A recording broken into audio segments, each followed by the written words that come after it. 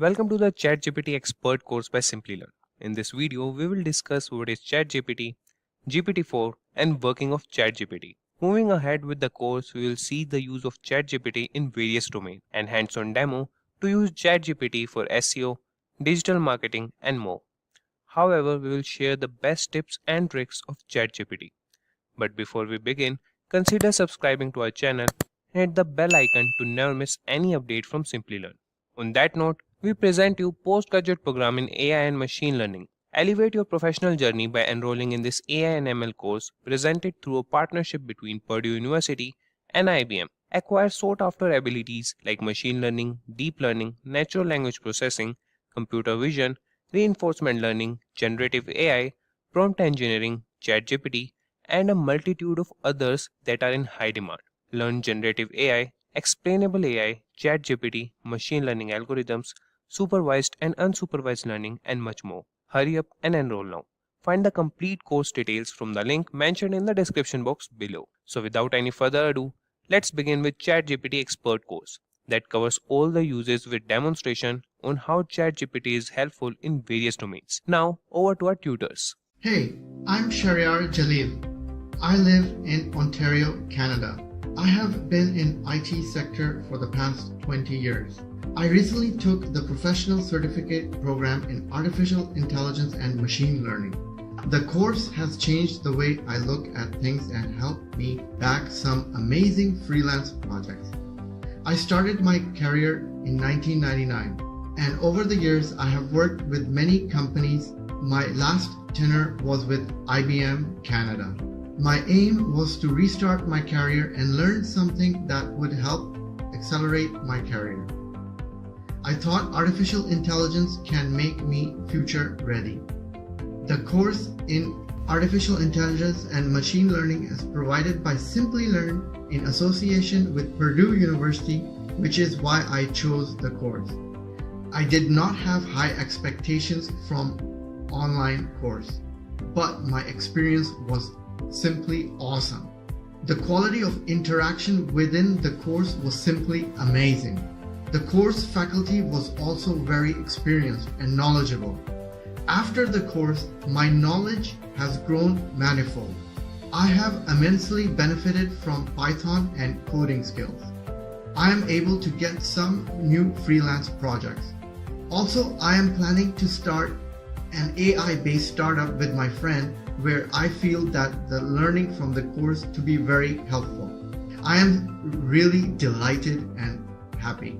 In my free time, I try to create meaningful content on YouTube, and I talk about new technologies and what kind of courses professionals should be taking, along with many other topics. I definitely recommend this course to everyone. After all, when it comes to new skills to advance your career, there should be no compromise. You should always learn from the best. Meet John, a talented programmer who is looking to start a company that used his personally developed mobile application to connect restaurants and customers for booking and reservations. Even though the app was ready, John had difficulty getting together a team for his startup, needing separate people for sales, marketing, programming, content creation, and customer support. Hiring reliable manpower while being strict with his budget was getting difficult. He reached out to his friend Ryan, who said John could start his company without hiring any new people, thanks to just a single AI-based tool. John couldn't believe it, which led Ryan to introduce ChatGPT, the revolutionary AI chatbot being developed by OpenAI. It is a state-of-the-art natural language processing, or NLP model, that uses a neural network architecture to provide responses. This means that the ChatGPT bot can answer questions without being explicitly told what the answer is using its own intellect, unlike previous AI chatbots. So, how does ChatGPT help John in filling out his team? Regarding sales, ChatGPT can provide full-fledged sales pitches based on the correct prompts. It can provide tips on how to pitch your product to businesses, removing the need for sales training. Completely customized to your requirements and your prompts. If you don't like some things about the response, you can ask for certain changes, and the chatbot will make sure they are done. When it comes to marketing, ChatGPT can provide efficient marketing strategies, which can help new entrepreneurs learn how to market their products to prospective clients. It can provide trending keywords that marketers can use for SEO purposes, while providing ad copies for your website and blog. Speaking of websites, since John can do a lot of the heavy lifting in programming, ChatGPT can help proofread the code and help out when looking for bugs to fix. Apart from basic bug fixing, it can also provide sample code structures for different programming languages, allowing John to focus more on improving core functionality and workflow rather than fixing basic code errors. Websites and blogs content is very helpful when gathering potential customer leads. The revolutionary bot can provide full-length blog posts with near-perfect fast accuracy in seconds, allowing further customization, like choosing the length of the subject matter to the complexity of language. For John's customer support, the bot can draft complete customer service emails based on the situation, saving time and resources. The tone of the message can be changed to reflect the nature of the message, creating an efficient alternative for call center professionals.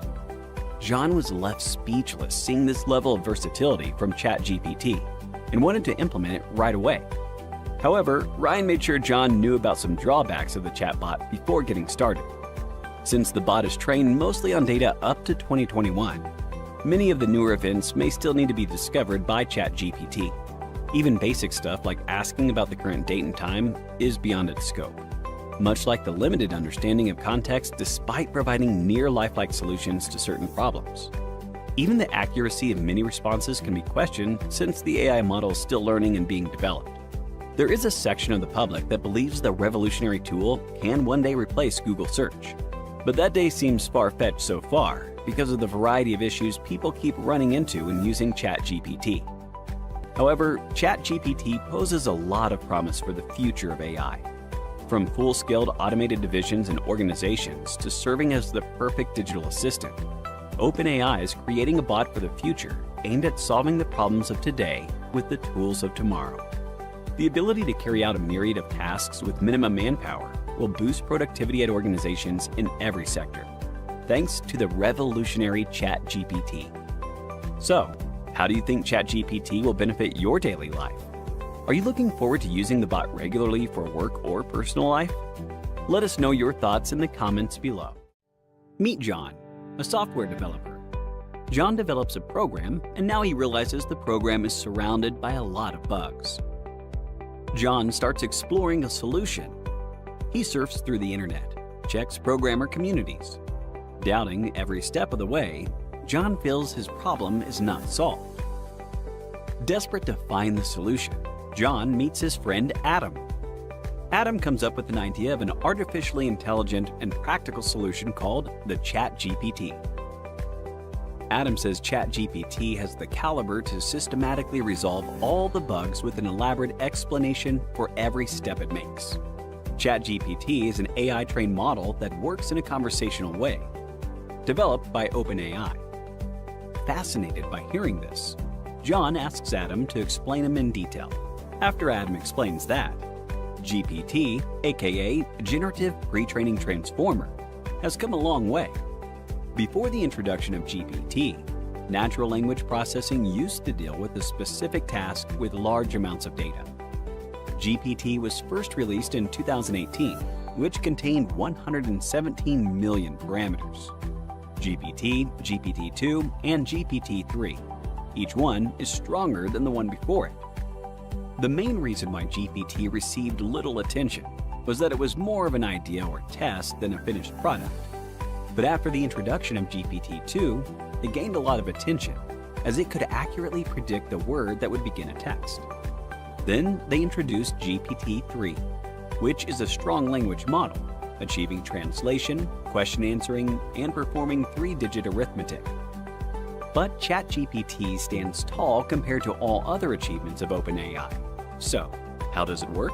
ChatGPT uses deep learning techniques to generate human-like text.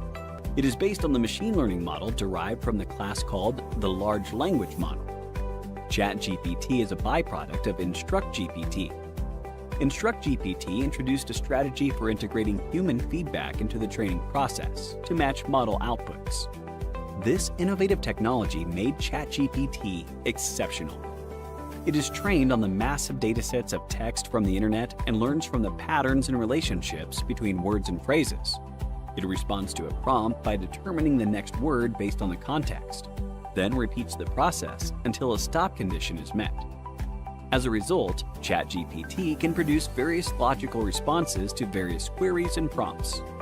The most important components of ChatGPT are the transformer model and language model.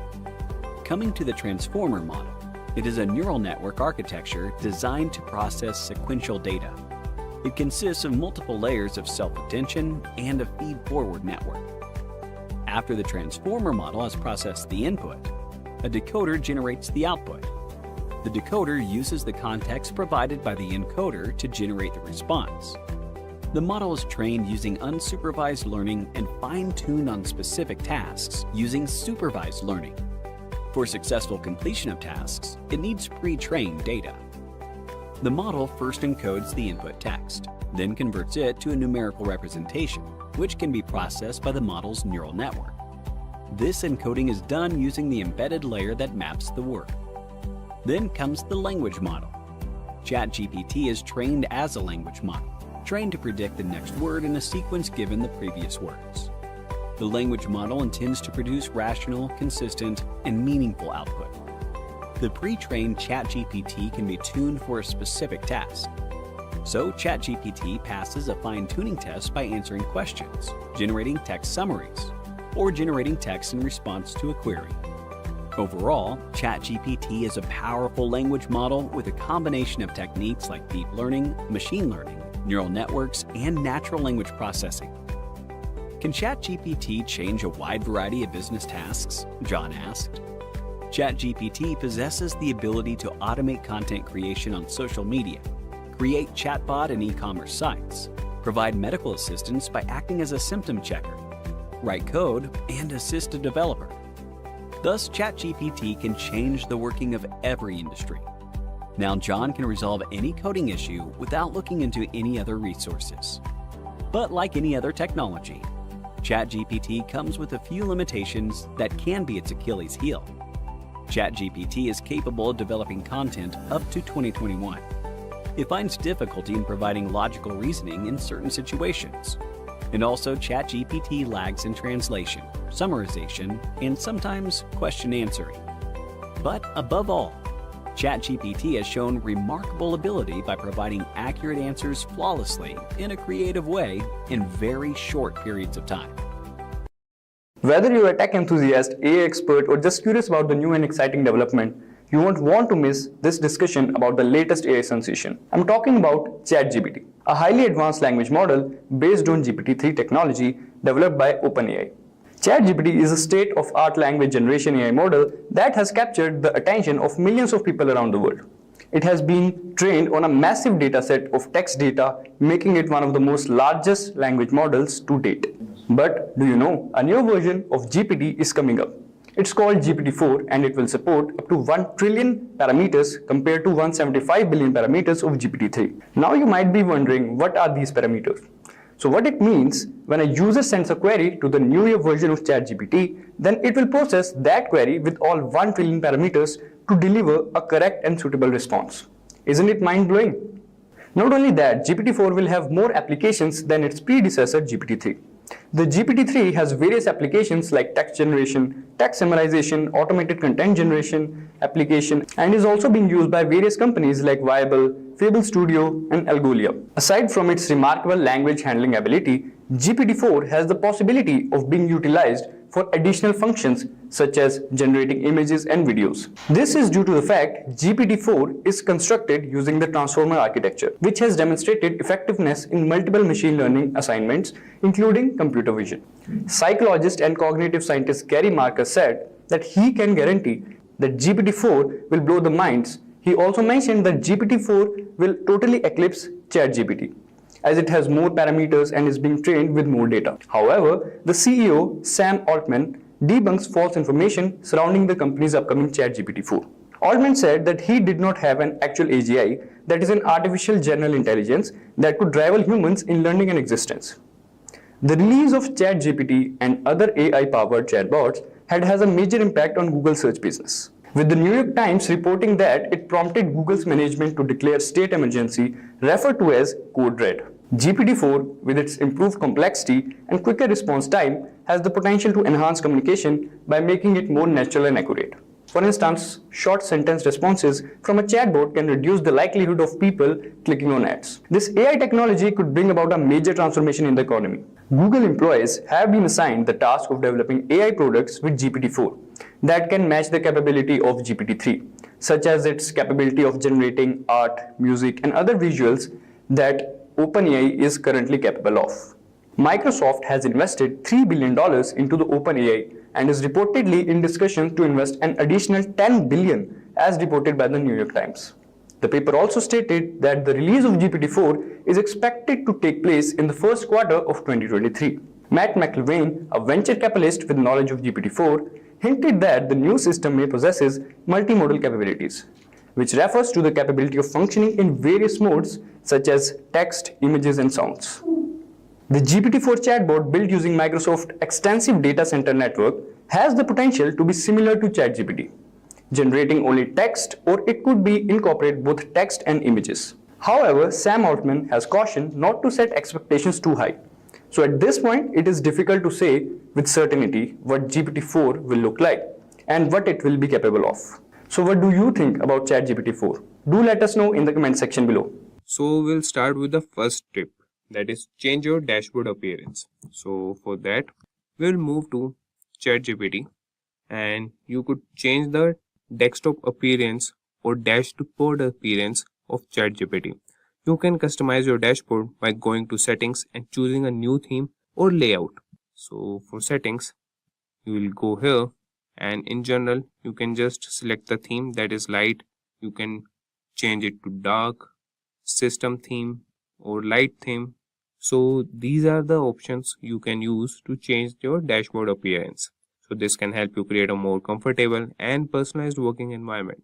For example, you can change the color scheme and you can also change the font size also.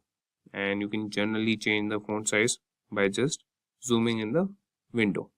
And the second tip we have is switch on beta features. So we are moved back to ChatGPT and here you can see the beta features. So for that we'll go in settings and beta, that is custom instructions. Try a new feature that lets you share anything you would like ChatGPT to consider across its responses. So we have switched on these beta features. The plugins, try a version of ChatGPT that knows when and how to use third-party plugins that you enable. The code interpreter, that is a version of ChatGPT that knows how to write and execute Python code and can work with file uploads. Try asking for help with data analysis, image conversions, or editing a code file. And these files not persist beyond a single session. So these are the plugins or the beta features that we have turned on and we are using them.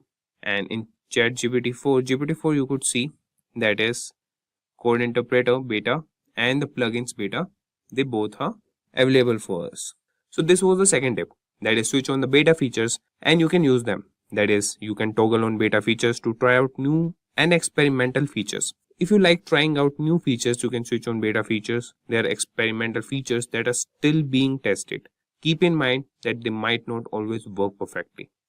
And the next is change the tone of your writing. That is, you can ask ChatGPT, can you rewrite any sentence in a more formal way? So now we will ask a prompt to ChatGPT, that is, can you rewrite this in a more formal tone? And what we can ask is, that could be, hey, how are you? Okay, so we'll ask this. So you could see that the ChatGPT has changed the tone of the sentence or the imperative you were asking. That is, hey, how are you? Now, greetings. How do you find yourself today? So this is a more formal tone. And you can ask ChatGPT for more such responses. That is, give me more such responses. So you can change the tone of the sentence. That is, you could give any sentence or any imperative or any language to ChatGPT and you can ask for any tone. That could be emotional, that could be funny tone, or that could be sarcastic tone. So ChatGPT would reply with the particular tone. So this was our third tip. And now moving on we'll see the fourth tip, that is use ChatGPT for quick learning. So you can ask, can you explain the basics of anything? That could be the simple biology concepts, the solar system, and you can use ChatGPT for quick learning. That is, for instance, you could ask any prompt. That is, here we will ask ChatGPT that teach me how to write hello world in Python. So you can see that ChatGPT responded, that is, sure, writing a hello world program in Python is quite straightforward due to Python's simplicity. And here's how you can do it, that is print hello world. And in this code, it has given you some sentences, so you can just read them and understand how the code works. That is, print is a built-in Python function that outputs specified information to the screen. Then the text, that is hello world, that is in inverted commas, is a string, which is a type of data representing text. Then the parentheses that are used to enclose the arguments of the function. So when you run this program, it will give the output of the text, that is hello world, to the console. So this was our fourth tip. And moving on, now we have our fifth tip, that is view the plugin store. So now ChatGPT has many plugins. That is, we will create a new chat, and in GPT-4 you could just click on plugins. So currently no plugins are enabled, and this is the plugin store. So the developers are developing plugins, so you could use them and be more productive and add more features to the ChatGPT. So you could see that is AI PDF, that is super fast interactive chats with PDFs of any site, complete with page references for fact checking. Ask your PDF, chat with PDF, Expedia, Notable, Link Reader. So these are the plugins that you could use. And this comes with the GPT-4 version, that is the paid version. So you could enable any plugin and you can write any prompt and the ChatGPT will respond to it. Now moving on to the next tip, that is tip 6, use the web browsing feature.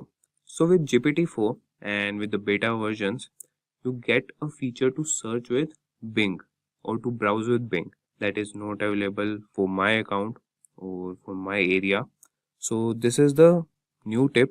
You can use it if you have the paid version and if you are accessible for the beta version of browsing with Bing. So this was our next tip, and moving on, we will see our 7th tip, that is templatize useful prompts. So you can ask, can you create a 10-minute full body workout using some kind of dumbbells or a barbell row, and save this prompt for future use. You can also templatize useful prompts. For instance, you can also ask, can you create a menu or to-do list and save this prompt for future use. So we'll see a quick example, that would be create a 10-minute full body workout, and that would be using, so you could see that the ChatGPT has given us a templatized routine. So it's a quick high intensity barbell workout that you can complete in about 10 minutes. That is barbell deadlifts, then barbell squats, barbell overhead press, barbell rows, barbell bench press. So for that you also need to have bench press also. And the note is, remember the key to this workout is intensity and form, not necessarily the weight used. Okay, so this is how you can templatize useful prompts. And moving on, the next step we have is summarize text. That is, you can paste a long article and ask ChatGPT to convert it or summarize in few sentences. For example, you can paste a long article. So I'll show you how we can do that. We'll just search for Simplilearn articles. So we'll use any article. We'll just copy it and give this to ChatGPT. That is, we'll paste it and ask it, can you summarize this article 5 sentences. So you know that this prompt will just summarize the whole article into 5 sentences, and this is the feature of ChatGPT to summarize anything. and in a very concise manner. And this was our tip 8. And moving on, the next tip we have is analyze your writing pattern. That is, you can ask ChatGPT, can you analyze my writing style and generate a paragraph mimicking it? That is, you can give it any text or chat that you have done. You can just copy that chat and give that as a prompt to ChatGPT, and you can then write a prompt that can you analyze my writing style and generate a paragraph mimicking it on any topic. So the ChatGPT will analyze your writing pattern and will mimic your style. And you can also ask it to act as a famous person. Like you can ask ChatGPT to act like Elon Musk and give your thoughts on AI. So here we will ask ChatGPT, that is, act as Elon Musk and give your thoughts on AI. So you could see that it has stated that artificial intelligence holds immense potential for human advancement. It's essentially digital super intelligent and can go beyond human intelligence. But it is not saying that it can perfectly act as Elon Musk or it can directly speak to Elon Musk, but it can provide a perspective based on his public statements on the topic of artificial intelligence. So the ChatGPT has analyzed all its statements that are present. That is, GPT-4 has some browsing features. So it has analyzed all the statements, and on behalf of that, it has given us the result. And now moving on to the next tip, that is act as an examiner. So you can ask, can you check this essay for grammatical errors? You can ask it to check your project or even grade your homework. So as we have copy pasted the article, you can copy paste if you want to check your code or debug your code, you can just give it to ChatGPT and it will give you the suggestions, or it will point out some errors and can give you a perfect code. Or you can just ask him to get some grammatical errors in your article or essay. So this was the 10th tip, that is act as an examiner. And now the next is format your outputs. So you can give any data to ChatGPT and ask him to format this into tables, and you can ask him to add some columns to the tables. That would be Monday, Tuesday, Wednesday, and you can ask him to prepare a to-do list or something like that. So you can format your outputs. ChatGPT will respond to that. So for that, we'll just give it a prompt to ChatGPT, that is, format the days of week in a table and put days in column. So let's see.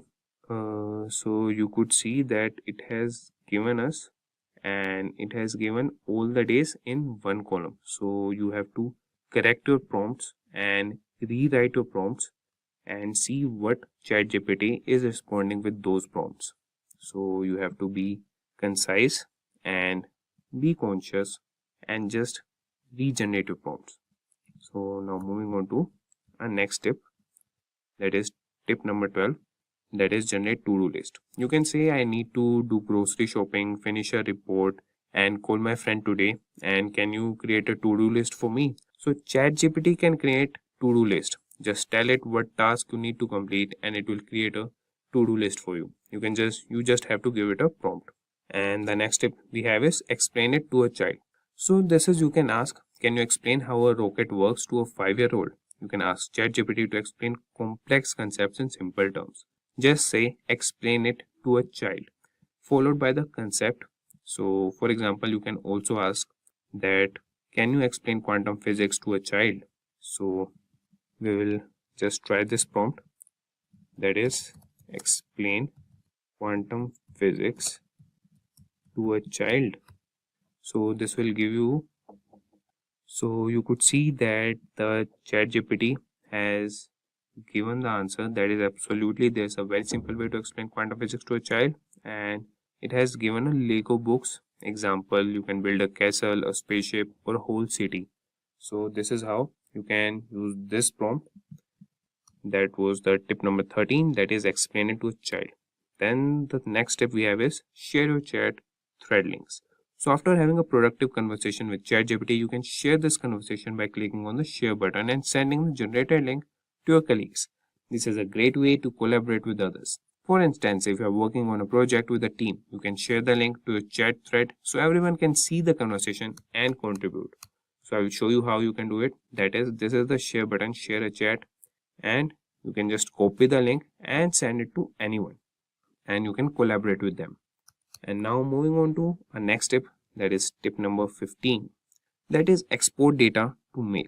If you want to export a chat, you can click on the export button and enter your email address. You will receive a copy of the chat in your inbox. This useful feature is used if you want to save a record of your conversation or if you need to share the information with someone who doesn't have access to ChatGPT. So I will show you how you can do it. So simply you have to go here, click on settings and go to data controls, and here is your option, that is export data. So just click on export, confirm export, and the successfully exported data. You should receive an email shortly with your data. And now moving on, we will see another tip, that is organize your chat history.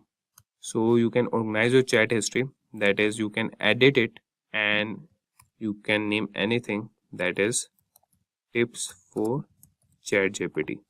So this is how you can organize your chat history. And now moving on, now we'll see the next tip, that is go minimalist. So what do you understand by minimalist is, you can just close this sidebar. So this is the minimalist options here. You can just use the ChatGPT here.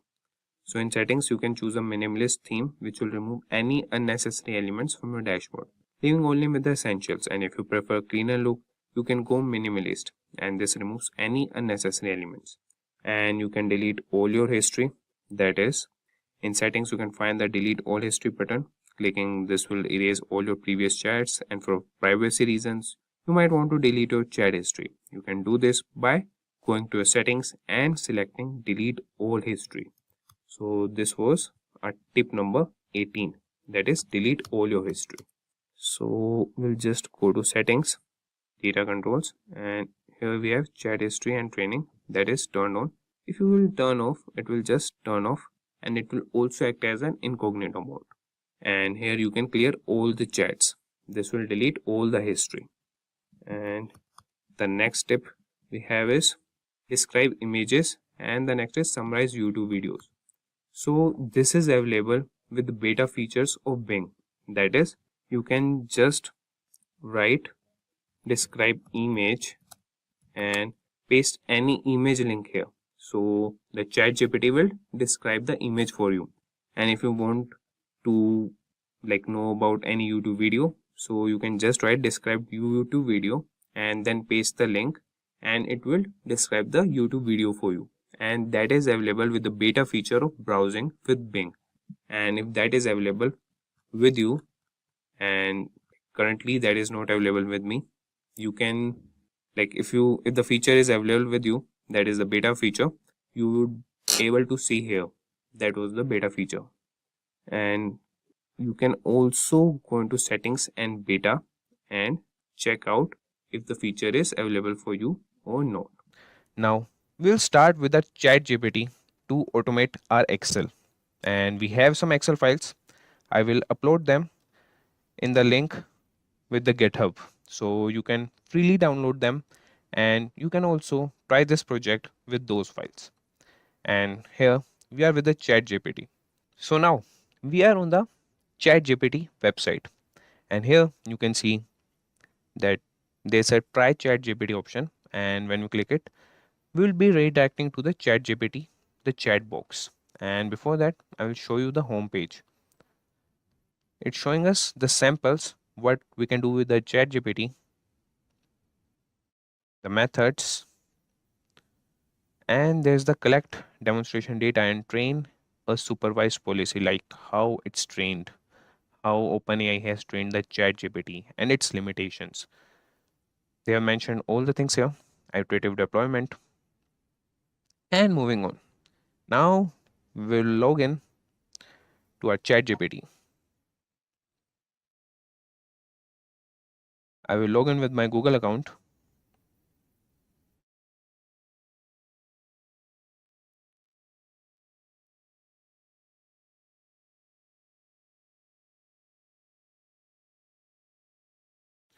Tell us about you, and this is my name, and he's asking my phone number. So I will get this blurred so you guys won't be seeing my phone number, okay?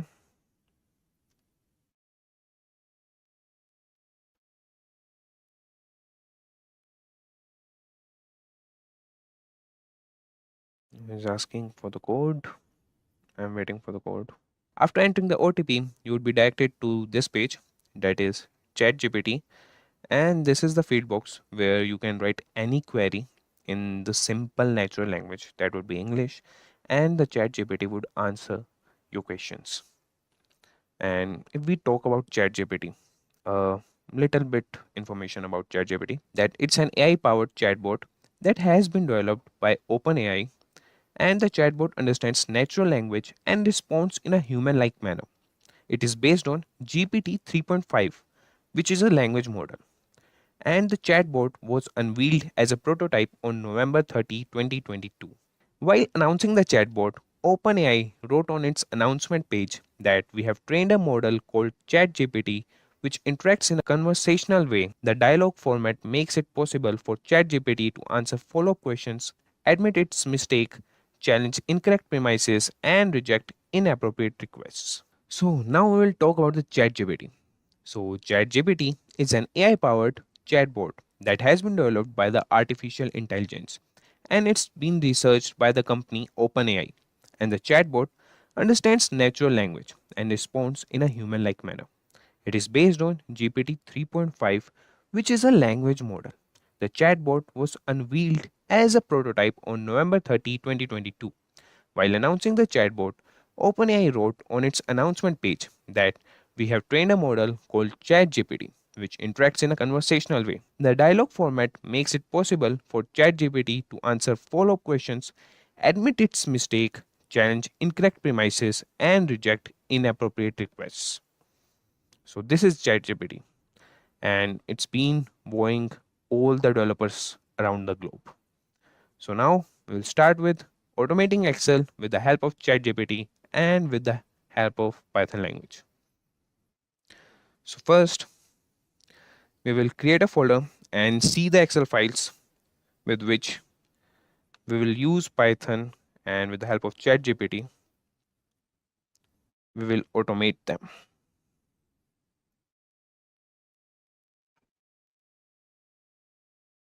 So first we'll create a folder for our project, and we'll create in Python projects and name it as automate Excel using ChatGPT. And inside this, we will open the command prompt, and now we'll open any IDLE so that we'll write a request to ChatGPT and he'll answer us with the suitable code, and that code we'll copy paste into our IDLE and run it. If it gives any error, we will copy paste the error same to the ChatGPT, and as I know, he answers them.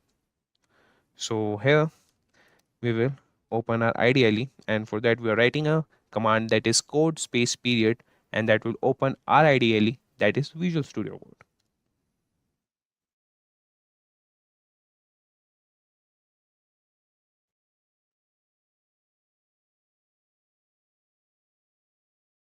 Now we have open our IDLE, and first we'll create a file here, or first we will see our Excel files on which we will do the automation, and for that we'll get back to our folder, and here we have the number folder in which we have two files, that is CSV files, phone number and phone number 2, and other we have the sales folder, and in that we have the data of the sales of the year 2022. So we'll use these files, sales and the number.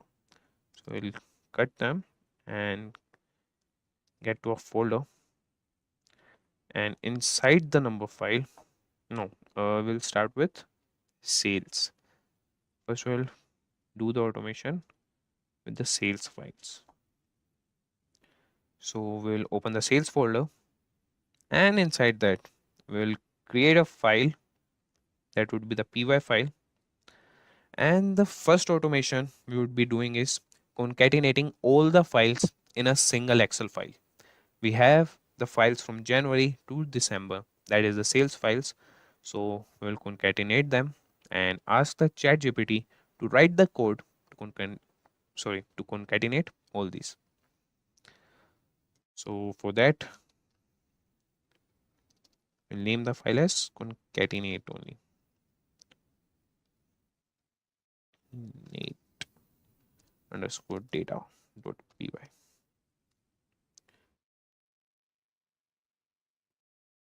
So now we'll give the command to the ChatGPT. So here is a ChatGPT, and here we will write a command for it that would be, I have 12 Excel files and I want to concatenate them, and we'll also mention the name, named January. The spelling of January is this only, but we'll check with the file January. And then we have February, and moving on, so on, we have till December.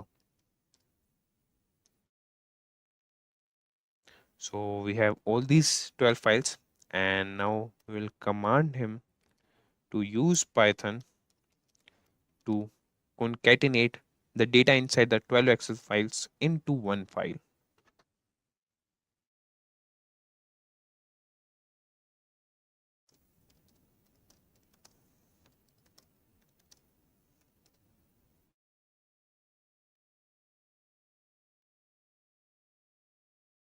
So this is a command, and it's in the simplest natural language, that is the English language. So we'll just press enter. Okay, it shows us that an error occurred if the issue is. So for this thing, we'll just copy the OpenAI link and paste it here and open it. As the ChatGPT is seeing a huge traffic, sometimes it shows these errors. So he's verifying us whether we are a robot or not. So we will agree with the ChatGPT and answer its questions here.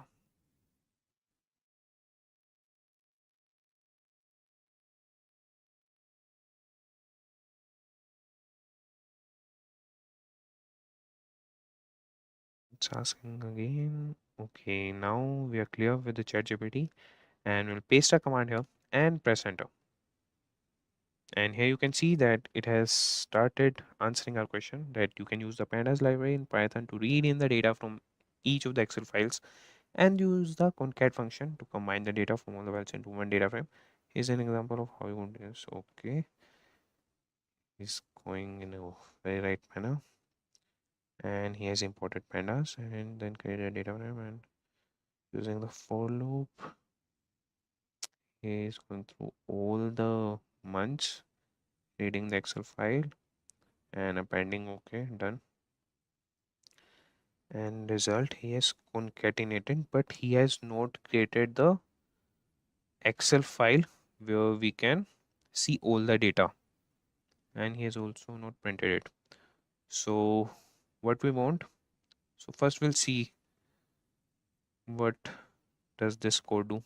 As I have seen, so it will concatenate, but it has not created the Excel file in which we can see all the data. So we have copied the code, we'll paste it here, save it and run it. And most important thing, you have to import the pandas library. And if you have not installed it, please install it in the command prompt with the command pip install pandas, or you can use it in the terminal. Okay, it has not found the January.xls. Okay, so JNUARY, the correct spelling. We will see what error it expects.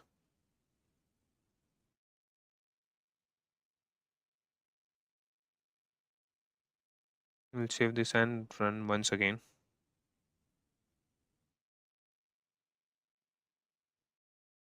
So we'll just copy the error and write it back to ChatGPT and see how does it respond.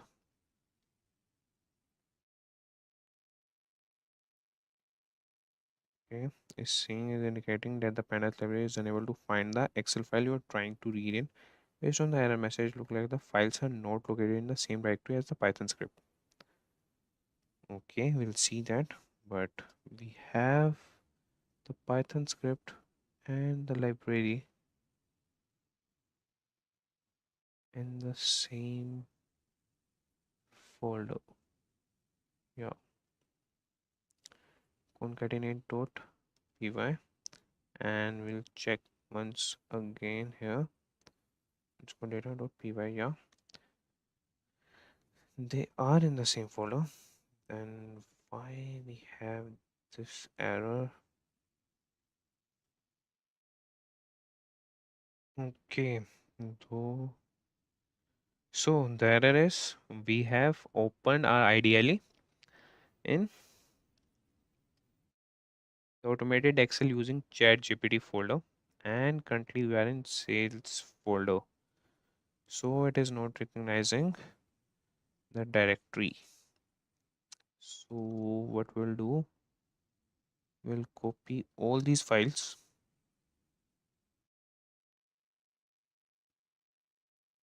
copy these sales files and paste it here. Now we'll run the code that ChatGPT provided us. Okay, yeah, it has run successfully. It's good successfully. Okay, we'll try once again. We'll kill the terminal, save it, and run it again. Now we'll see. Yeah, it has executed successfully. But the thing is, it has not converted it into a single Excel file. For that, we'll write you forgot to create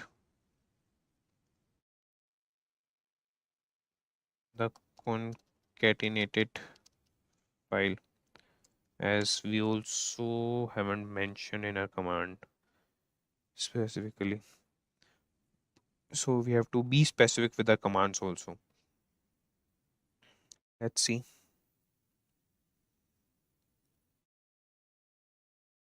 Yeah, after concatenating the data frame to export to a Excel file, we can just write this command. And index equal to false, yeah. Okay, and he's giving all the explanations, so you can just read them. You're correct. I apologize for the oversight. To create a new Excel file that contains the concatenated data, you can use the to underscore Excel method of the data frame. Here is an example of how you could do this. Okay, you create a new Excel file named concatenated underscore data.xl sx in the same directory as your Python script, and it will contain the concatenated data form from all of the original Excel file. You could also use the to underscore CSV method to save the data frame in CSV format. Yeah, we can do that also. Okay, we'll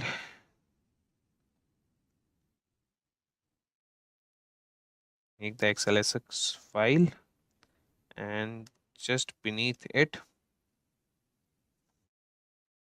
okay, yeah, ठीक है. C part 2 okay. We don't need any path, we'll just do it here only.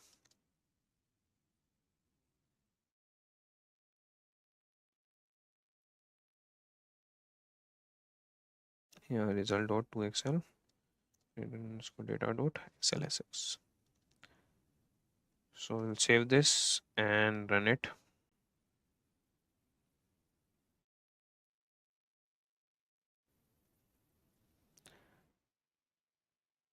And it's showing that it has executed successfully. And yeah, outside the sales folder, we'll close it. You can see that it has created the concatenated underscore data dot XLSX. So for that, we'll move here. Yeah, it has created it here. We'll open it. And first I will show you what these files contain. So every file have the entry of around 1000. Every file has 1000 entries. So the concatenated file should have around 12,000. So this is the concatenated underscore data. And if we go beneath, yeah, we can see 2000.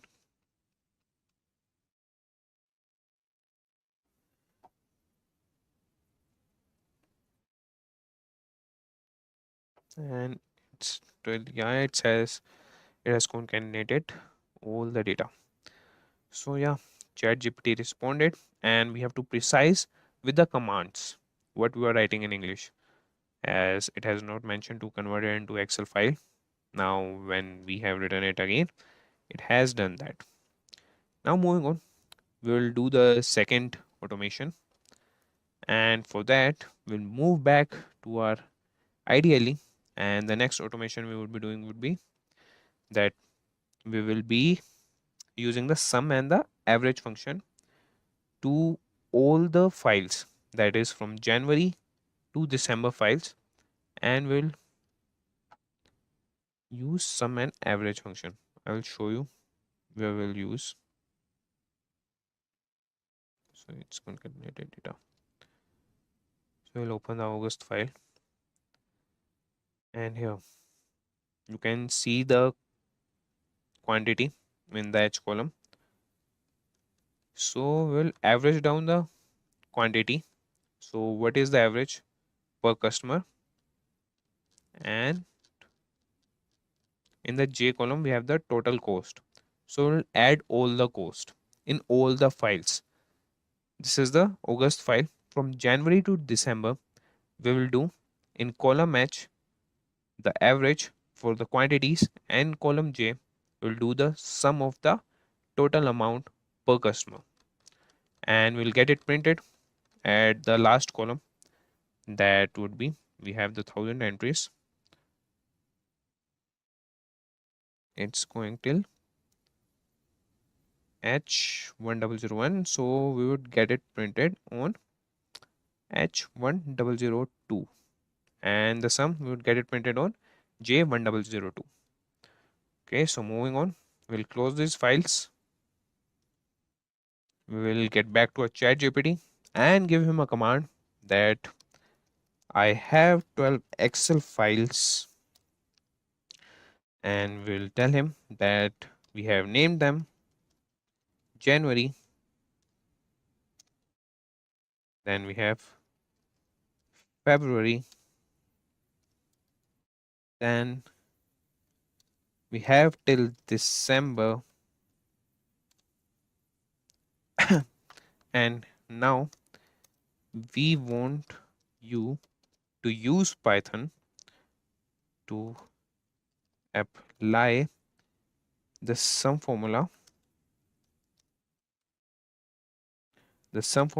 and the average formula. So the sum formula would be applied from J2 to J1001. Let's see. Okay, we have closed the file. Yeah, but I remember sum formula from J2 to J1001. Okay, and the average function. And now we want him to use the average formula from H2 to H1001.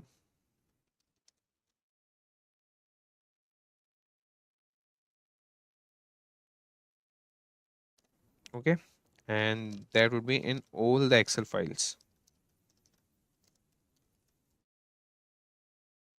And we want him to write the results in the cells, and that would be J1002 and H1002 respectively. So we have to be precise with the commands, and we have an error here that is done, and yeah, it's all done. I'll just give this command to ChatGPT and see how it answers. Use the pandas library in Python to read, okay, and perform the sum and average calculations. Good, and then write the results back to the same file. Here is an example of how you could do this. Yeah, we are writing in the same file.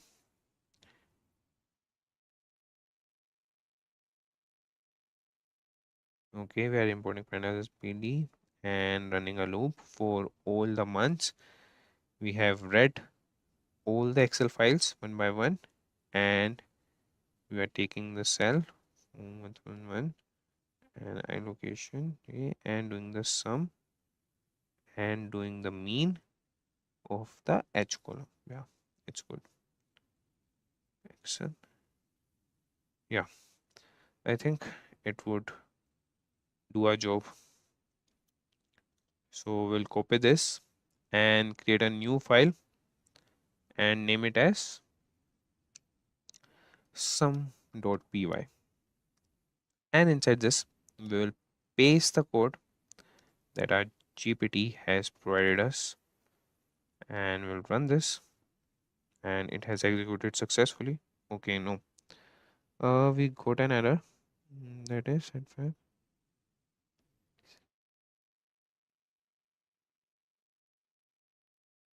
okay, okay, it has made the mistake. Yeah, got it.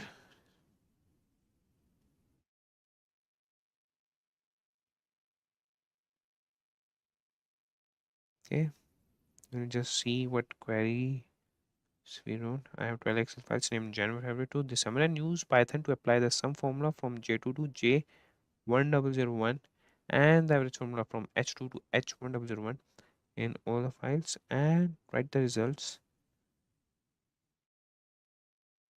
Okay, done. Uh, we would be a little specific in the cells J1002 and okay, yeah, we'll once again submit it if we didn't get. Okay, yeah, now he has used the open Excel library. That's good. Yeah, that would be working for us. Let's see what he will provide to us. Okay. Sheet active and okay. Okay. Yeah, I think it can serve the purpose, but first we'll run it. So he is giving us the explanation for what he has written this code. That is, this code will apply the sum formula to the range J2 to J1001 and the average formula to the range H2 to H1001 in all the Excel files. The results will be written in J1002 and H1002 respectively. It is important to note that this code will overwrite the original file so that it's recommended to make a backup. Okay, we don't need that. And we have backup in the sales folder also. So you can also use the read underscore excel and to underscore excel function from panel to read and okay. So we'll try this code.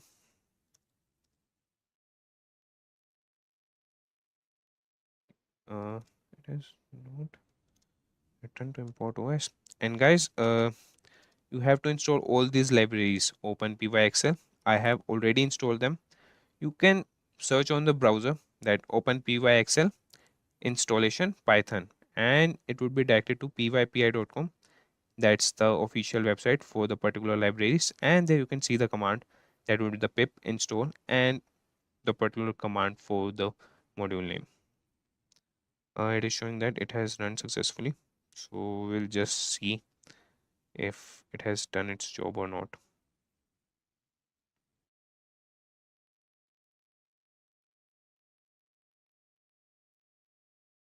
And in the April file, we have in the H column, that is the average of the H column, that was the items, and in the J column we have the total sum of the amount of the customers. Yeah, the query has run successfully. ChatGPT has provided us with the perfect code. Hats off to the ChatGPT. And moving on, now we'll do some other automations. And now what we can do, uh, we have other files, that is phone number and phone number 2, and what it contains the phone numbers. So what we could do is we could add the +91 extension, that is the country code for India. We will ask ChatGPT to add the country code +91 to both the files. So I'll close these files, and first we'll copy them and paste in our root directory so we don't get any error. And we'll change the slide name. Instead of hyphen, we will add the underscore. Okay. Now we'll move back to ChatGPT and write a command. And these files are CSV files, not XLSX file.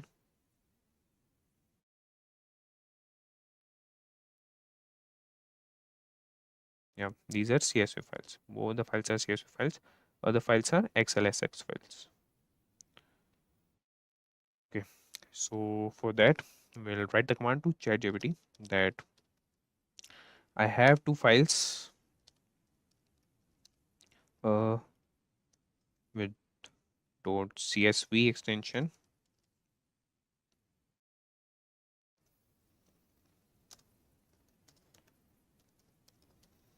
and they are named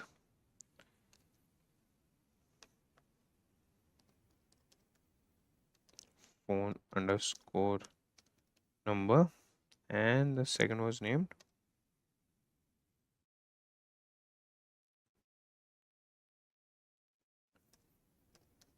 phone underscore number underscore 2. Okay, so we have told the ChatGPT that we have two files, and now we'll tell him to use Python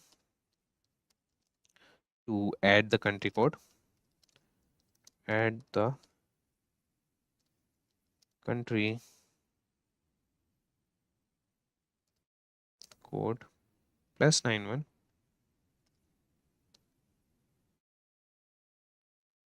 as string prefix, and that would be adding as a string prefix, else it would only show 91, it won't show plus. So we'll see if ChatGPT understand that or not. As string prefix in both the CSV files with column name that was phone.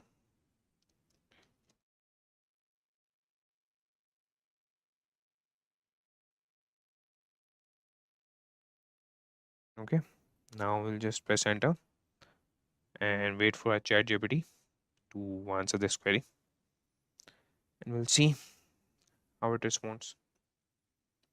You can use the pandas library to read as well. Okay, and the prefix to the phone numbers and the modified data pathways is all okay. Hey, then I could do this. Okay. Phone number and phone number. Okay, both the files. Now we are reading files and the phone directory. It's heading as type string. Okay, it has understood that. and to CSV. And this code will hit in both the files. Yeah, I think this will work. We have copied the code. This code will read in both CSV files and the plus 9 string to the phone numbers and write the modified data back to the CSV files. It's important to note that this will overwrite the original file, so it's required to make a backup of the original files. Okay. You could also use the apply function to add the prefix to the phone number in the column. Okay. Okay, yeah. We can do this also with the lambda function. And that's good. This will also do a job. First, we'll see this and we will create a file for this automation and name it as countrycode.py. Okay, and we'll paste the code here and run it for you guys. It's showing that it has executed successfully. Yeah, it has executed successfully. So we'll just go back to our files and see whether they got plus 91 as a prefix or not. Okay, the numbers.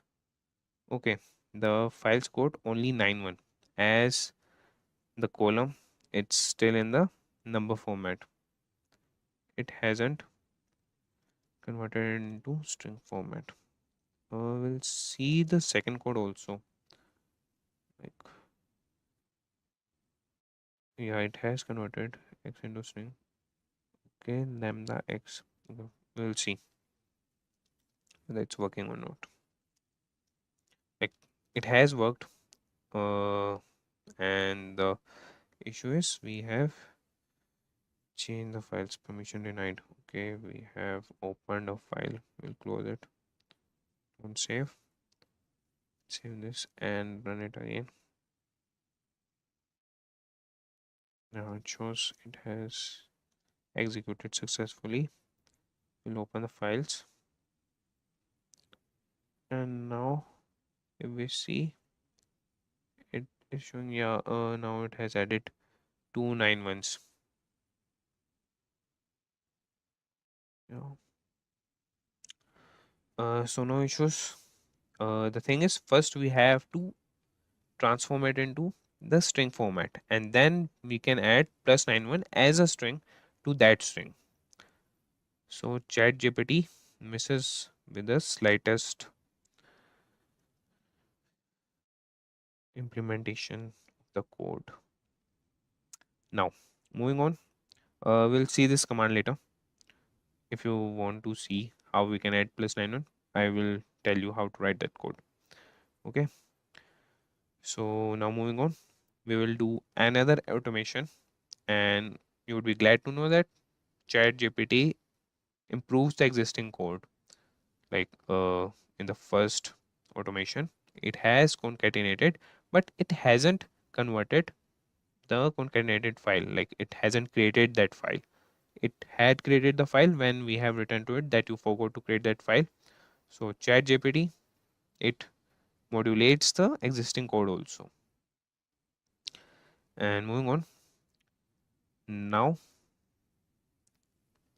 in any, okay, we'll open the concatenated underscore data dot xlsx, and inside this, okay, we have the product line. So what we'll do is we will change the name of the electronic accessories to electronic equipments and home and lifestyle to lifestyle. Now we'll automate this process, and we can do this automation in all the files also from January to December. So we'll do that only. Okay, now here we will command is, okay, now we'll command the ChatGPT that using Python iterate through all the Excel files in the directory. So we are asking him to iterate through all the Excel files in the directory, and we'll ask him to replace what was the electronic accessories.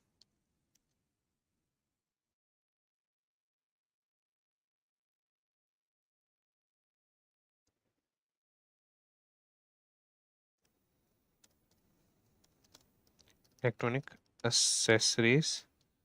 See the spelling. It's correct or not. Electronic accessories. Okay. Yeah. Electronic accessories with electronic equipments.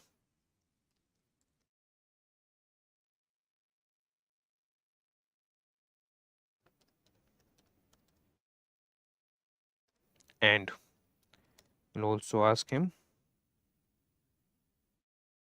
equipments. So, is there any mistake?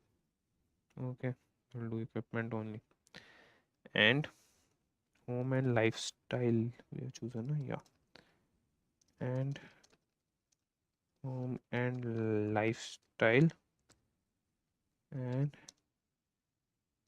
we'll change it with only lifestyle. Okay, so using Python we are iterating through all the Excel files and changing these. That would be in each Excel file, so we have to be specific with a written language.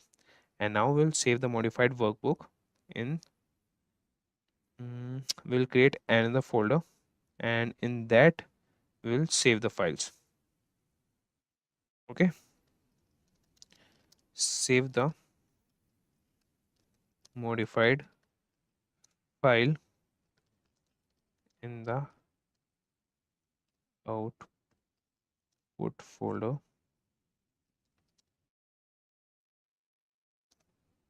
and if the folder is not created, we'll ask him to create it. Okay,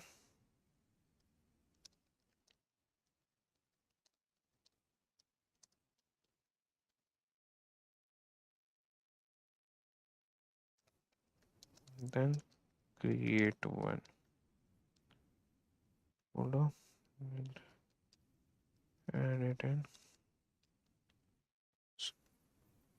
Okay, I don't know why I'm saving this. So I have written the command. I will press enter so that ChatGPT can process it and give us the code for that. So it's showing us. Sorry, that was showing us. You can use the OS library to iterate through all the Excel files in a directory, the pandas library to read in the files and make the changes, and the to save the modified files. Okay, here's an example of how you could do this. Now here we have imported OS, pandas as PD, and it has written the code. We'll copy that. This code will iterate through all the Excel files in the current directory, replace electronic accessories with electronic equipment, and home and lifestyle with lifestyle in the data frame, and then save the modified files in the output folder. If the if the output folder doesn't exist, the script will create it. You would also use replace function to replace the values in the column. Okay.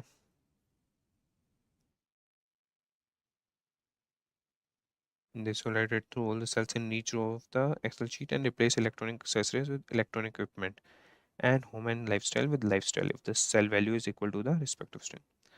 Okay, we have copied a code, and now we will create a file and name it as iterate.py. We'll paste the code here and run it for you guys. The code has been executed successfully. Now we'll see. We'll open all the files. Not all, but yeah, we'll open some. That was the previous one, electronic accessories. Okay, so it hasn't changed in this. Okay, we will open another file and see if we code the changes in that or not. That also states the electronic accessories, so it hasn't done its job.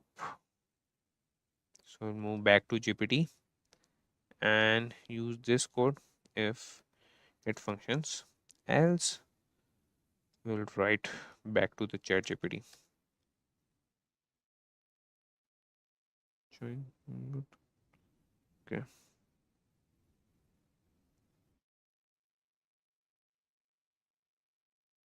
Just a second, I will read the code.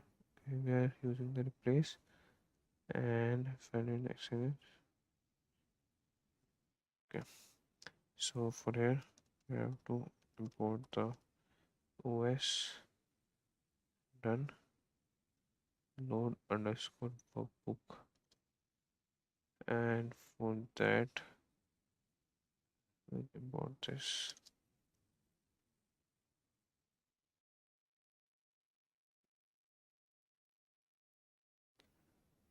And run it and close these files.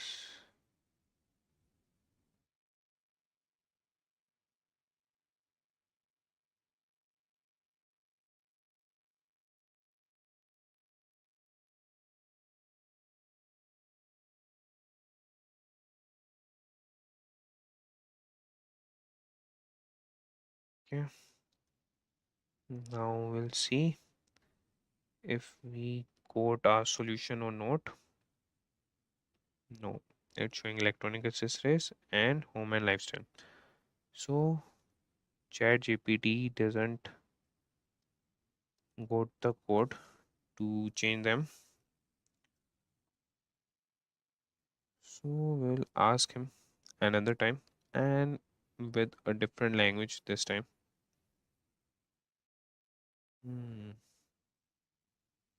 Also, I don't think it has created the output folder. It has, oh, sorry. I'm really sorry. What I have done is my mistake.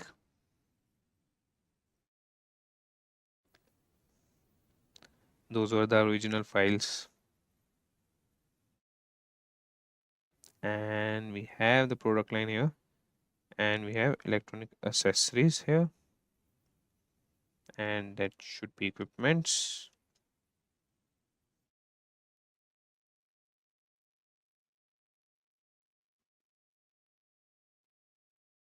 Okay, we have electronic accessories and lifestyle. Let me see my command. Okay, I have asked him to change electronic accessories with electronic equipment and home and lifestyle with lifestyle. So it has changed only lifestyle. We'll see.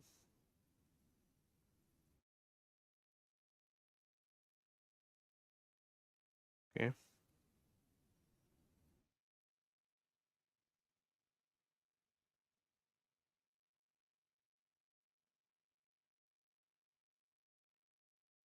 Okay. Uh, the E here is small. We'll update that in the code. You can write this back to ChatGPT also. But yeah, first we'll do this. And what are I showing?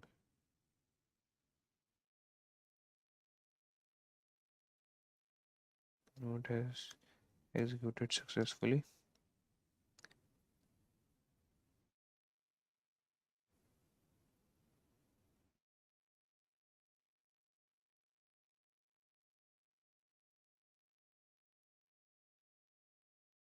Okay.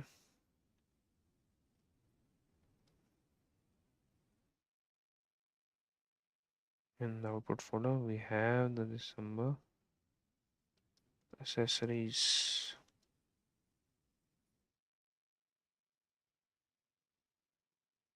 That's it, the capital E. Okay, okay, okay, okay. So this code is giving us error. We'll see the last code. We'll copy that and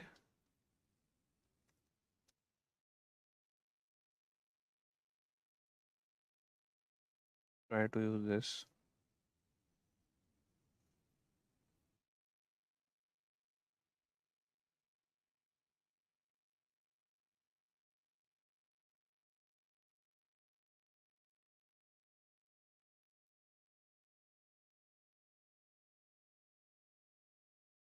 And close the terminal and run it again.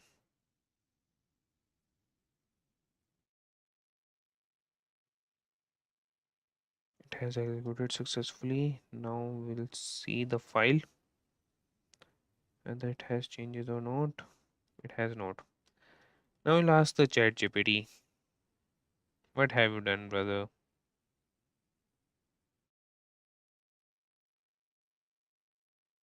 Using Python, iterate through all the Excel files in the directory and replace electronic accessories with electronic equipment and home and lifestyle with lifestyle. Okay, in each Excel file, save the modifies file in the output and if the okay. Okay, we'll ask the same thing once again to him. And with this electronic accessories, oh sorry,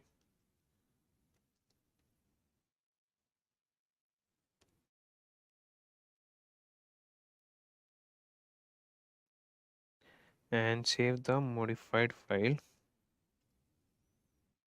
the output folder, and get a folder it doesn't exist. Okay.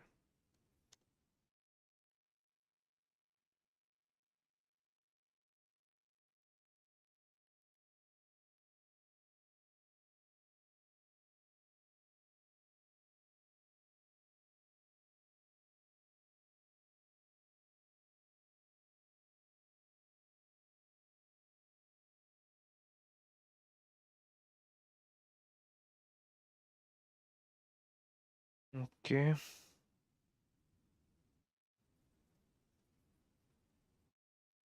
This is the same code as the above one.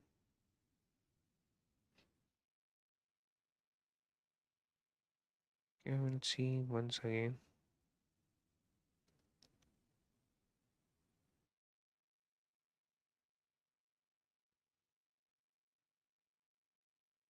Just close these files.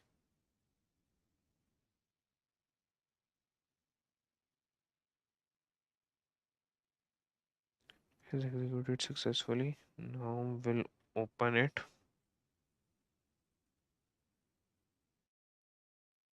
And now we can see that it has changed to electronic equipment. Electronic equipment. Yeah, now it has executed successfully.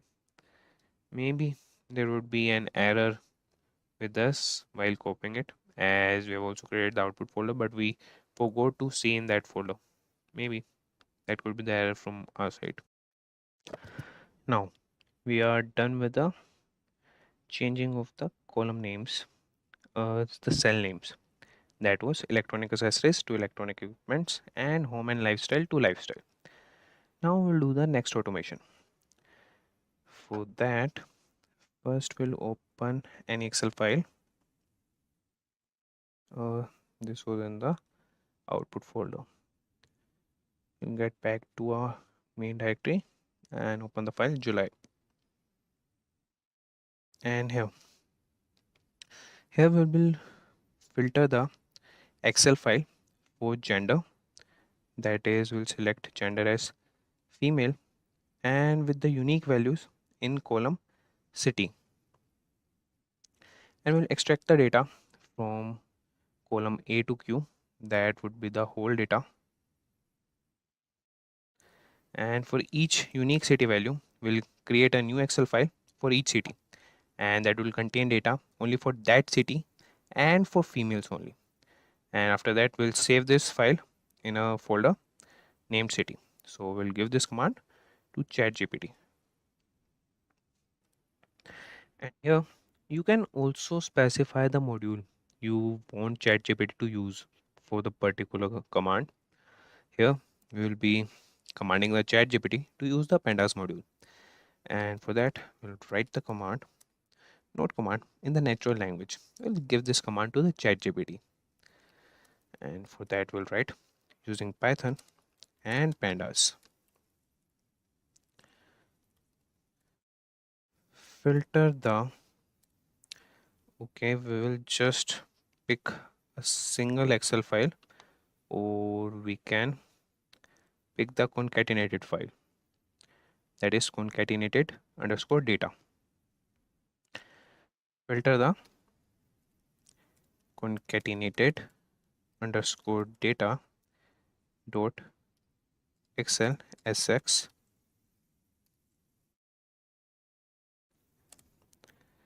Excel file, and that would be for gender female, and by the unique values in column city.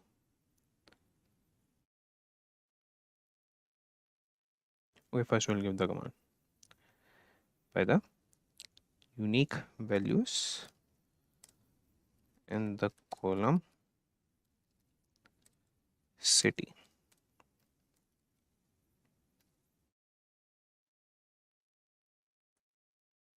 And after that, we want to extract the data from column A to Q, that is the whole sheet. Extract the data from the column A to Q, and for each unique city value.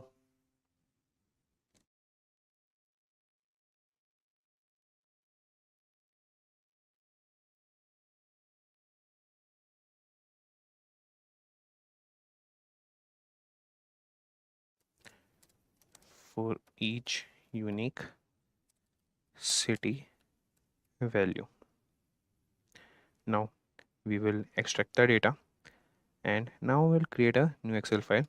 So for that also we'll give the command to ChatGPT, and we'll write create a new Excel file, and that would be for each city.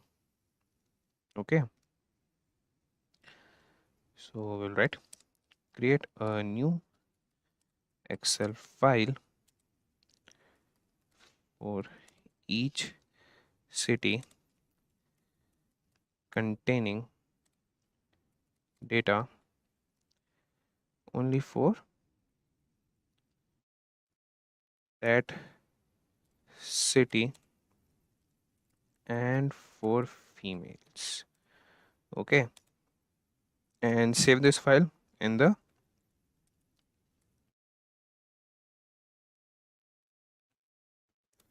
city folder, and if it's not been there, ChatGPT can create the folder for that also. Okay, city folder, and naming the each file with the city name. Okay,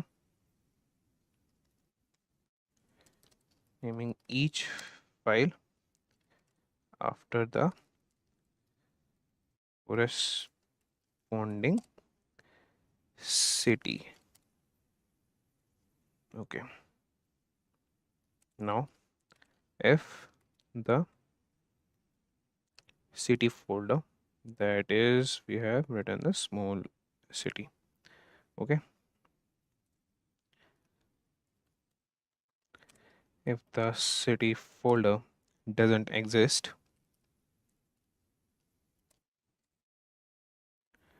then create it before saving the files.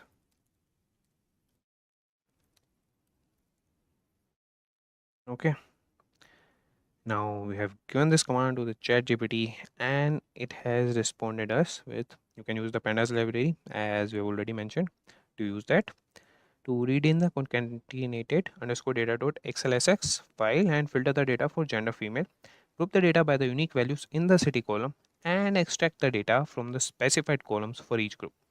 And here is an example. So we have put the code. We'll wait till ChatGPT continues.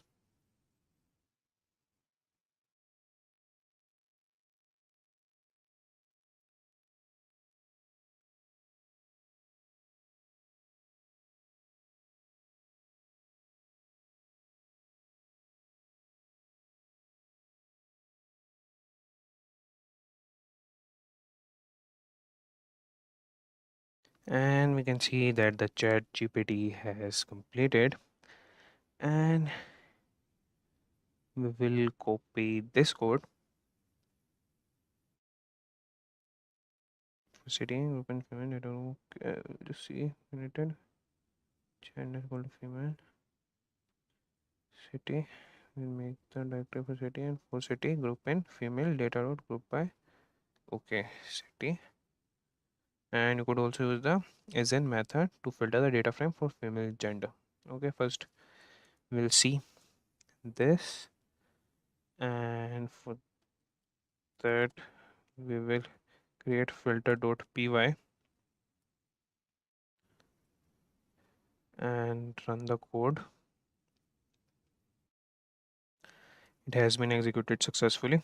So now we'll see that the city folder has been created or not.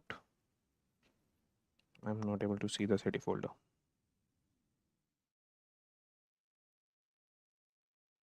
Okay, it's been created. So we'll see. Okay, it's been created.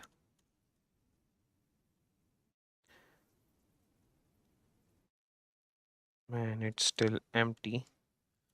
So we'll give time. Okay, and we got an error. Okay, okay, we'll pass this error to ChatGPT first, and after that we'll see what's wrong with this.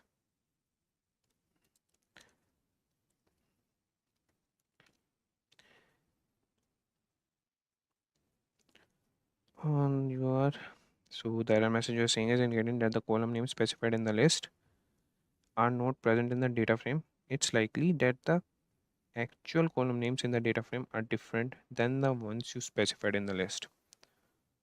Okay, just see the list, that is concatenated data. Go back and see, that is A2. Okay, it's still R.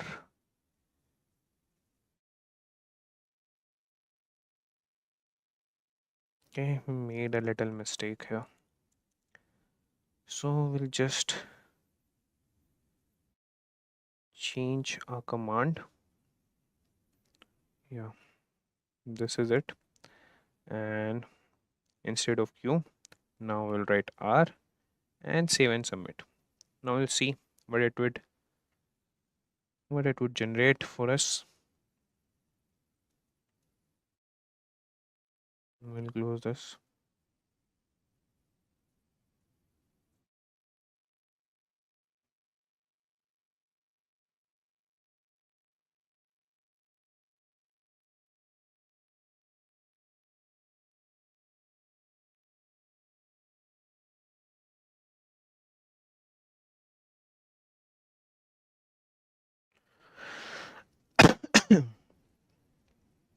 Okay, this command will run the content fields in the Excel files. Filter the data for females. Group the data by the unique values in the city column. Great. And extract the data from the column A to R for each unique city name, and then create a new Excel file for each city containing data only for that city and for females. Files will be saved in the city folder, naming each file after the corresponding city. Okay, it's done. Now we'll copy this code and paste it here and see whether this code works for us or not.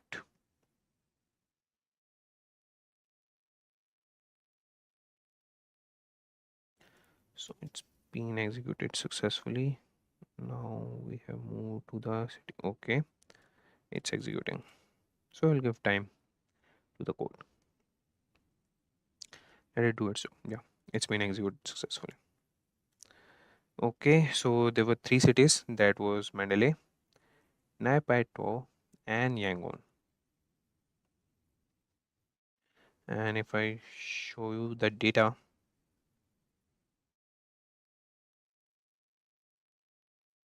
you could see there's three cities, and it has created the Excel files with the name of the cities only, the unique cities, and it has extracted the data for the gender female.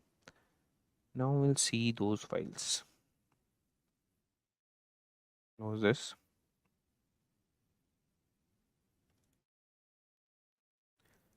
And back in the city folder, could see the Mandalay city, and the data is just for the females.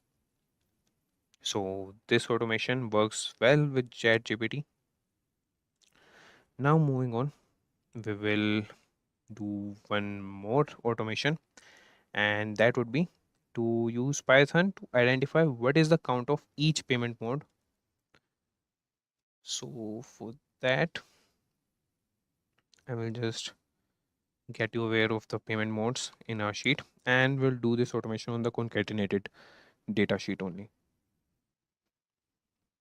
So this is the payment column and you can see the mode of payments, that is e-wallet, cash, credit card, and these are repeating. So we'll use Python to identify what is the count of each payment mode from column n, sorry, and that is from this sheet only. And then we'll create a new sheet and name it as count.xlsx and write the count against each payment method. So we'll give this command to our ChatGPT and ask him to write the code for our automation. So we are writing use Python to identify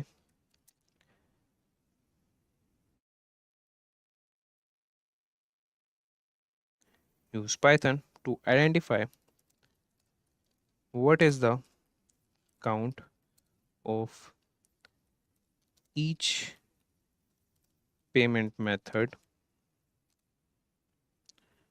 from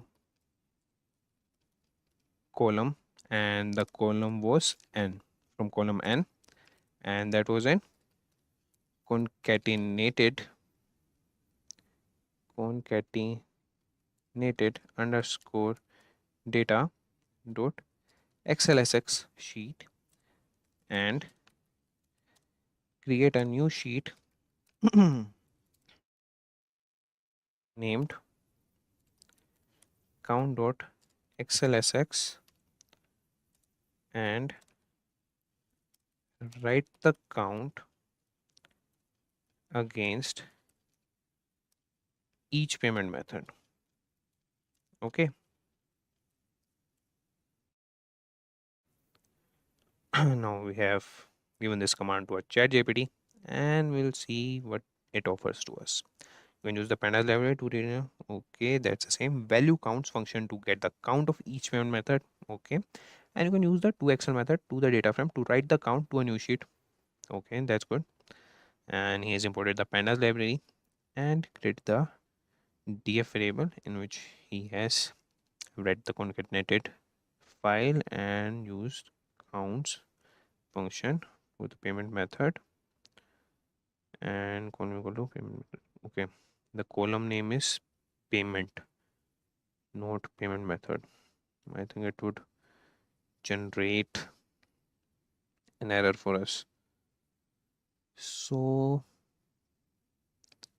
Python of each one method from column n, and we will specify column m n that is named payment, as it has used payment method here. You can see that it has used the column name as payment method. So we will specify this. We have to be very specific with our commands for these automations. For simple tasks, you can use simple language, like complex sentences, or you have to mention every detail. But for these automations, you have to use them. Now our ChatGPT is working with this, and most probably he will deliver us with the perfect code. I hope so.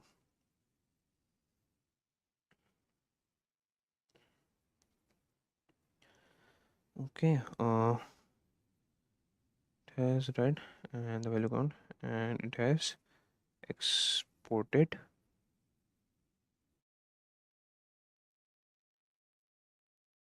reset.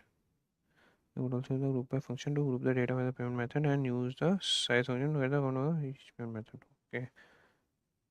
Okay, we'll see this.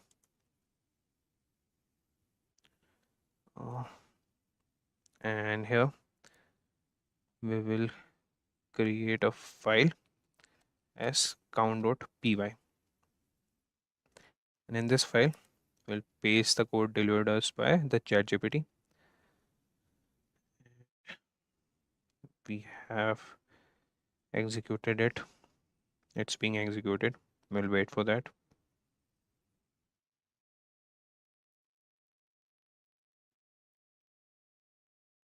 It's been executed successfully. So we have back to our folder and we have to look for file count file. Huh? Yeah, count file. Okay. Is this the no? It's the content. Okay, yeah. It's showing us the mode of payments, that is e-wallet, cash, credit card, and the number of usage. Yeah, 448,003. 12. Yeah, it's 12,000. That was the whole entry of the concatenated underscore data dot xlsx. So we have done with this automation, and now we'll do one last automation. And first we'll close all these files.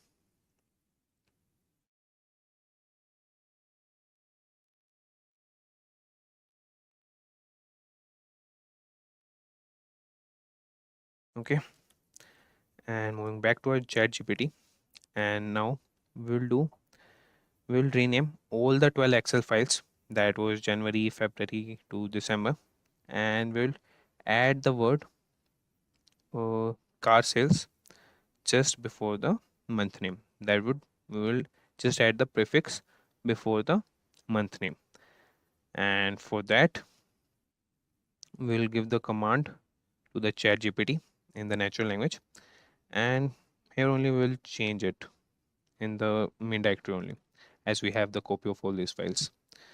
So for this we'll write the command use Python to rename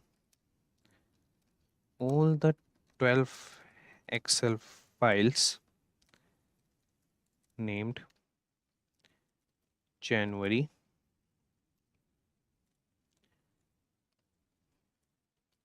February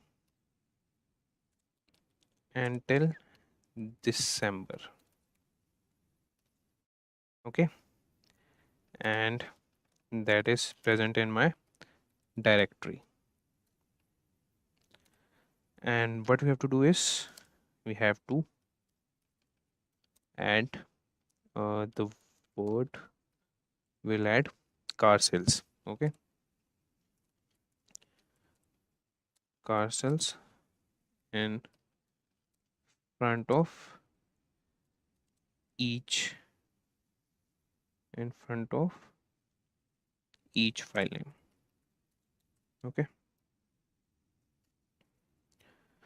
so what it will do is car sales underscore January, car sales underscore February, and so on. So we'll wait for the ChatGPT. You can use the OS library to iterate through all the Excel files in a directory and then use the os.rename function, okay, to rename the files. Here is an example of how you could do this. Go to OS and we have the months.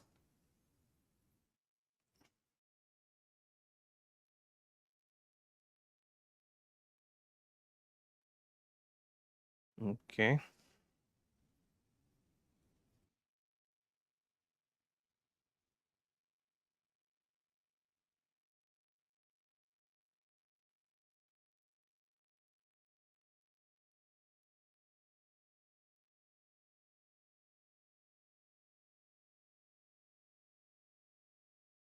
This code will iterate through all the Excel files in the current directory and add car sales in front of each file name. And those files would be those only, the months. And good. It's using the glow module. And you could also use the glow module. Okay, that's the second code. It's the easy one, okay. but we'll go with OS first and get back to our ideally and name the file as rename.py. And here we'll paste the code and run it. It's been executed. We'll move back. Yeah, you could see that car sales have been added to all the files. And with that, we have done with our automations. And if you want, you can also submit your code to ChatGPT and ask it to add commands to your code so that it could explain you what that line does or what that function does. It would explain very tediously. And if you want, you can also try ChatGPT to automate many office tasks. You can automate PowerPoint for that and do many more tasks with ChatGPT. On that note, we present you postgraduate program in AI and machine learning. Elevate your professional journey by enrolling in this AI and ML course presented through a partnership between Purdue University and IBM. Hurry up and enroll now. Find the complete course details from the link mentioned in the description box below. During our childhood, we have heard the fictional stories of robots taking over various household courses, making the lives of humans easy peasy.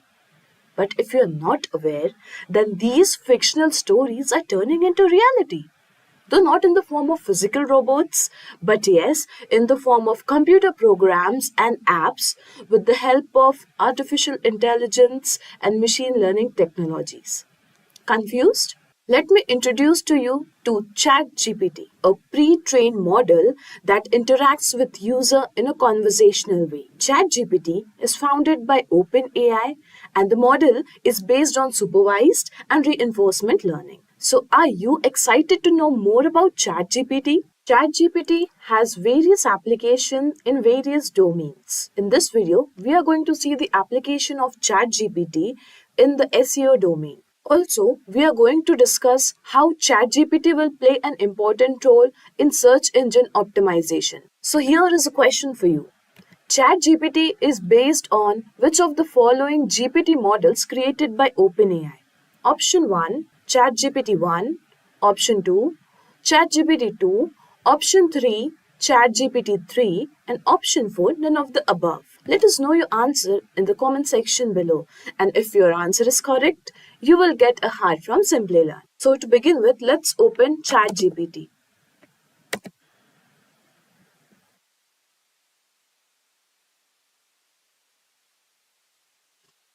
We need to go to new chat, which is already open here. Let's start by, we will try to demonstrate an SEO optimized blog in this demonstration. So let's get some keyword ideas for the blog.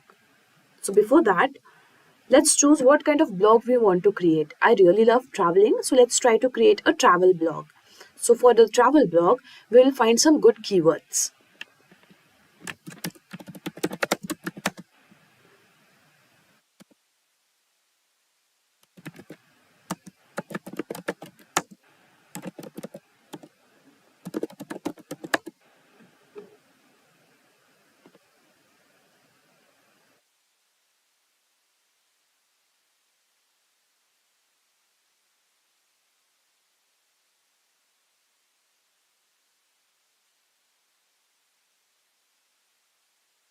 So here you can see we are getting some suggestions for the travel destinations. We can choose any of them.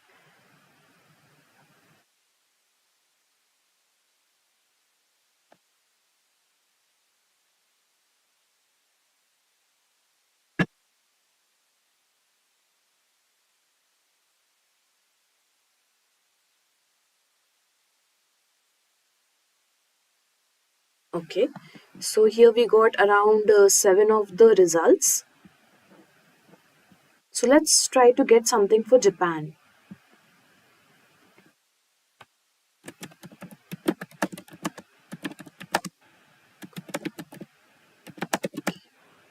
Suggest me good keywords to create a blog on Japan.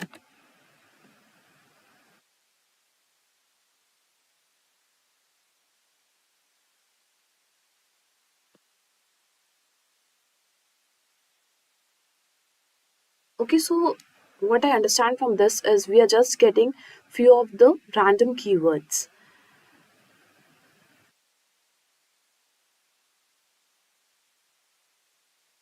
Okay, so it is it is showing that these keywords cover a range of topics related to Japanese culture, history, food, and more. Uh, Out of these, I guess we can start with the places. Here are few places like Mount Fuji, Tokyo, and everything. So let's try to create a blog on top 10 places to visit in Japan.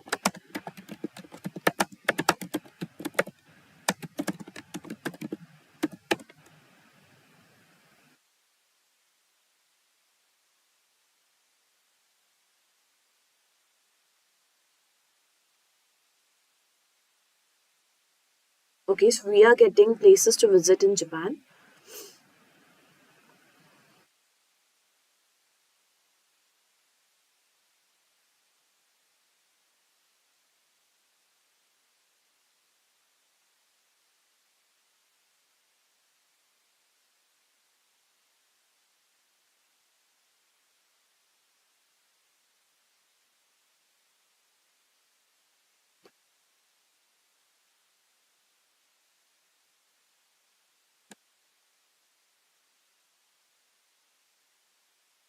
Let's try to get keywords related to top 10 places in Japan.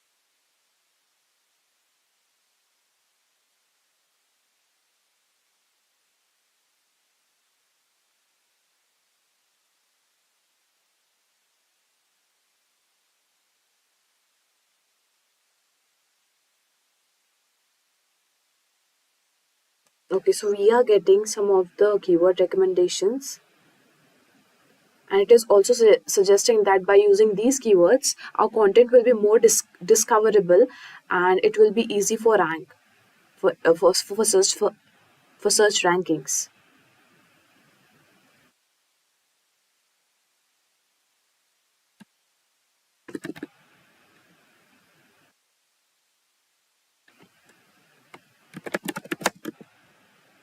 Write me a blog on top 10 places to visit in Japan. So the idea is we will try to write a blog, and after which we will try to optimize the blog with respect to the keyword top 10 places to visit in Japan. And we will also see whether all the SEO practices can be easily applicable or not using ChatGPT. So here you can see we are getting a blog with the introduction with top 10 places, and probably what I expect is to get a good conclusion out of it. Also, like ChatGPT provides you the facility so that you can reduce the length of your content, the textual content, the blog or article or anything you want, to several number of words. Like if this blog has 2000 or 5000 words, you can just ask ChatGPT to reduce it to 2000 or 1000 words also.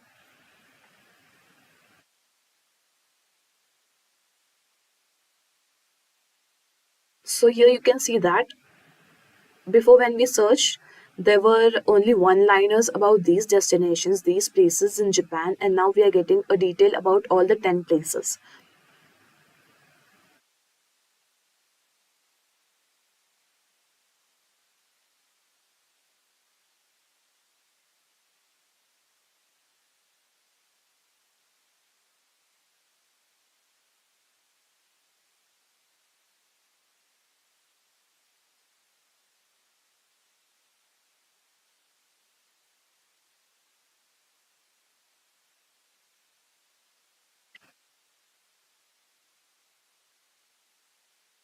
Definitely.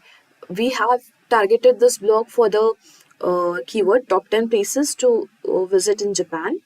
However, we can ask for some more keywords to increase its reach.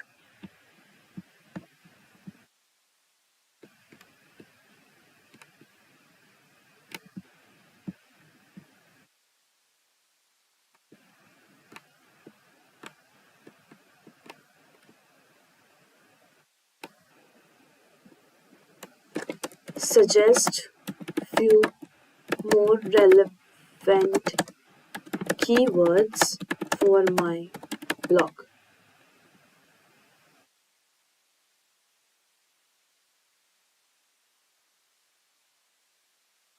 Okay, so we are getting some more keywords here.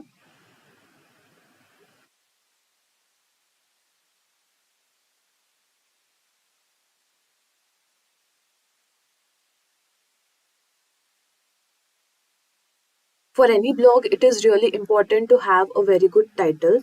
So we will try to implement a catchy title for this blog.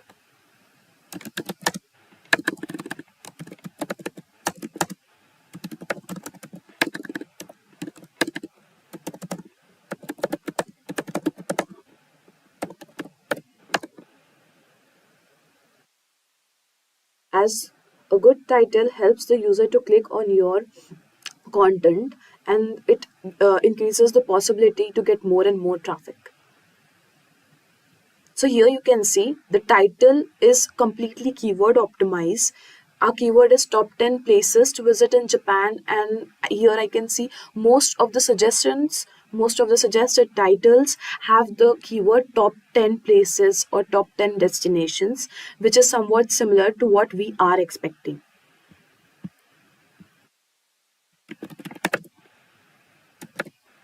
Add the best suitable title in my blog.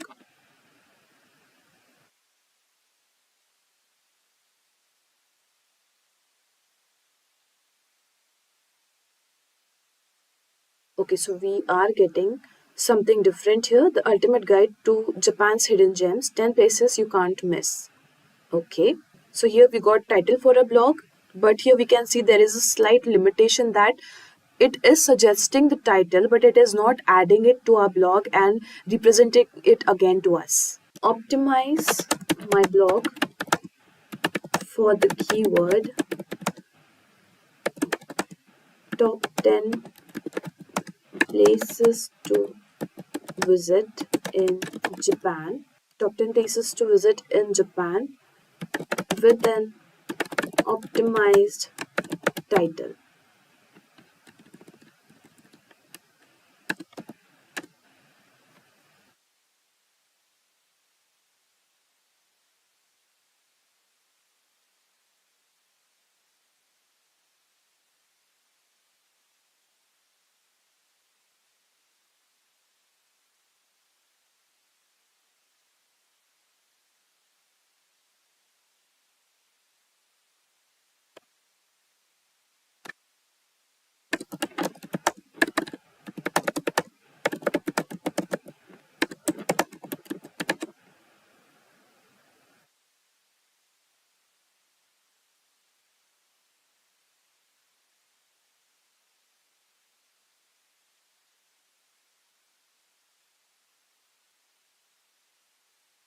Okay, so we have to do it manually. It's not able to add the title in the blog.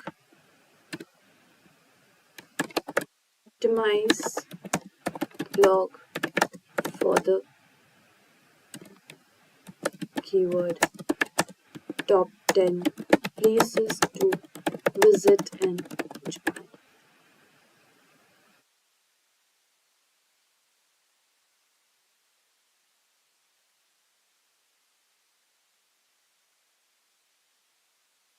Okay, so here it is showing the relevant suggestions.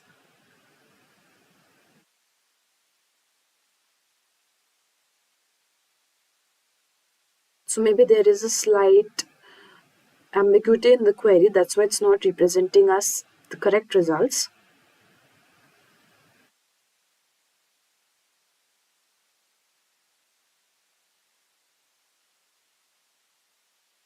We are going to optimize our blog using all these factors.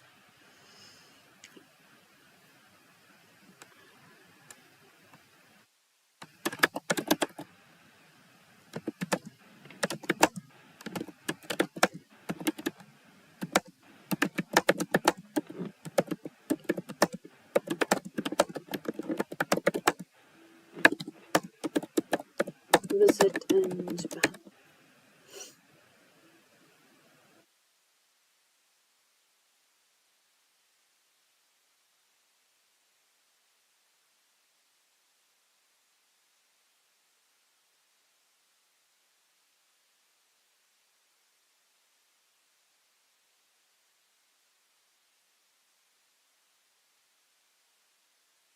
Again, these are the suggestions.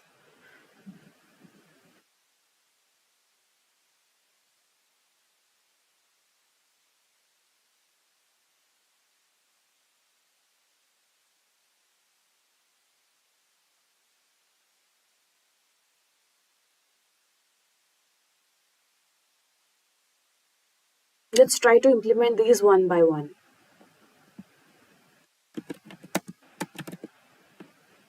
Add headings H1, H2 in the above blog.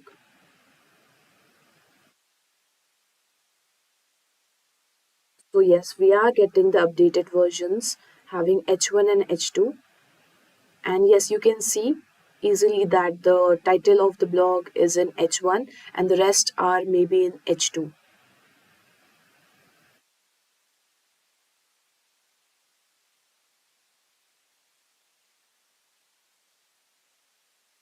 H1 and H2 tags are some of the practices in the on-page optimization, which helps the search engine bots to understand that this is something important, really important for the page, and they pick up these hints for getting your page rank.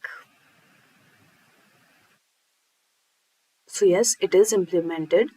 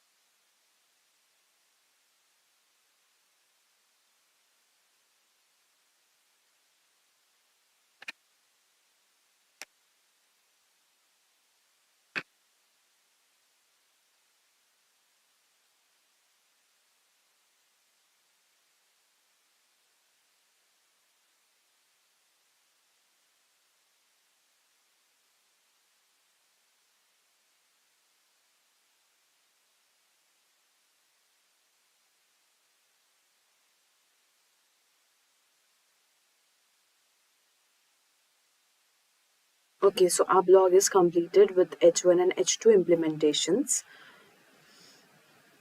Let's try to get some interlinks for this blog. Interlinks have their own importance, as interlinking your blog with other pages of your website or your blogging pages. This will help you to gain the traffic from other pages to your blog and putting the traffic from your blog to other pages of your website. Also, it helps the search engine bots to understand the crawl structure, understand the website structure also. So, suggest me few interlinks for the above blog.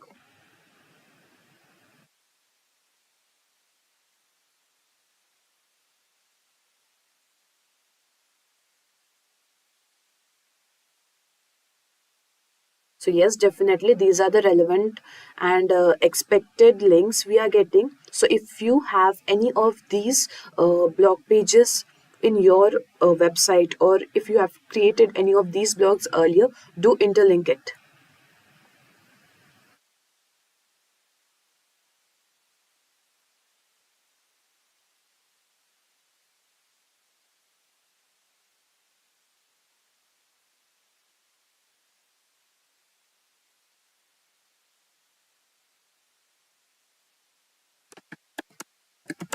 which of the above can I use in my blog? So definitely there are a number of suggestions, but if you want to choose one, how can you pick the one? Let's see if we get the relevant thing for this.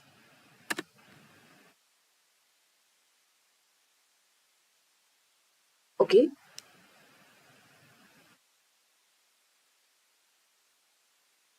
so it is not only suggesting that we can use all of the above, but it is also showing the significance of interlinking. Okay, moving ahead.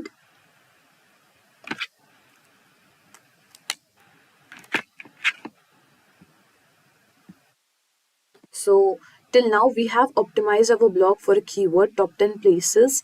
We have tried to get some of the keywords relevant to the top 10 places to visit in Japan. We have added headings, and we have tried to get some of the good interlink suggestions to add interlinks in our blogs, which are some of the good practices of the on-page optimizations. So next, moving ahead, in another on-page optimization technique is, let's try to get a cover image for this blog. So by getting a cover image suggestions, we will try to implement the image optimization technique for our blog page.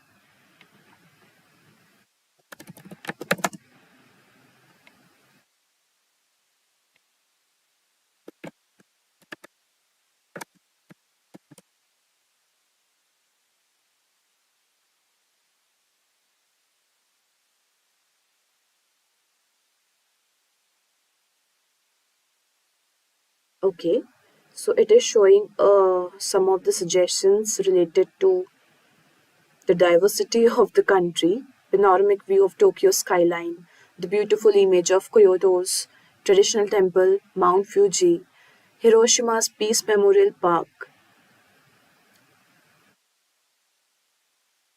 So we will try to pick one and see if we are getting any image idea. Let's take for Mount Fuji.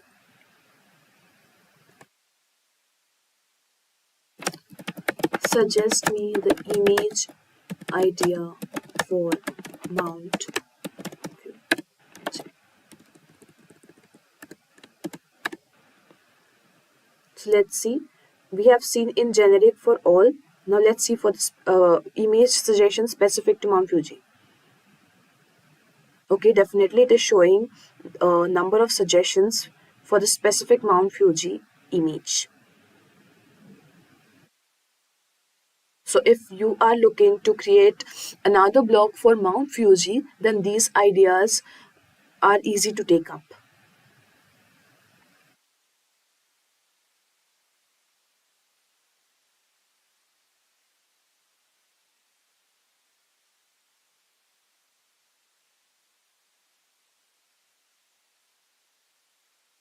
Optimize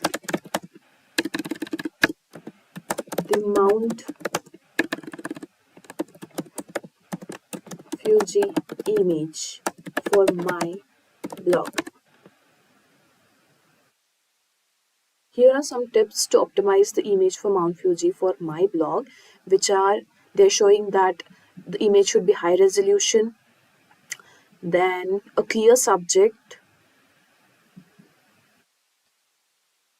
Definitely, if you have a large image, a large file size, it really gets difficult to load and the page load speed will increase. So if you have a large file size, the image should be compressed without reducing its quality, image quality. We should have descriptive file names and alt tags. Okay. So let's try to get a very good file name and alt tag. Also, we'll try to implement a good caption, because adding a caption is very good in the when considered as a user. So get me good image title and alt tag for Mount Fuji image. So there is an importance for alt tag, as search engines are the bots.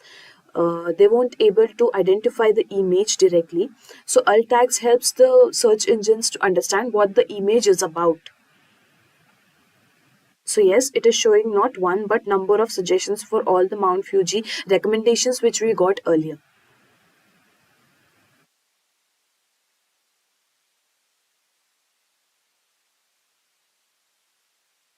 So we will try to choose one and get a caption for it. Write a good caption for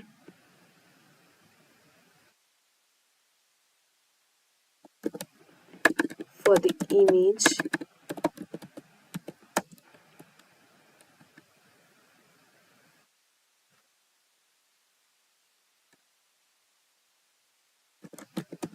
scenic Fuji 5 lakes region.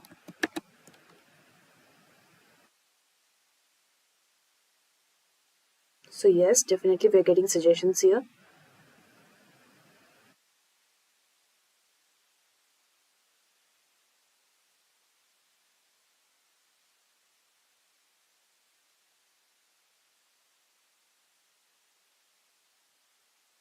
I guess this caption is quite long, so let's try to reduce it to 40 words. Reduce the above caption to not even 40, let's do it in 20 words.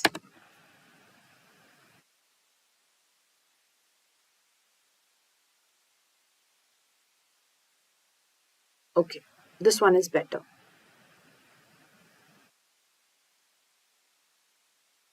Now let's try to get the image if there is any.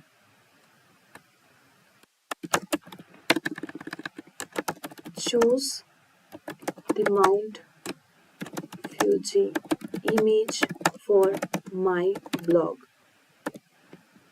Choose image. It should not, I repeat. Choose the perfect illustration for Mount Fuji image for my blog.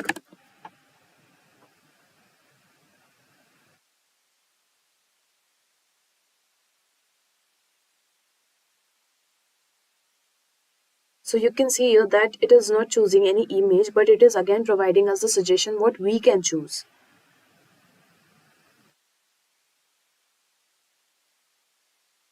Again, this is the limitation that it is not showing us any of the image. We will try to put it in another way to get an image. If it really works, we can get it.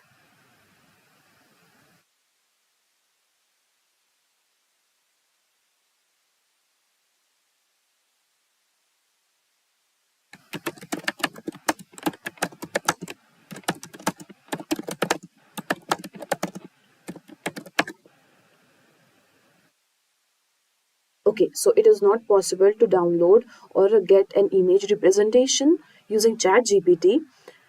We can only get the recommendations to choose the image.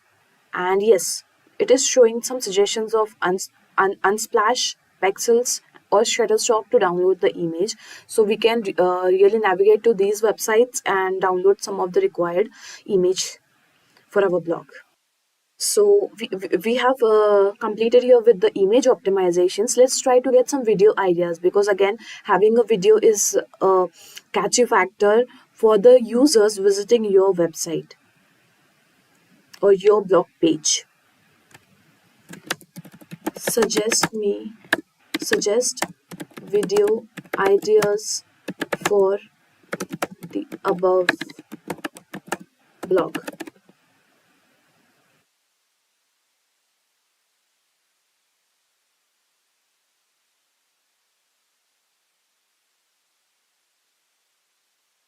Okay, so we are getting few of the video ideas.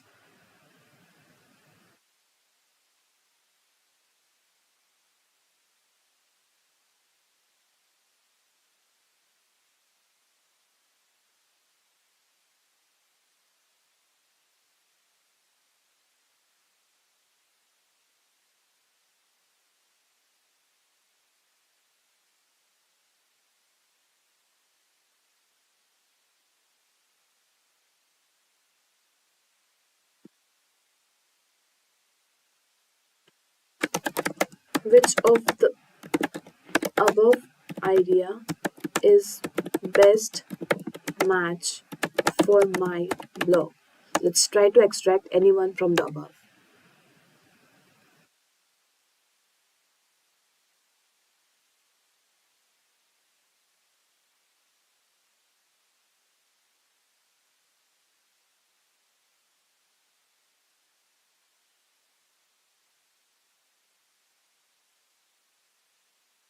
Okay, so it is completely dependent on the user's choice what a user wants. So here I'll choose for, again we will continue with Mount Fuji only.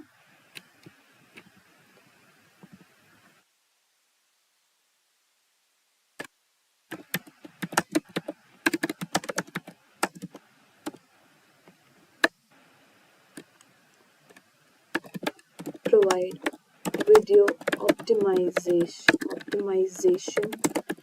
ideas, video optimizations for Mount Fuji video for above blog.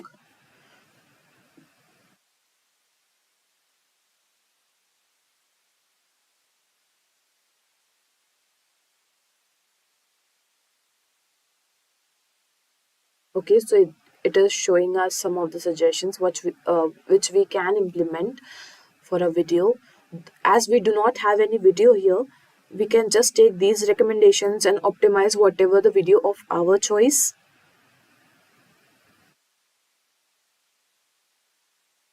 So let's take the thumbnail suggestions in our next query. If it can suggest us a Mount Fuji thumbnail image suggestion and the video tag suggestion, right?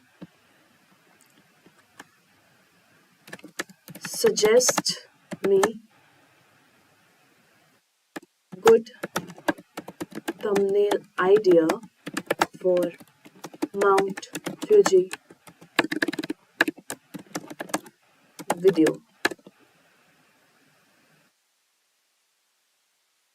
Thumbnails have the major impact for any videos. It is the only thing, I repeat, thumbnails are one of the important factors which encourages the user to click on your video and watch the complete video. So definitely having a good thumbnail will help your content to rank. So yes, we have got around 10 of the thumbnail ideas from which we can implement any one as of the video we are having for our blog. So we are done with the thumbnail ideas, after which we will try to get video tags. So for getting video tags, let's get for all of them. Find me video tags for the all of above thumbnail suggestions.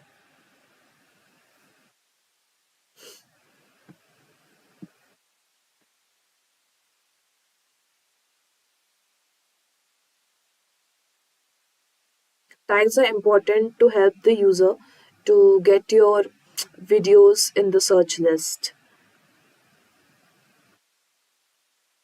Like if someone types Mount Fuji in the search box, and if the Mount Fuji keyword is or a tag is added to your video tag, it is more likely to get searched and appear in the search results, and possibly user may click on it.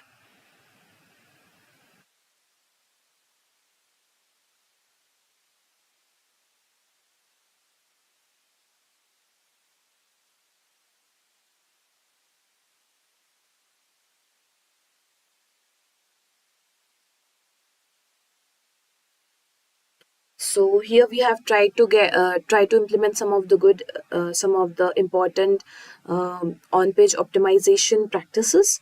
Now let's try to get backlinks, which is one of the most famous off-page optimization technique.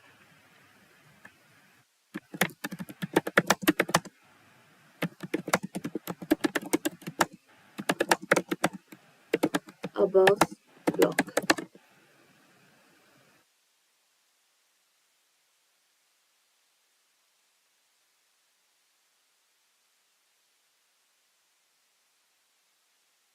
Okay, so it is showing some of the link suggestions.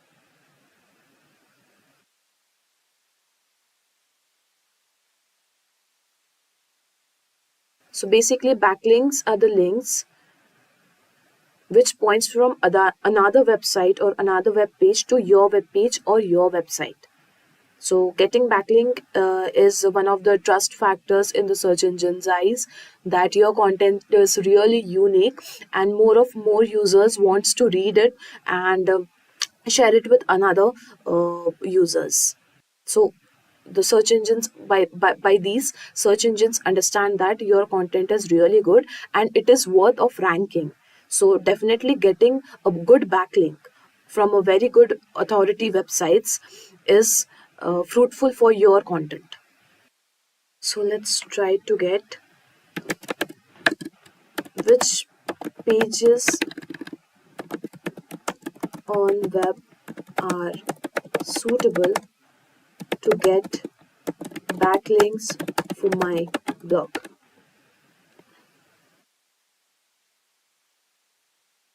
So here we are getting some of the ideas or suggestions that which pages we can choose to get a backlink. So here is industry specific websites. So if you are writing a travel blog, there should be a travel trip advisor like websites which are showing more of the trip oriented or bookings related oriented for travel or destinations. There are few of the directories. Okay, government websites, which are the tourism websites in our case right now. Blogging websites and social media platforms, which can be relevant to the current scenario which we are using here. So let's check how can we get backlinks from the above recommendations for my blog.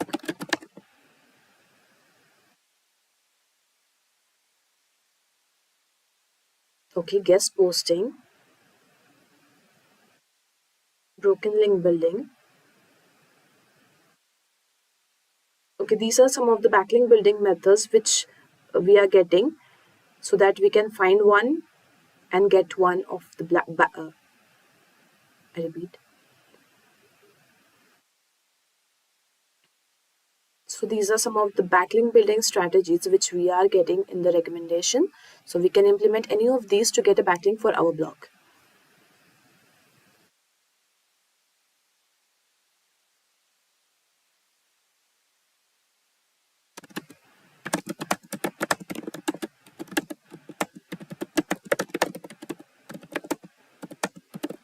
Let's choose the specific platform and try to get the recommendations or the ideas to get backlinks for the from the blogging site.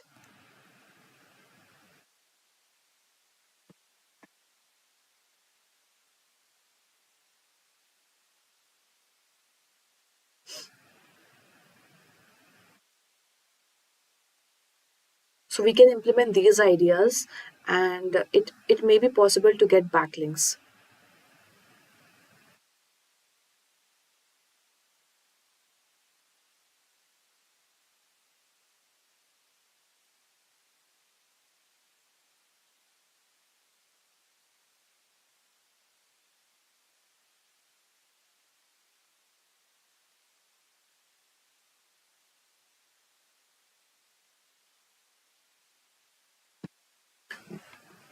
Now that we have got some of the ideas to get backlinks for our blog, let's try to add the catchy metadata for our blog. Metadata like having meta title or meta description.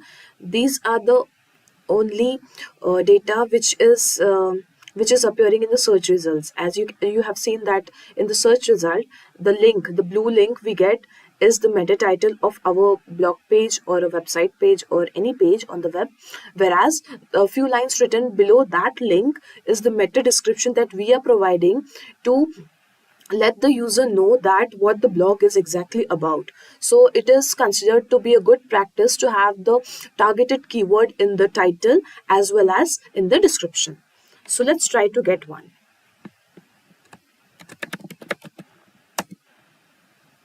S the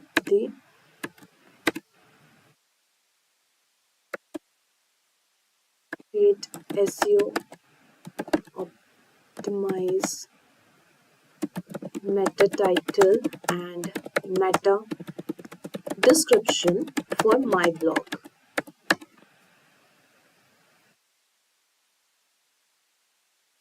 So we are getting some suggestions here.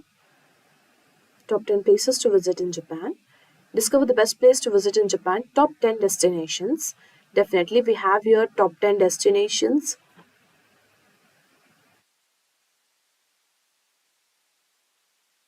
See, also we are getting some of the notes that it is good to have meta title less than 60 characters. So if it is more than 60 character, you may get the dot part and the title will not be clearly visible in the search result page. So let's try to again optimize the meta title and meta description for top 10 places to visit in Japan.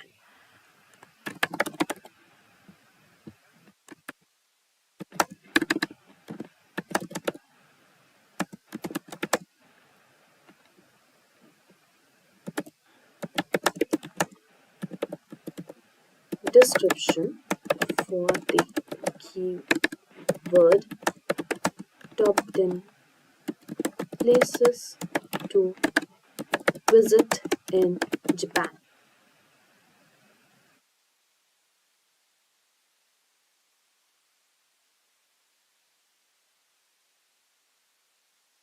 Okay.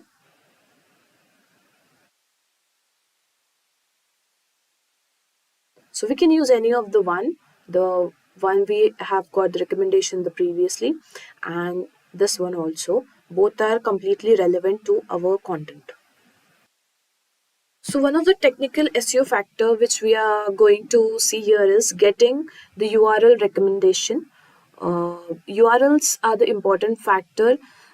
It helps the search engine bots to understand about the page, as the URL is the first thing search engines may be visiting to come to your page. So it is a good practice to have the keyword in your URL rather than having some of the abrupt characters like XAR at the rate, these kind of stuffs in the link. So let's create the URL suggestions. Suggest me SEO optimized URL for the above blog.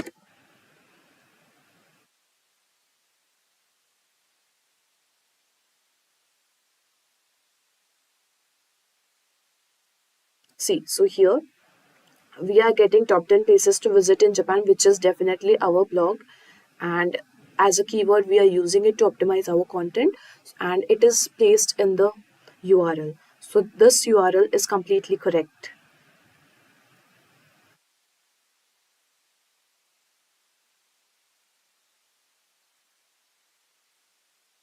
Also, these kind of suggestions are very good for the newbies in the search engine domain, as they will definitely understand why and what we are doing to optimize our pages. So next, moving ahead with some of the non-technical aspects which may definitely impact to bring the traffic. So let's try to get some of the sharing suggestions, like which platforms should I repeat, which sharing options should I add in my blog?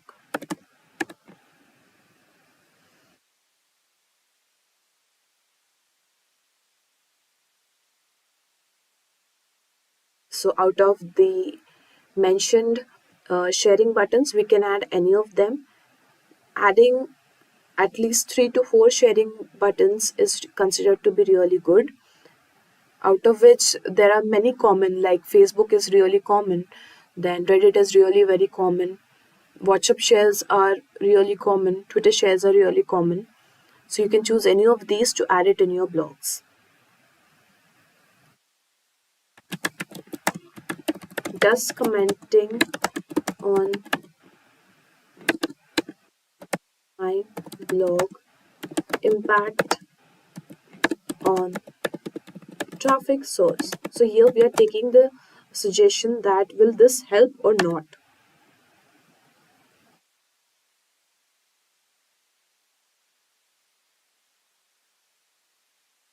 Again, this is again linked to the backlinks, that if we are adding the comment section, someone else may ask for a backlink for their web, and this is again going in symbiotic way. Like if they are asking for a backlink from your blog, you can even ask from them.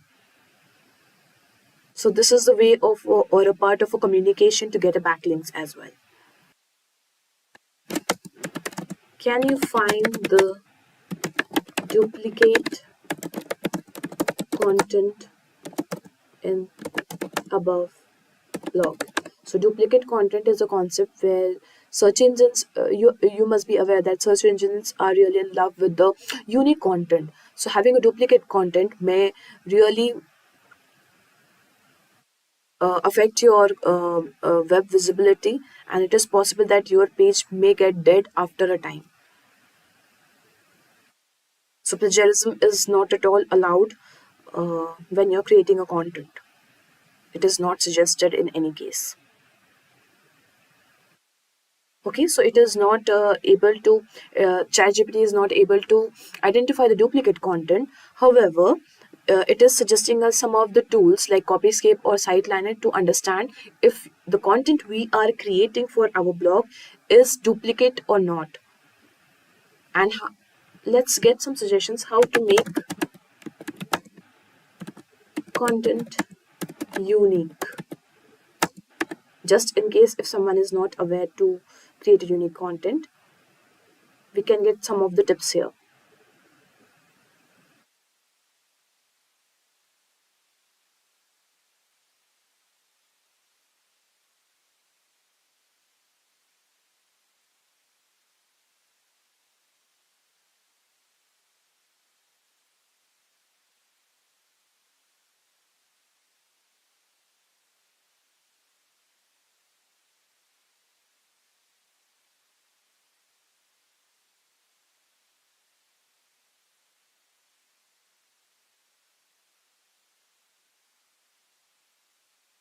Okay, so we have got some of the suggestions. Also, let's try to see one of the other aspects of technical SEO, that is 404 pages. 404 pages are really not likely to get searched, because I repeat, let's try to see another aspect of technical SEO. Try to find some 404 pages on the website.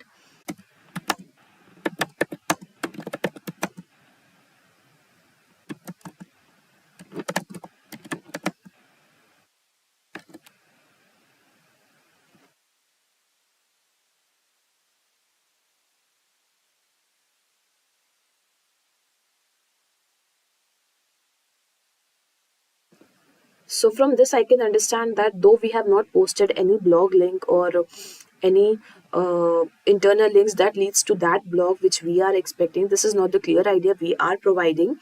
But yes, to find 404 pages, it is not possible for the ChatGPT to get one, but we can use some of the tools suggested like Screaming Frog or Google Search Console, where we get the detailed report of the broken links or 404 pages, that is the dead pages of our website. So let's wrap up from the view of the technical SEO perspective.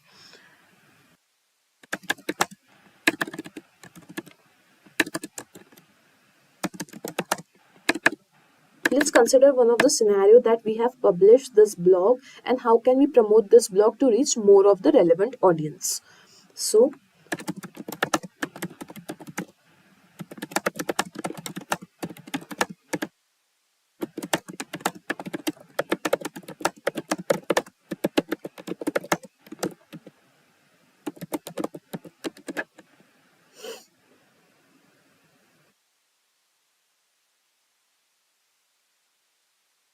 okay, so we are getting some of the recommendations that we can share our blog on social media, reach to the influencer, add it as a guest post, and link back to this blog. Email marketing, yes, it is the most trending technique to reach more of the audiences. Paid advertising, commenting, content syndication, yes, Medium and LinkedIn are the very famous platforms for this. Online communities,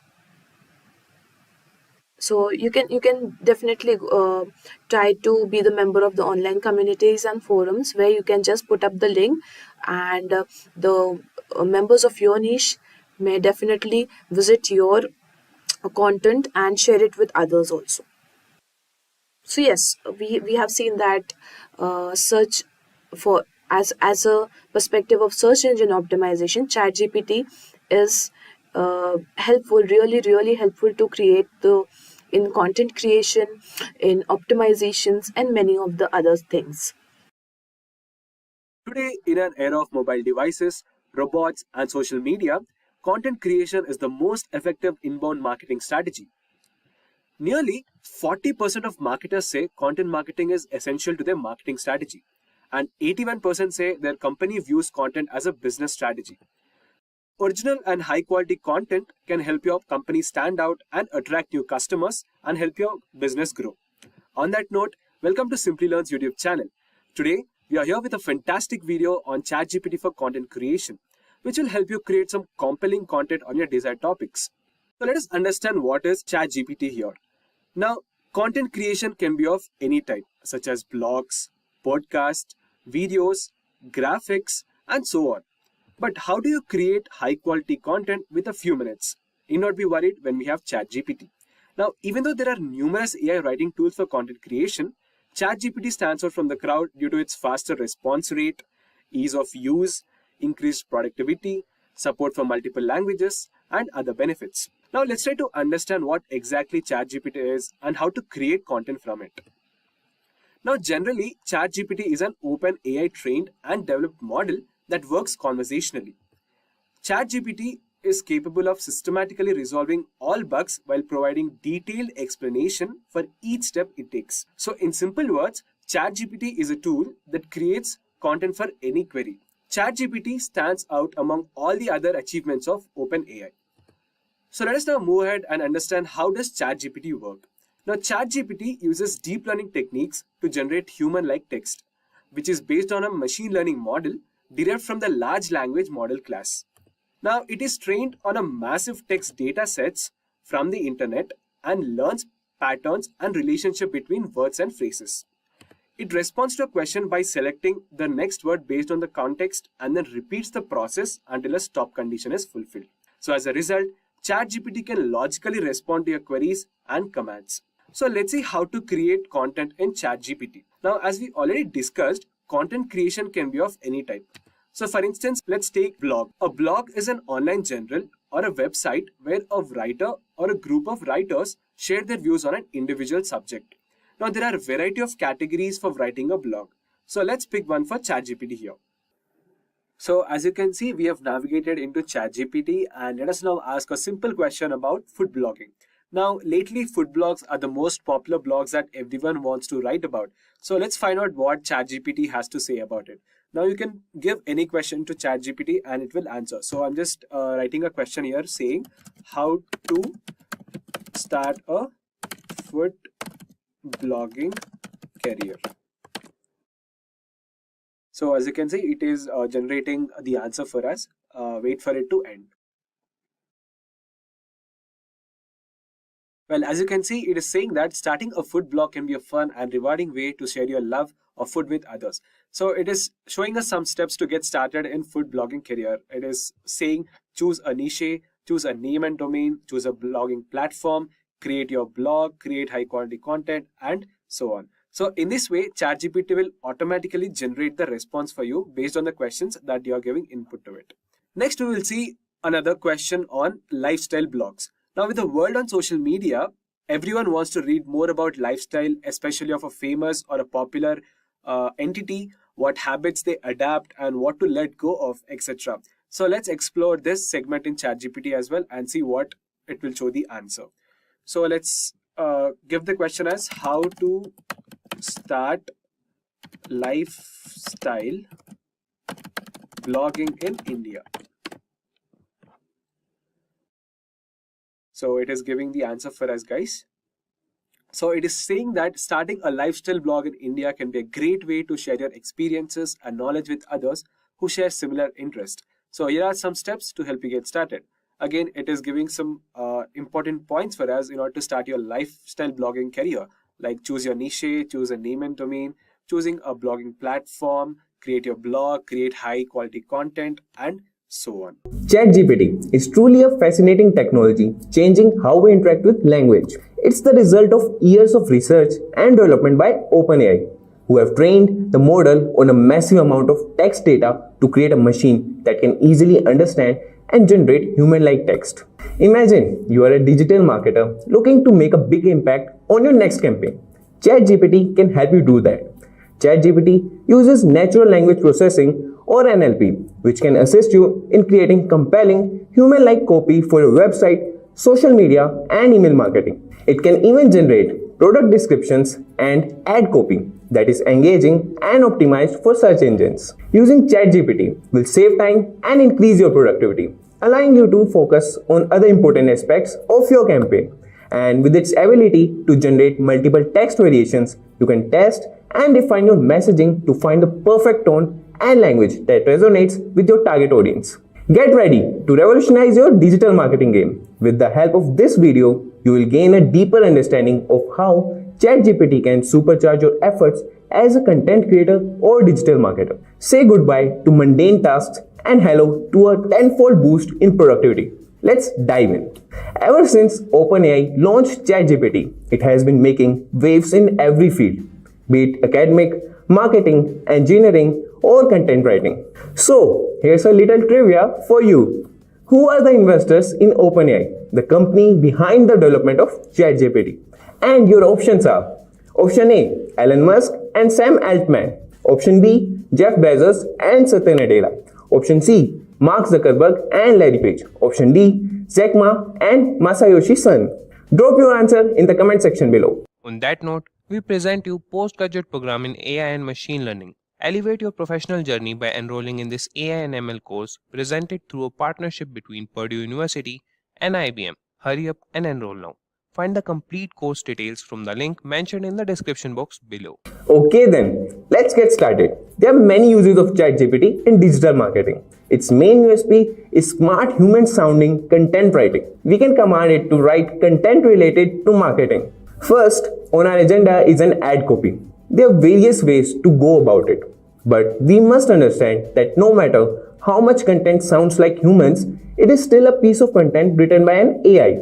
So you have to give detailed and precise queries to get the best results. Let's start by giving it a basic command like write an ad copy.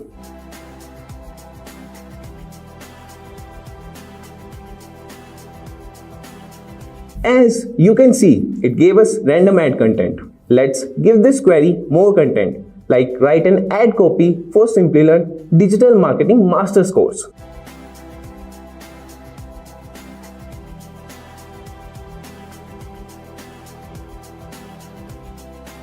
Now, as you can see, it gave us a more precise ad copy. We can also ask to make it longer or shorter.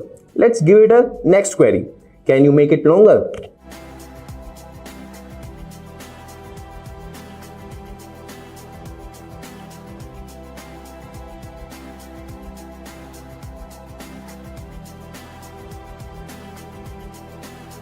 And voila, it gave us a long version of that same content. Now, let's try to convert it into email newsletters. We, digital marketers, often send emails to promote our products and services. So, let's give it a query as, can you convert it to email newsletters?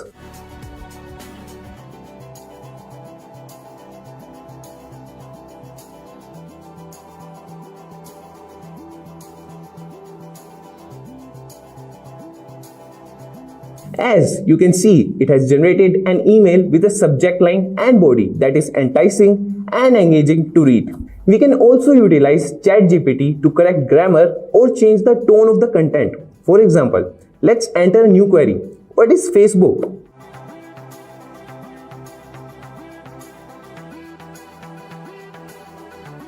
It has given us a general overview of Facebook. Now, let's ask it to rephrase it more engagingly and in a digital marketing context. We can give queries like, can you make it more engaging and relatable with digital marketing?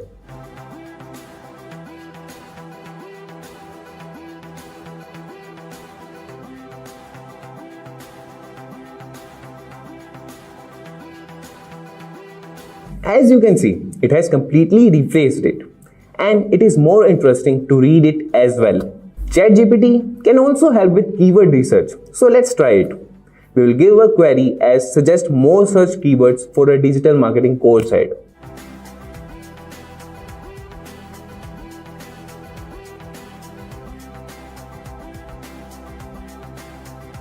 And voila! It has completed a work we used to spend 10 to 15 minutes in a few seconds. You can request to write blogs as well. Let's give it a query to search for some keywords for the blog. Suggest keywords to write a blog on digital marketing.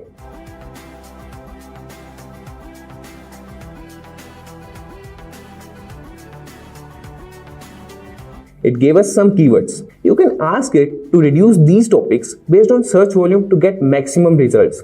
Let's ask it to narrow it down to 5 topics based on keywords volume.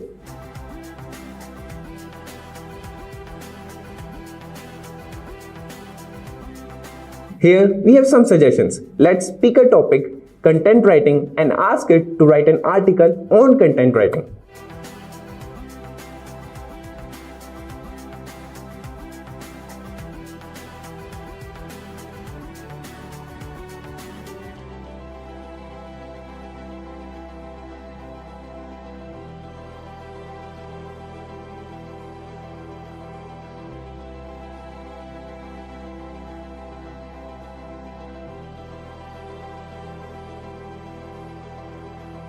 Here we have an article for the blog. Let's use ChatGPT to SEO optimize it. Let's first request it to give us meta title and meta description.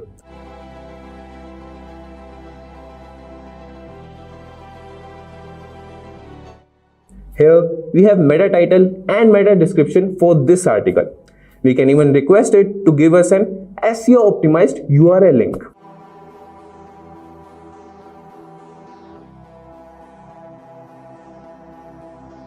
We can also request it to write the SEO optimized version of this article.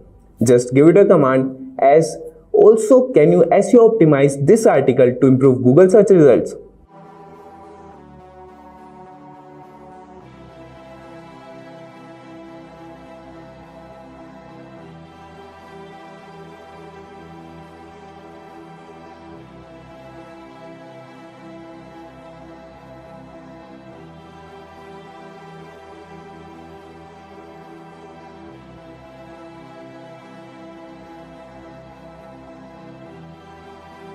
Here we have fully SEO optimized article with meta title and meta description with a SEO optimized URL.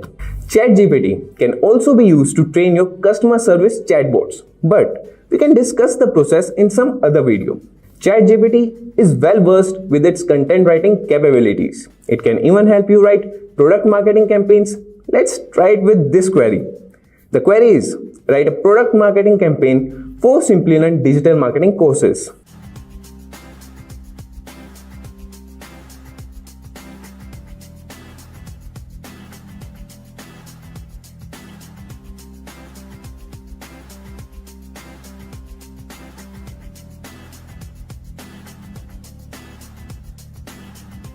Well, ChatGPT has done it again. This campaign looks interesting and it will be able to generate more leads for Simplilearn's courses. ChatGPT can also be used to write scripts for YouTube videos. Let's give it a query as write a script for 5-minute YouTube video promoting Simplilearn and its digital marketing courses.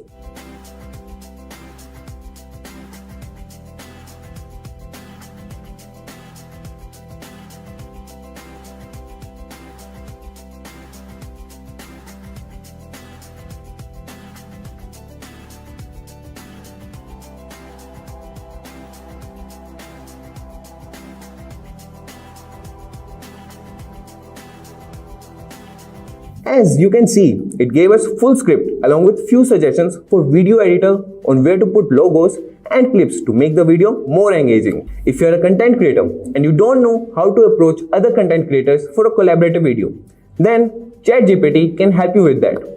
It can help you writing collaboration emails as well. My next query will be to write a collaborative email for a YouTube video on digital marketing.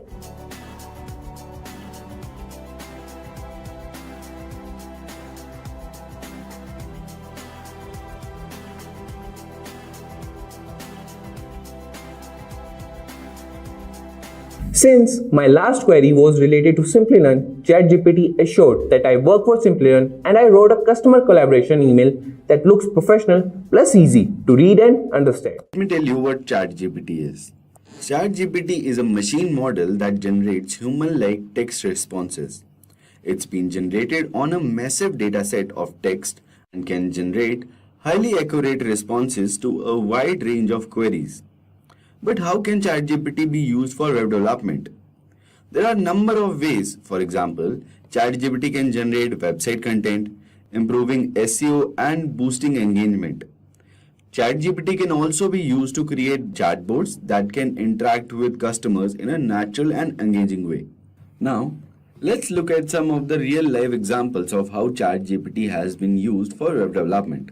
So, for example, if I ask ChatGPT to create an e-commerce website for me, it will easily create it. So let's see it. Please create a website for me in HTML and CSS. So there is one point that I wanted to tell you guys. If you want to ask ChatGPT for anything, just give good description about it so it can give you a good response. If I tell it more about my requirements, it will generate good quality of product. Okay, so let me tell it, please create a website for me in CSS and HTML that should some colors like orange and blue, right? And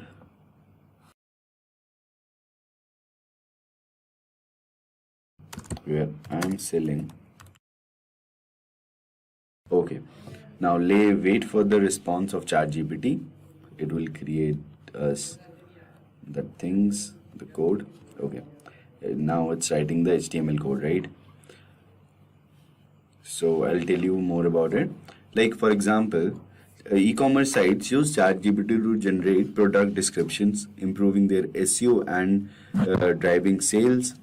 Customer service team use ChatGPT to create automated chatbots that can help customers with common queries. And there are so many other things also, like content creators also use ChatGPT to generate engaging content for their website, right? So let's wait a couple of minutes more until it gets completed, right? So as you can see, it's giving us a proper response of everything as it created this file for us, and we can just easily copy it from here. And I have logged into my online editor. You can open any editor if you want. So this is the online editor that I'm working on right now. I'll clean this. So as you can see, e-commerce website is ready, right? So this is a very basic website, but ChatGPT has created this for us. It's a very easy website, like very basic, but as the instructions that I gave it, it applied all the things that it's using yellow color, but I asked for orange, but it's fine. I asked for blue color, so this is also fine. But before asking ChatGPT, you should know a little bit about coding, right? So in H1 tag here, you have to write the heading. It's the header tag.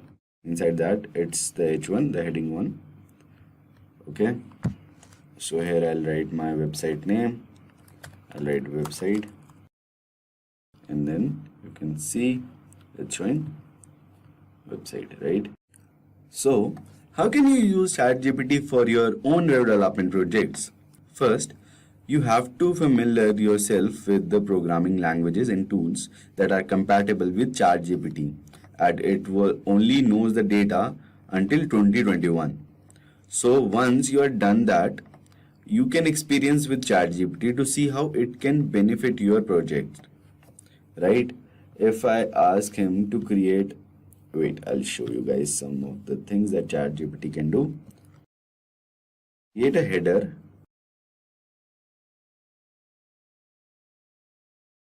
So I've told ChatGPT to create a header and make it functional, and also add page, product page, and contact us page.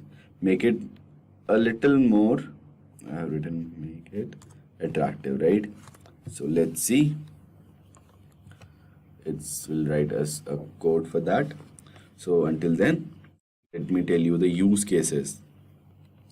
So, as I already mentioned, ChatGPT has already proven its values in various web development scenarios.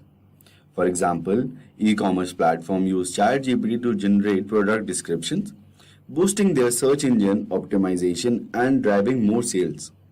Customer service team employ ChatGPT to build interactive chatbots that provides instant and accurate responses to customer queries, enhancing the overall user experience. So, optimize the generated content from SEO ensures that the text generated by ChatGPT aligns with relevant keywords and follow SEO best practices, right? So, with the help of ChatGPT SEO things, this can help improve your website visibility in search engine results, and it can create natural and authentic chatbot experience.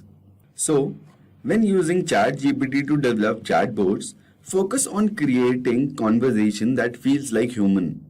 Use context and personalization to ensure user engagement and build trust. Leverage ChatGPT for customer engagement beyond generating content, right? ChatGPT can help engage user on your website also.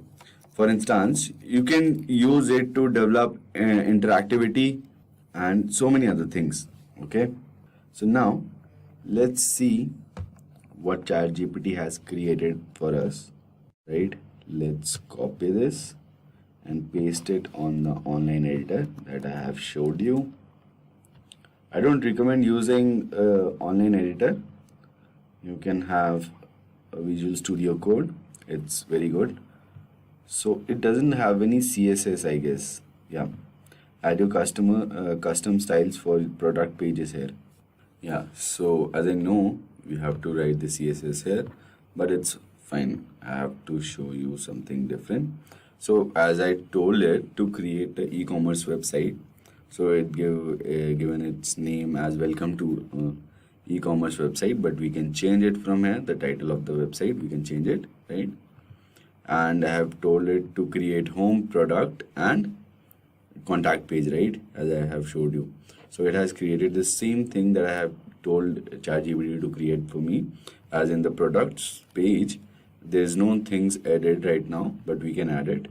Add your products and their details here, as it's written in the code also, I guess.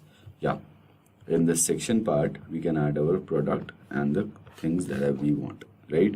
Now, let's ask ChatGPT to create circle, create 5 circles, different radius for 20 pixels to 100 pixel, right? And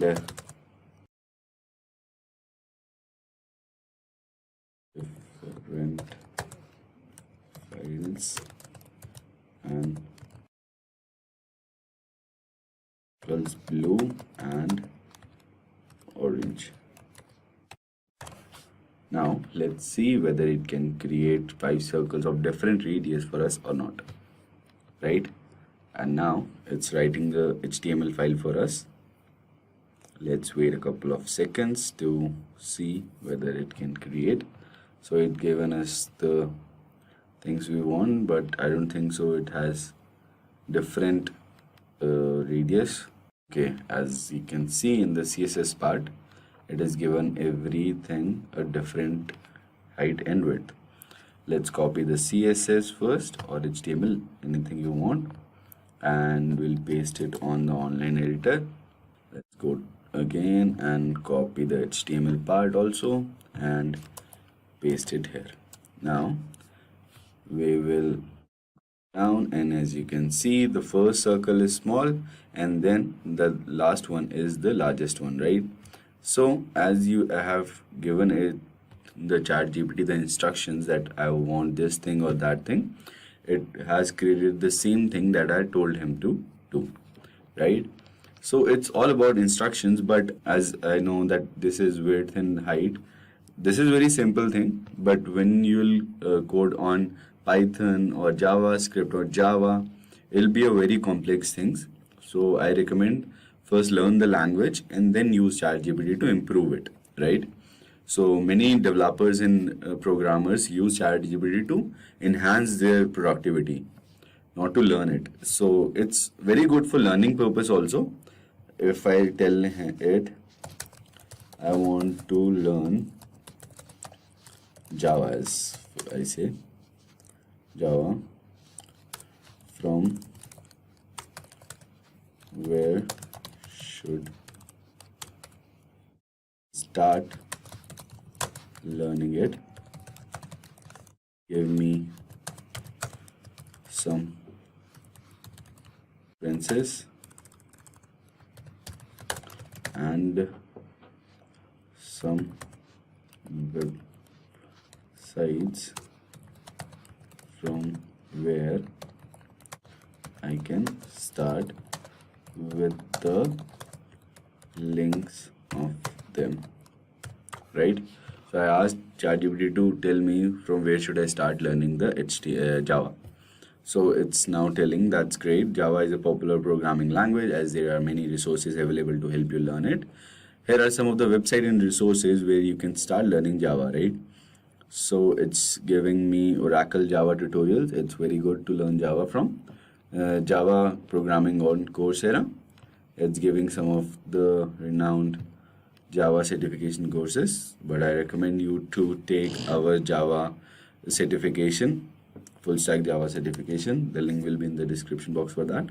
It's a very good certification for newly starting a developer or programmer or experienced one also. So from there you will start learning Java from scratch. So that is also very good. You can also check it out, right? So as I told it to give me the instructions from how to learn Java, so it just gave me everything with the links, right? So now let's get to give me any projects, ideas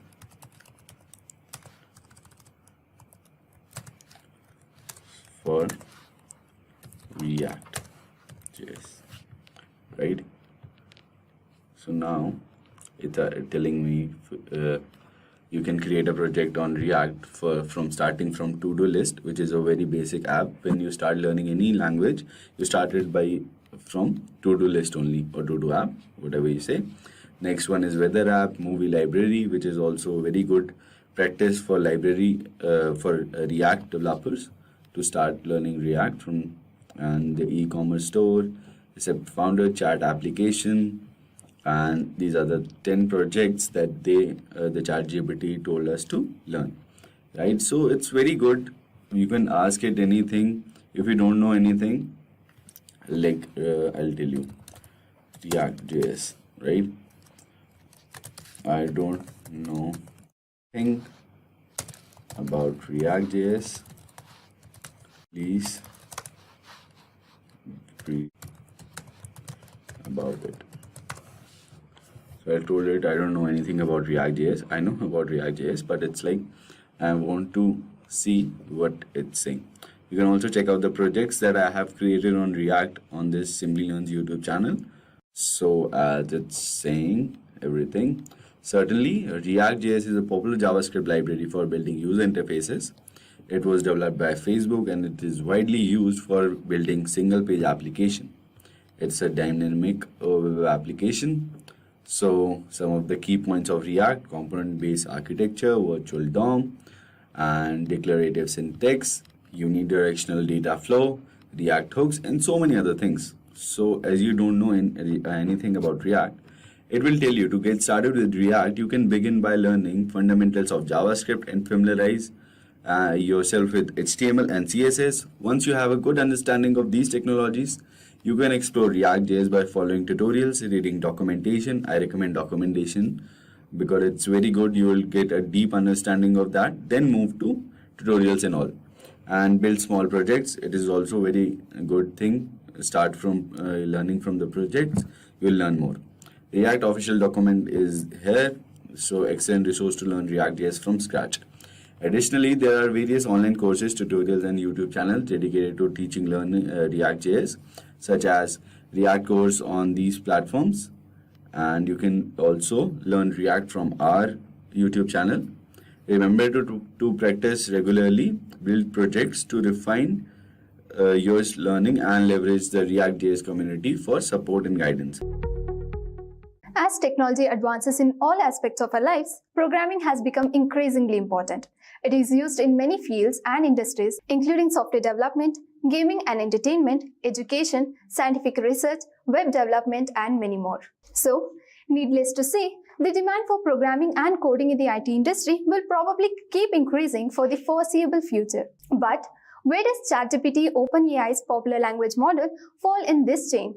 That's exactly what we are focusing on in this today's video. As I said earlier, programming is utilized in many domains like web development, robotics, mobile development, machine learning, and so on. So, how can a program achieve maximum code efficiency? Nowadays, we have AI-based tools like ChatGPT to make our programming experience more efficient.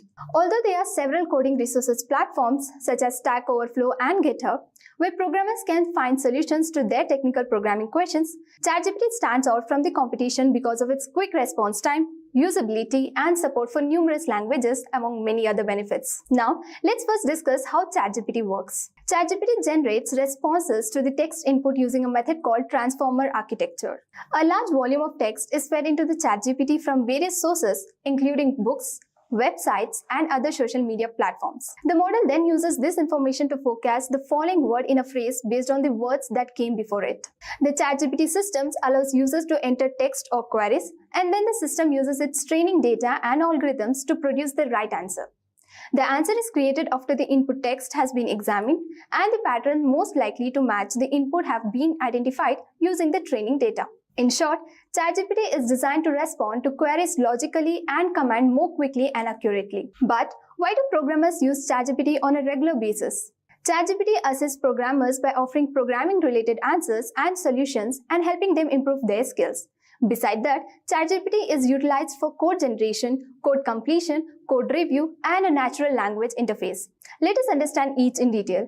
ChatGPT is trained to generate the code or even the entire program described in the natural language specified by what they want a program to do. And then ChatGPT could generate the relevant code. Look at the example of how ChatGPT generates the code. So now open the ChatGPT and you can type any program that you want ChatGPT to generate. So I will write a palindrome program in Java. So here you can type write a palindrome program in Java. So using Java programming language, it should generate the whole program.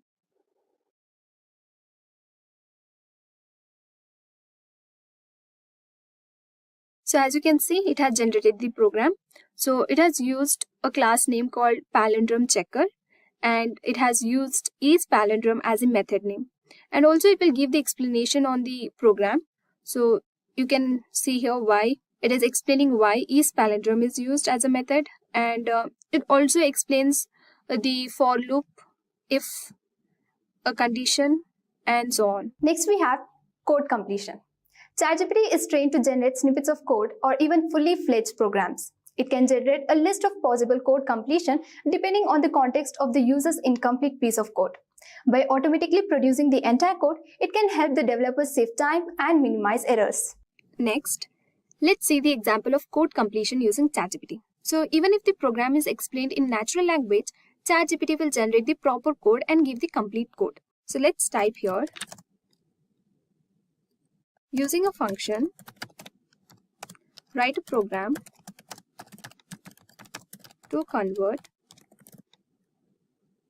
the string in uppercase.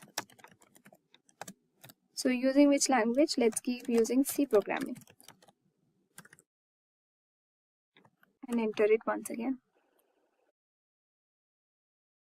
So as you can see, we have just said that using a function, write a program to convert the string in uppercase. So using C programming language, and using C programming language, it has used function, and this is the function convert to uppercase, and it has given the complete code for string to convert a string in uppercase. And also it gave the explanation.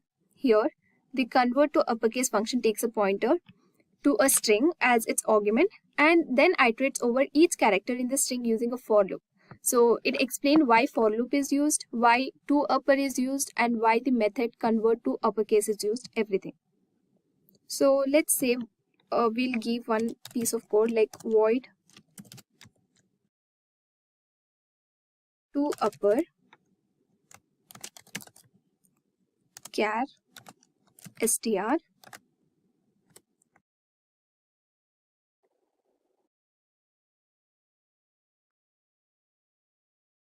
So as you can see, we just gave the method to upper and it's generating the complete code.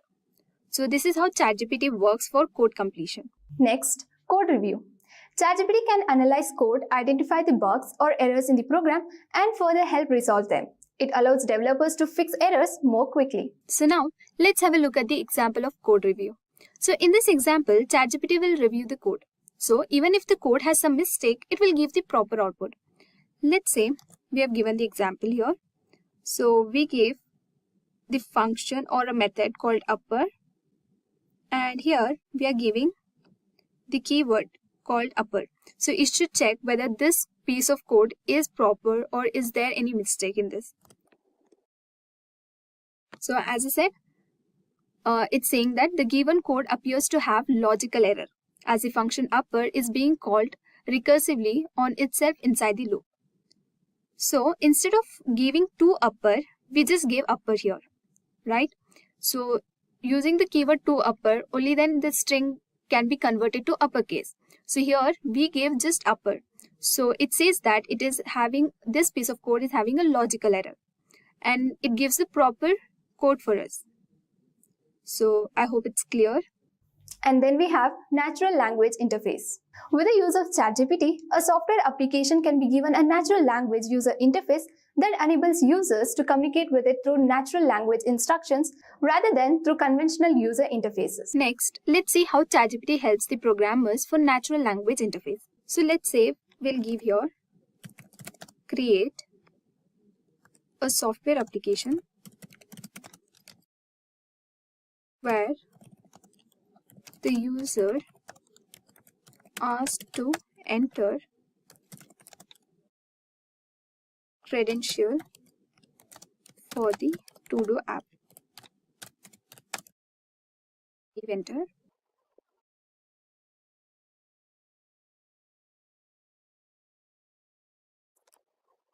So as you can see, the ChatGPT will give the steps. So it can provide you with an outlet for creating a software applications that requires the user to enter credential for a to-do app. So here it is, few steps that we need to follow to do a to-do app.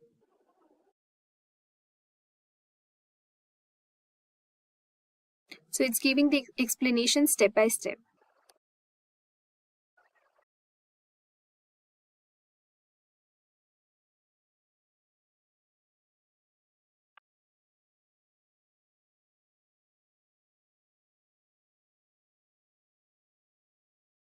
So it says that determine the programming language and framework, then set up the database to store the user information, and then create the registration page, and then finally create the login page as well. And once the user is successfully logged in, it will have the options like add, edit, and delete task as well. And then finally implement the security measures to protect your passwords, and then test the application to ensure that it works as intended and the user data is being stored and retrieved correctly. So it gives the steps of how it has to be developed. I'm sure you all are aware of ChatGPT at this point. The revolutionary new AI based chatbot developed by OpenAI has taken the world by storm. Thanks to its near lifelike responses and a very intricate pattern of answers. We have never seen this level of expertise from a chatbot before, which really made us think to what extent can we push it? There are many questions on lead code that even the most experienced programmers have difficulty answering.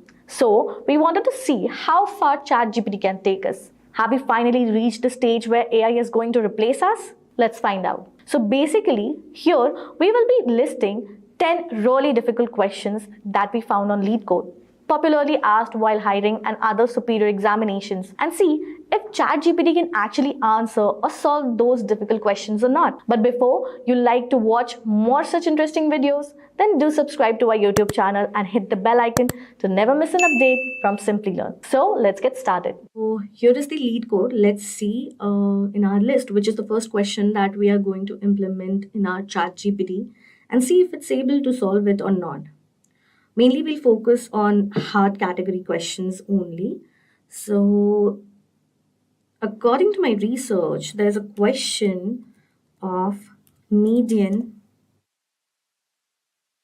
of two sorted arrays.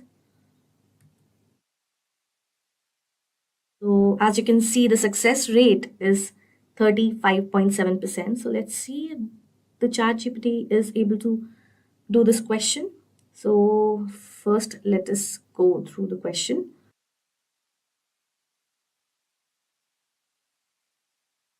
Okay.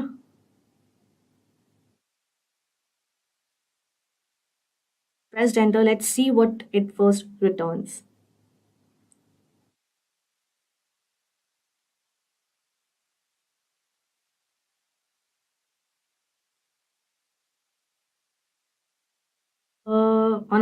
One approach to solving this problem is to use a modified binary search algorithm to find the median of the two sorted arrays. So right now it's particularly giving the logic which we can actually imply to solve this question. And this is a good thing about the chat GPT is that before giving the code, it's actually explaining how they are putting the logic in together in the code. So probably you can use this logic to create your own program. But let's see how sensible this code is. Quite a lengthy program. This program is in Python. So if you are looking for your solutions on ChatGPT, you can always opt out or mention the specific program you want the code in. So okay, it's also gives that that the time complexity will be O log min m or n. So let's see if it the case or not. So we have copied it and we'll quickly paste it over here. As you can see, as we know that Python is very sensitive towards its syntax, and you can see the indentation over here is perfect, but here it's not. So I feel that something like this is something with lead code. So let me just quickly rectify this. You can see I have cleared out the indentation issue, and let's just quickly run this program so that we can get an idea if this is the correct program.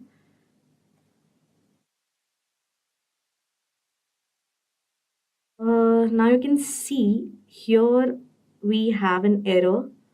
Let's see, copy this and see what ChatGPT has to say for this.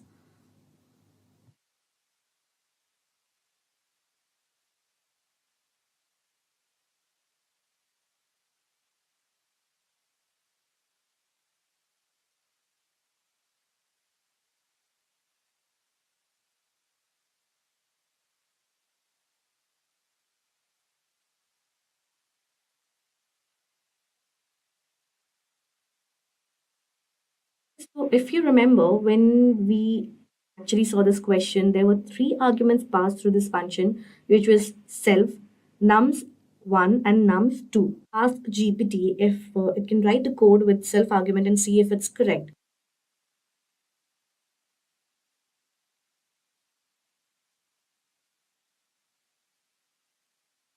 Wait that if it can pass a self-argument through that function and see if it can generate a new code.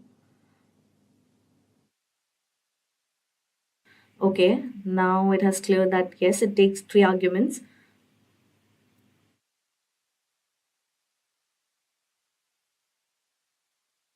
Let's copy this code.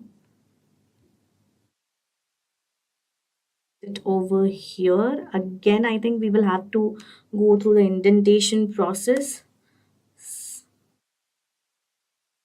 Oh no, this time it's fine. Okay, so now quickly run this program. Let's see if this time it passes all the test cases or not. Okay. I think it doesn't need because the class is already mentioned over here. Yeah.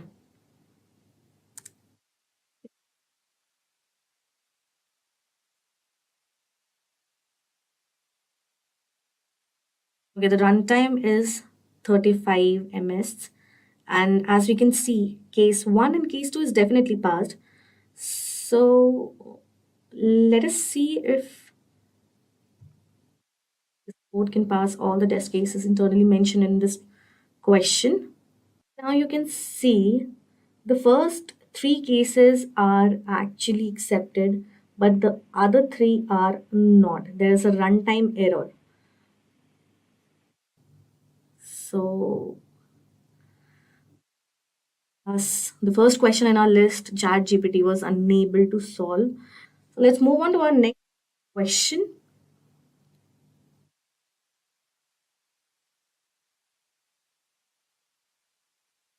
That is zigzag conversion. Now let me quickly search for it.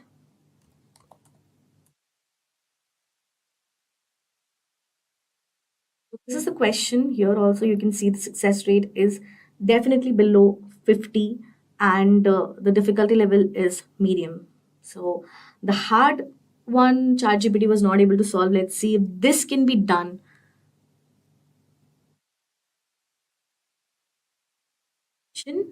So it will give a string that will be written in a zigzag pattern on a given number of rows. And then you have to read the line in a certain, as you can see over here. So we have to write the code that will take a string and make this conversion given in a number of rows. This also means a certain amount of repeat. It has also given a certain specifications that we exactly want. So this time we'll make sure that we are mentioning everything. So let's quickly copy this.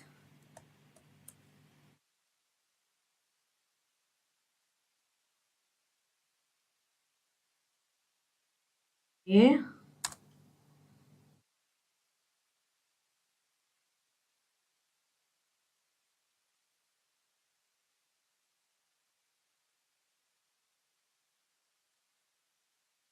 Okay, now that we have mentioned all the specifications, uh, let me quickly feed you.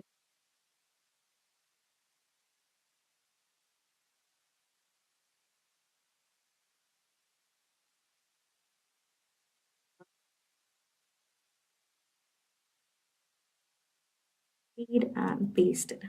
Now let's see what code it has to generate. It's implementing the code in C++. So meanwhile it's generating the code, let's quickly select the code. Oh, it's already C++, okay.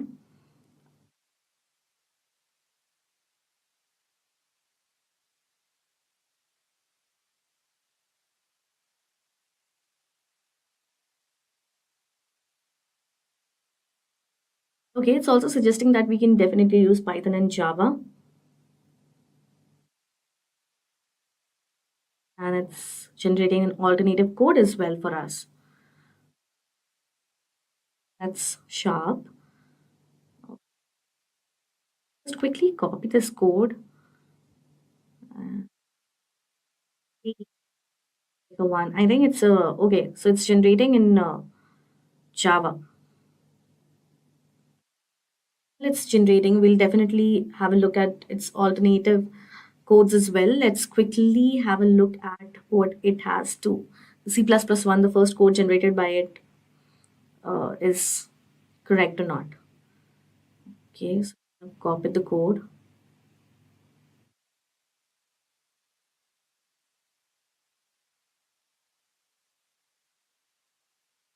Paste it over here.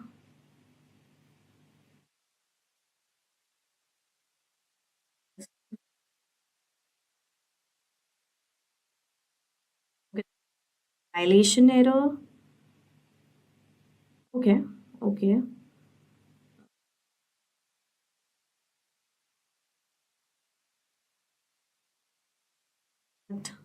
28. Okay. So let's with this error. The one thing, definitely this time we have mentioned all the constraints, criteria, specifications that we wanted in our code. But again, ChatGPT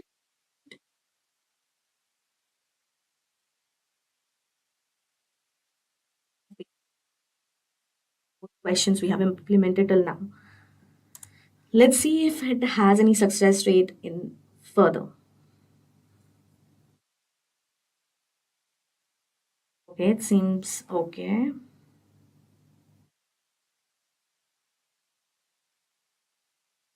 Okay, now it is okay. So this time it is generating the solution considering the error in Java.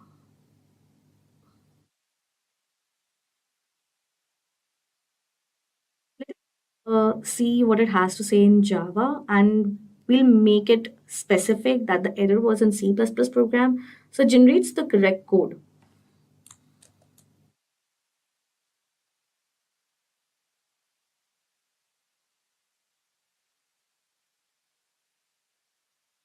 Plus plus program.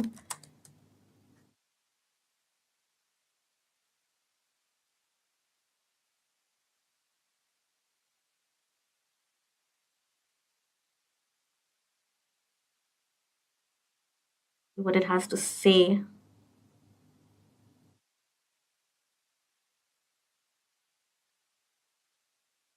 Things.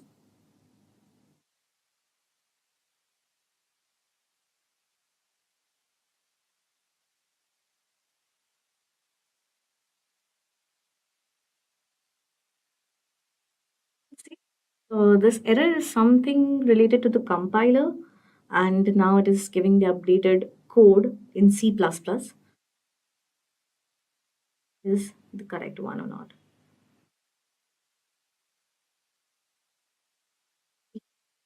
She's apologizing for making errors in their solutions. Quite fascinating. Yeah. Paste the code over here. I don't see there's a lot of difference or changes over here. Let's see if it runs or not.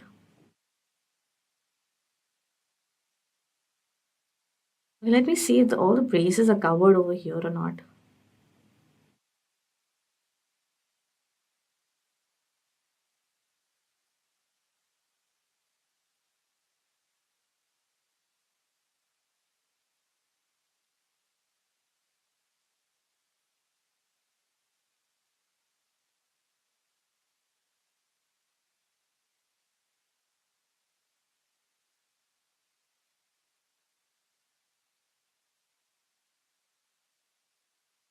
I think it's missing a brace.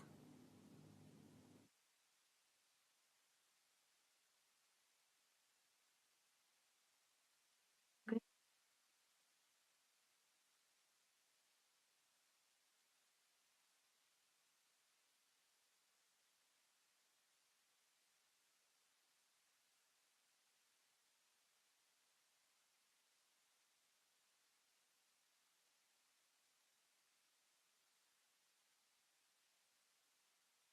Okay, so there was a syntax error. One brace was missing. I don't know what that. Definitely it's something with the code, but okay, we can give that to ChatGPT. It was partially lead code's issue because we were copying code. Still, it was not giving the error that there is a brace missing.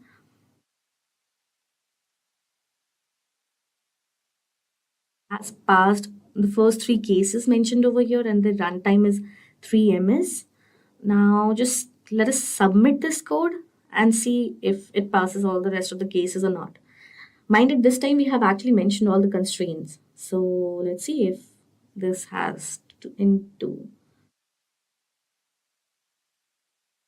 Okay, so this time it has passed all the test cases, but still my conclusion with this question is it was still not able to generate the solution in one go.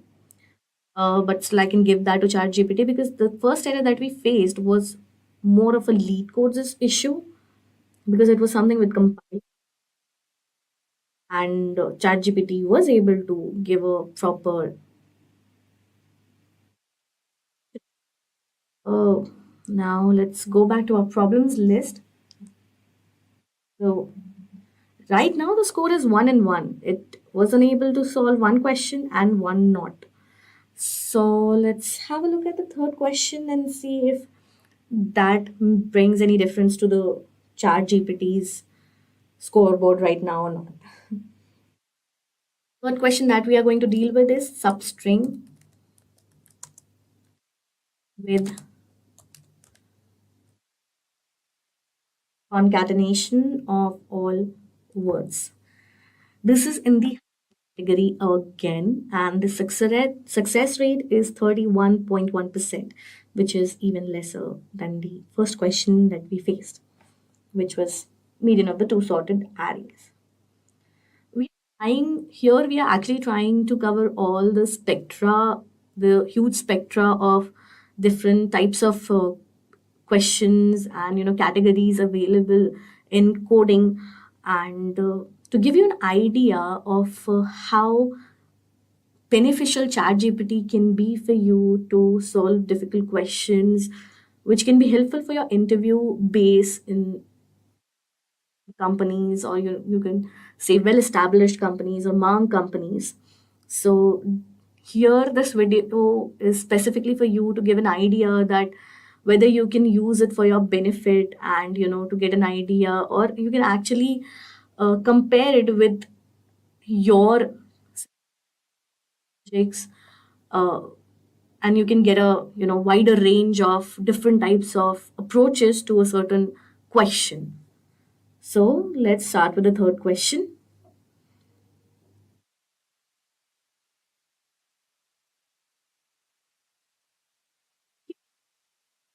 Is that you're given a string and an array of strings, probably words, and all the strings of words are of the same length. Now, a concatenated substring in S is a substring that contains all the strings of any permutation of words concatenated. Here you can see it's given an example that if words has A, B, C, D, E, F, then A, B, C, D, E, F. Basically, it has done all the permutation and combinations that can be done using that specific array. Mention that A, C, D, B, E, F is not a concatenated substring because it is not the concatenation of any permutation of words. So we have to basically return the starting indices of all the concatenated substring in the S string. Also, you can choose any order for it. Here it has also given two examples for you to understand the question in a better perspective. Now, copy this question and see if what programming language ChatGPT chooses to answer this time.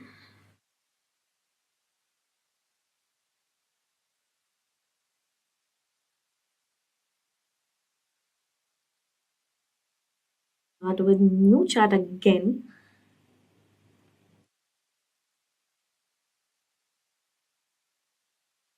Copy these constraints.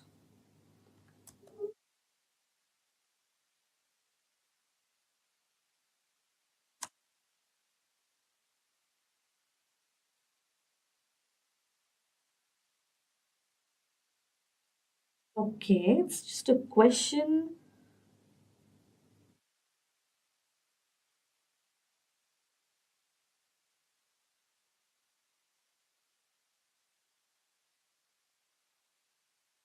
Okay, this is the solution that we're getting right now. You requested a model that is not compatible with this engine. Please contact us through our help center at help.openai.com for further questions. Let me just quickly refresh it if it has something to do with the demand. Also, sometimes it happens that the console is very busy and you're unable to implement your task in it. So again, let's quickly paste it over here. We want a code, write the code to return. Now,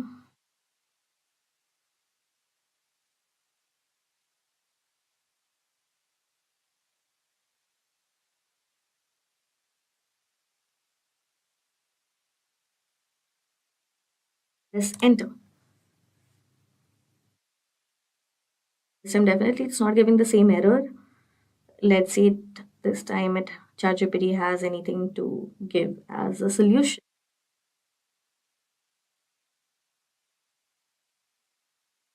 Okay, so it's generating the code in Python.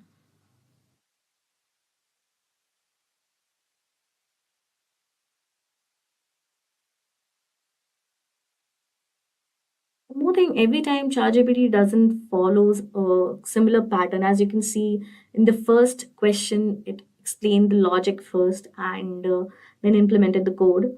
Second time, it just gave you the approach, not the logic, and then implemented the code in multiple languages. First choosing for C++, and this time it straight away went for the code. So definitely we can say that it has some different styles of generating their code and explaining the code. I think it depends on the understanding how they want the code to be presented in front of the user, and to give the perspective that if the code is understandable or not, and if the code has multiple approaches, I think ChatGPT is capable enough to give that. So that the code is generated, let's quickly copy it and paste it over here. I feel the indentation issue is going to be there.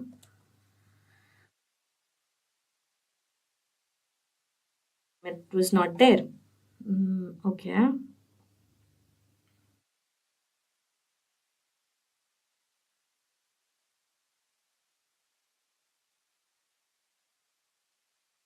F probably. But I think if we backspace.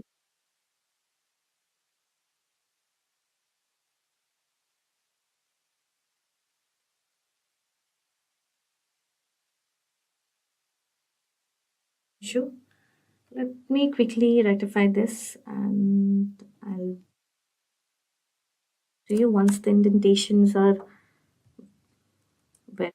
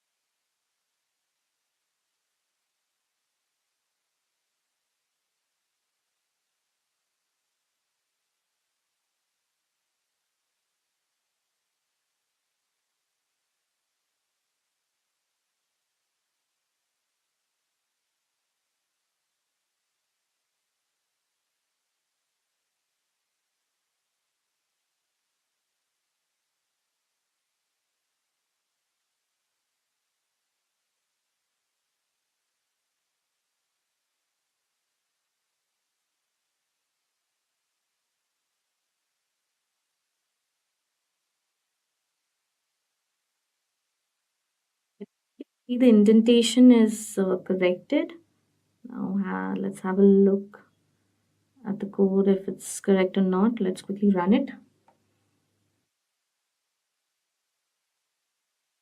Definitely, it has given our first syntax error again.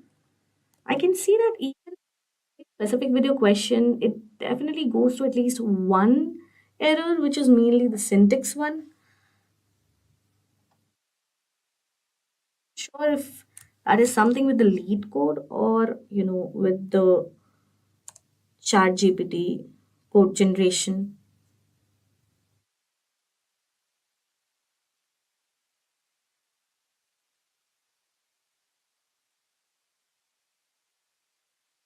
Wait, okay. Now that we have given the error, okay, it seems that the error is caused by the use of type hints. The function type hints were introduced, and the version we are using is lower than that. Okay, so basically it's generating now in the Python version. Probably this code is well suited for different version of Python. Let's change it then and see if that helps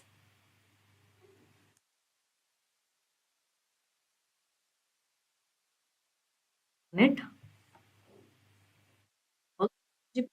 It is actually generating the code. Okay, again, given the error. I think it's again something with the self. Uh, Python one, the new code generated is here. We'll definitely come back to that error and have a look at the Python 3 code also. First, let's copy this code and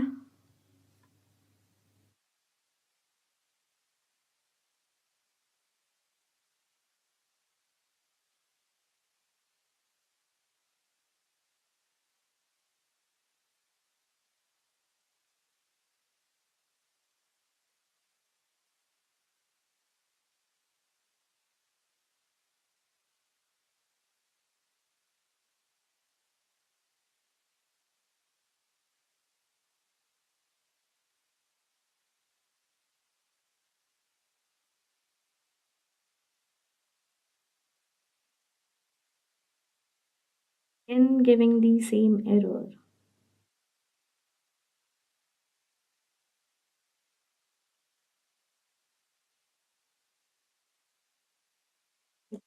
Here and see what it has to say.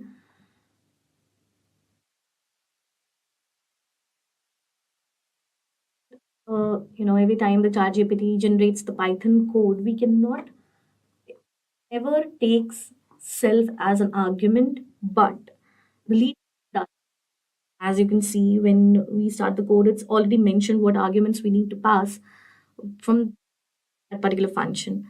So I think that is something with the lead code. So that what all arguments it's passing, even though we have mentioned everything this time, we have mentioned all the constraints, we have mentioned all the necessary specifications that we want in the code, even then the code is not correct in the one go.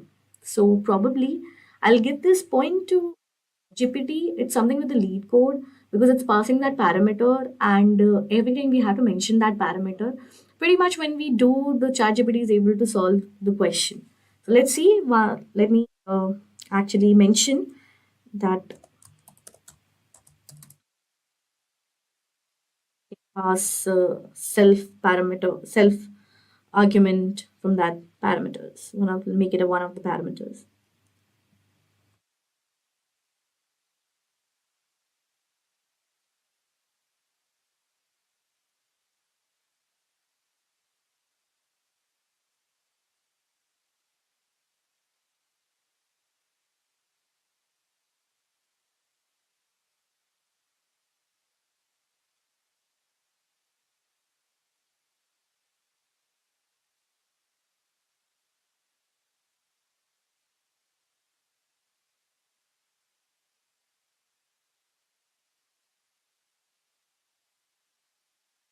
Processing that.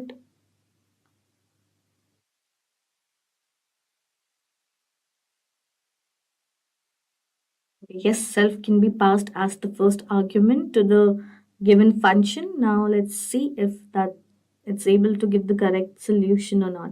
Again, we can see it's generating the code and you know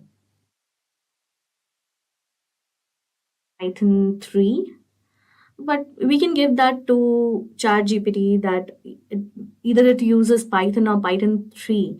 The error is with the self argument. So once we mention that error and when we mention that specification that if ChatGPT can pass self argument through that particular function in that code, the solution is pretty much right. So here it's also implementing and giving the answer.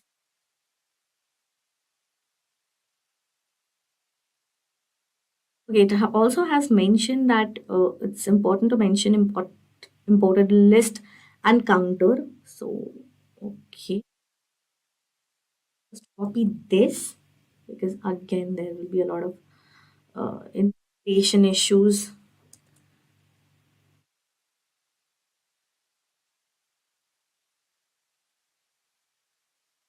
Okay, now that we have it, let's copy the code. Was already mentioned, so yeah, we'll just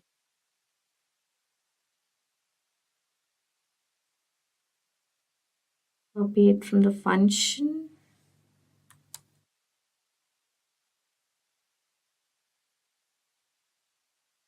paste it.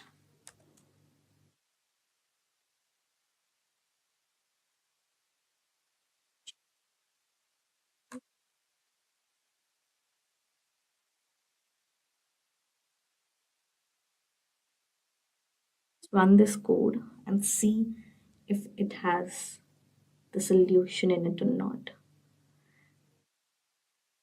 Yeah, there's an indentation issue. Let me.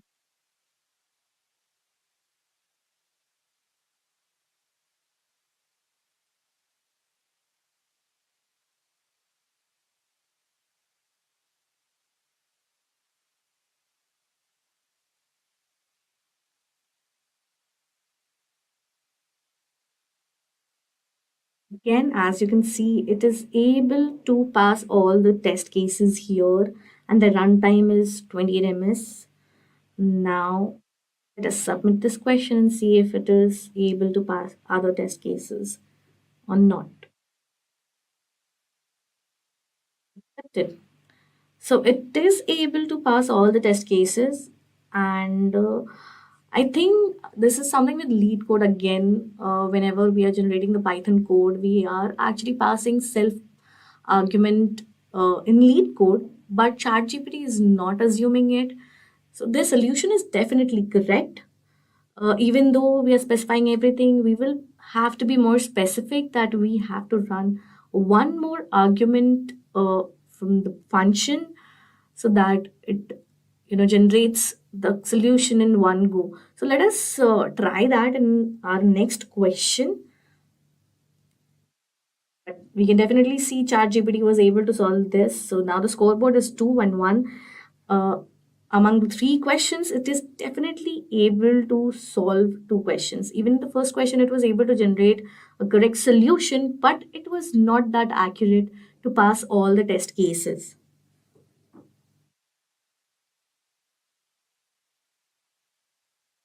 To our question list, the next question that we are going to cover is N queens.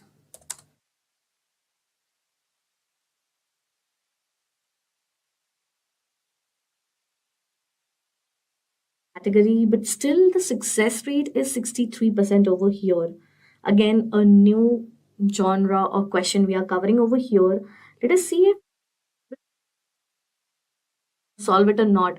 Definitely the success rate shows that many people were able to do it. Definitely more than half of people who have attempted it. So let's see if the question can, if this AI can beat that or not. So I have copied this question. This question mentions that the n queens puzzle is the problem of placing n queens on an n into n chessboard such that no two queens attack each other. Given an integer n, return all distinct solutions to the n queen puzzle. So basically, n is any given number, and you have to create a puzzle of n into n, and you have to arrange all the queens in such way. Also, the number of queens in the board will be equal to the number n, and in such a way that it is not able to attack each other in any case. Copy this part of the question, and the constraint is just one. Let me that it will be easier to keep a track of what all questions ChatGPT is able to solve.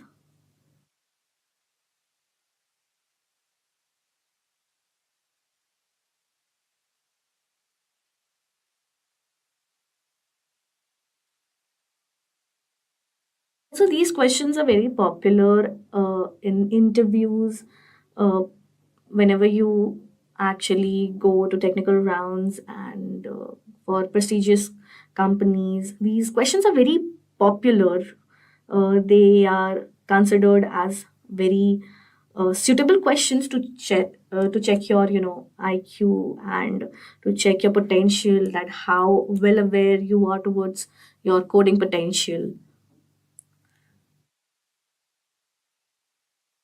Now that we have pressed enter, it is giving the logic it is going to implement in its code. One approach to solve the n queens puzzle is to use backtracking. Idea is to start by placing a queen in the first column of the first row. So let's see if the code is again capable to solve it or not. Again, it's giving the Python code.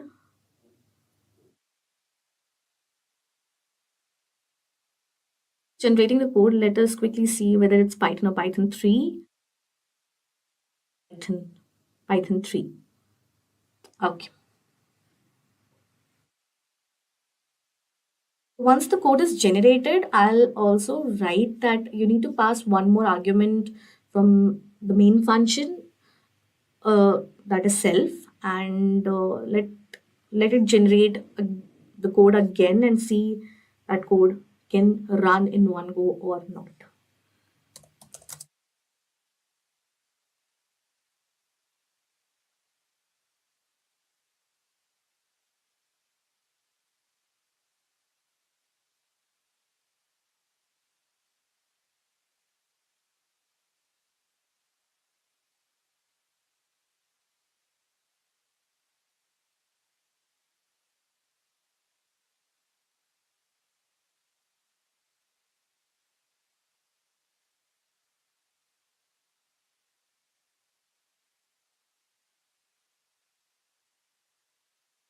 What I want, and let us see.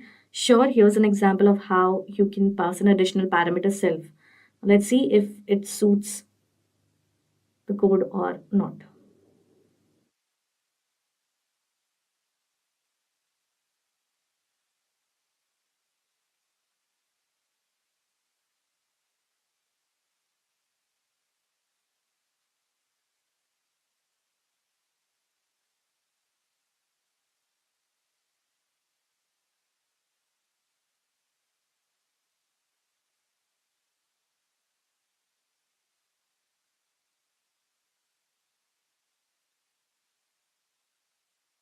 The solve n queen function is a method of the n queens class, and it takes self as its first parameter followed by the integer n. So yes, this solution does take self as a parameter. So let's see if this can run in one go or not, because this time we have already covered the most frequently generated error, which is syntax error of not mentioning parameter self. So let me see the indentation if it's correct or not.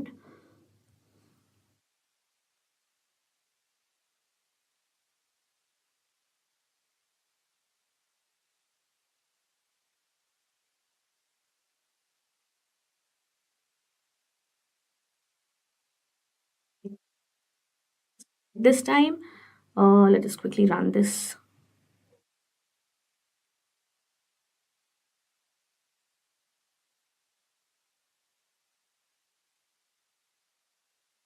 Class.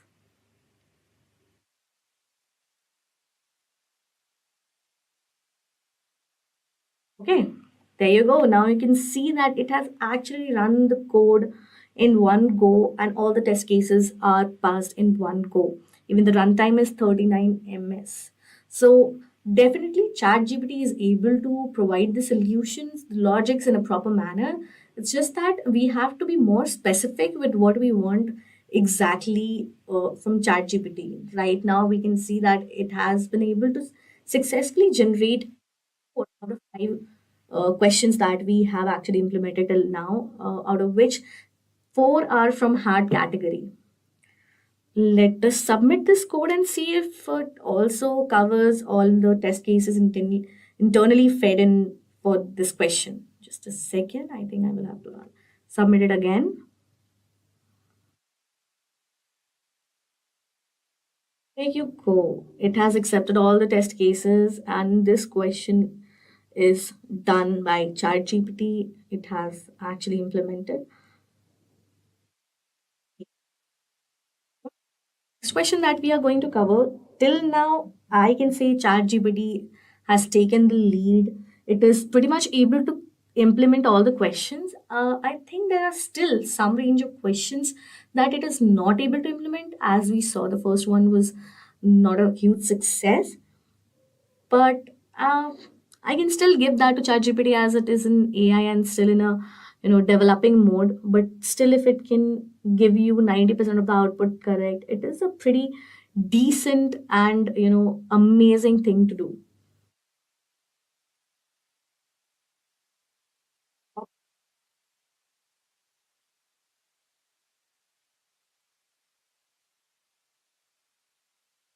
Question is shortest subarray with some at least k. Now let me search for it.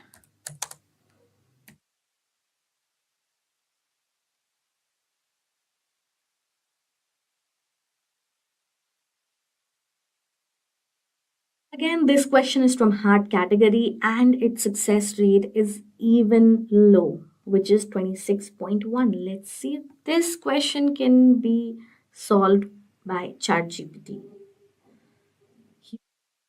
Let's have a look at the question. Given an integer array nums and an integer k, return the length of the shortest non-empty subarray of nums with a sum of at least k. So if there is no such subarray, return -1. So subarray is a contiguous part of an array. It has also given a description of what an array is or what a subarray is. So now that we have created a new chat, and let me screens.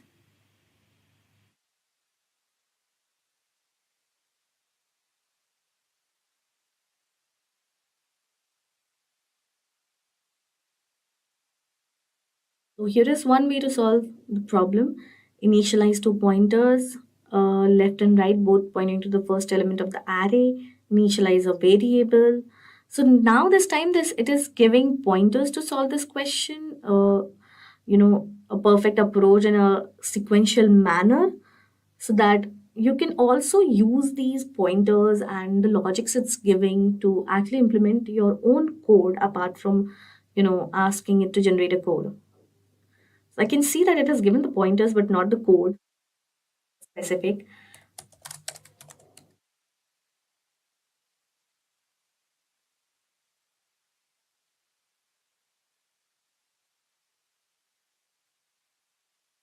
So yes, it's giving an implementation of the algorithm in Python.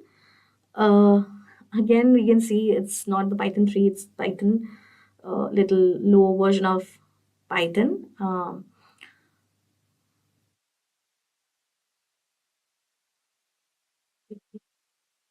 Switch to Python. Then we have to pass self.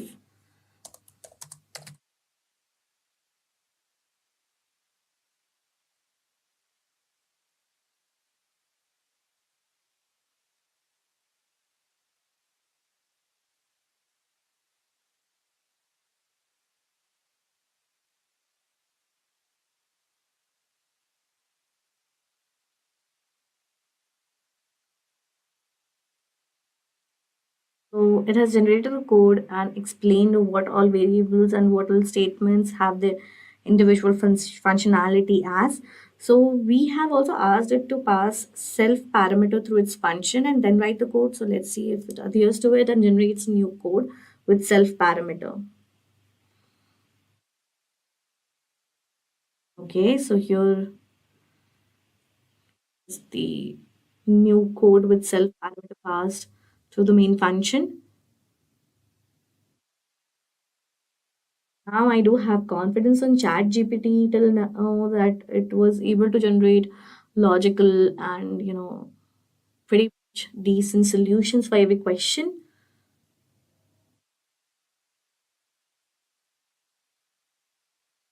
This is passed to the class as an argument when an object is created and is stored as an instance variable.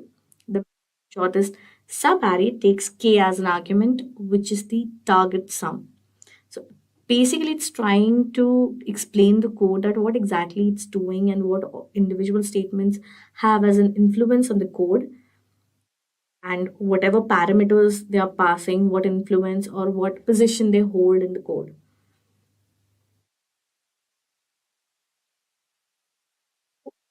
Definitely, ChatGPT is not just generating the code.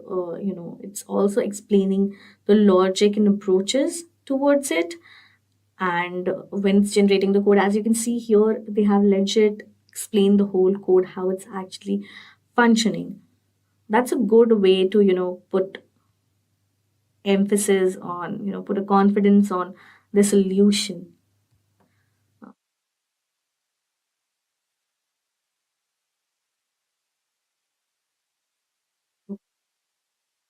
And remove this.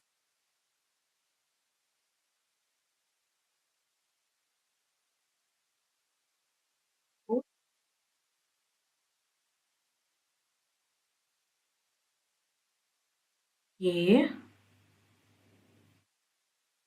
type error. Okay, let me.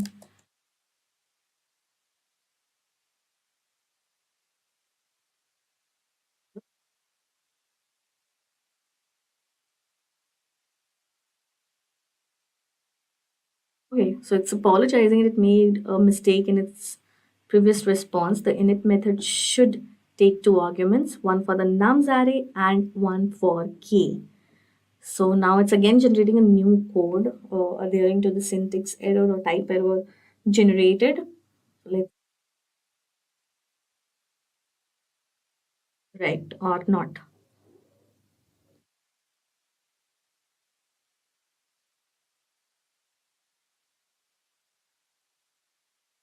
It's mentioned that here the init method takes two arguments, one for the nums array and one for the k, which was the error exactly. And it's again explaining the whole code so that one person who watches code or the logic could understand the functionality of it.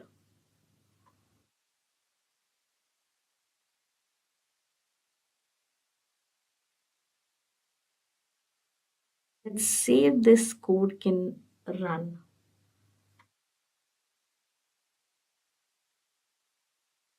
Code, checking for indentation, removing class, and run.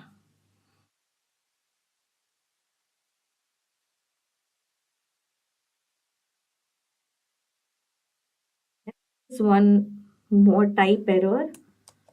Let's copy it and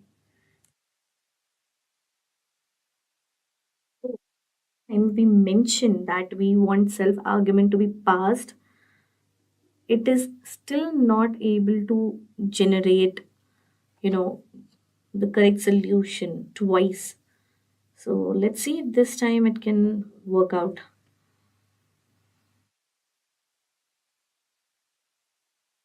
issue though with the code. Apologize for the confusion. It seems that I misunderstood the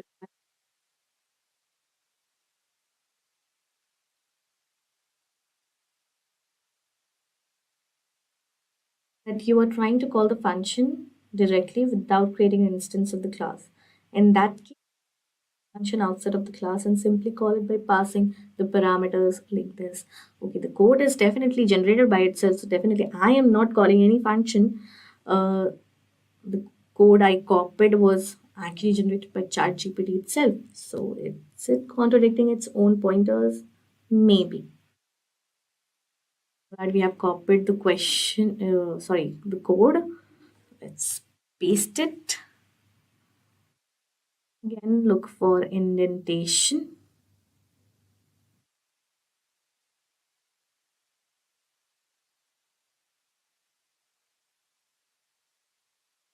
And run this code.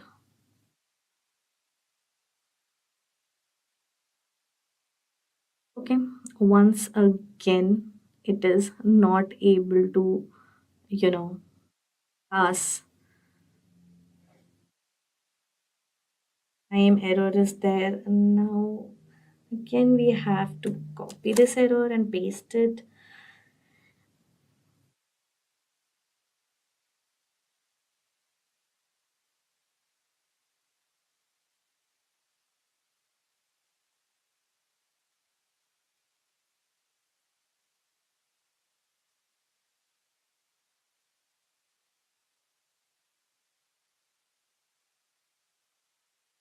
Again, according to ChatGPT, it was confused with the context of the question. Like I said, the code was anyway generated by ChatGPT. So yeah, this time I think ChatGPT is trying to contradict its own logics.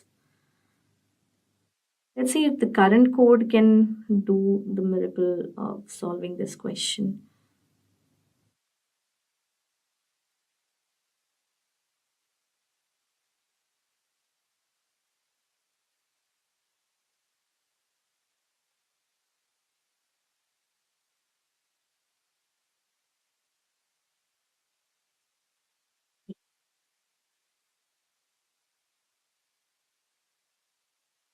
Class and run.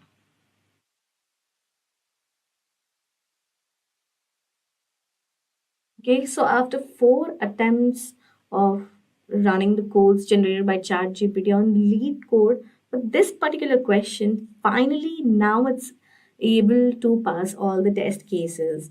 So I have a very contradicting point right now.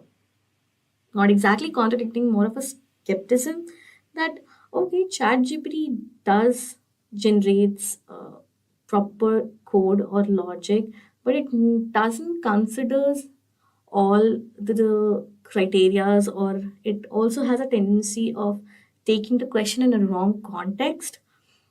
So I feel that when we as a human try to solve these questions, we definitely try to implement all the logics, and if we get it, we can actually get the code in one go. Logic or demand of the question, and be AI being the superior version, or trying to be the superior version of human brain and going to the extents of a human brain, still faces those issues, can be a drawback for chat gpt, because you can see for this specific question we have faced multiple types of error, and we have seen chat gpt contradicting its own prior code. So definitely this is something to consider, or something to think about. Submit this code.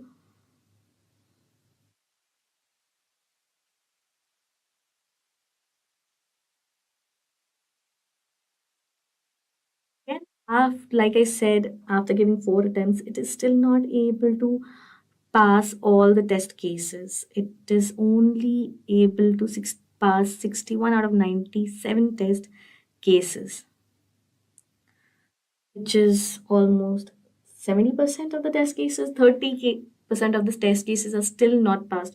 Even though we mentioned all the constraints, we have mentioned the comments, we have mentioned all the errors that but as this particular code can go through, still it was not able to generate the proper code that could go through all the test cases. So this was a fail for ChatGPT. At least till now, we have made out this point that ChatGPT is definitely not able to solve every question.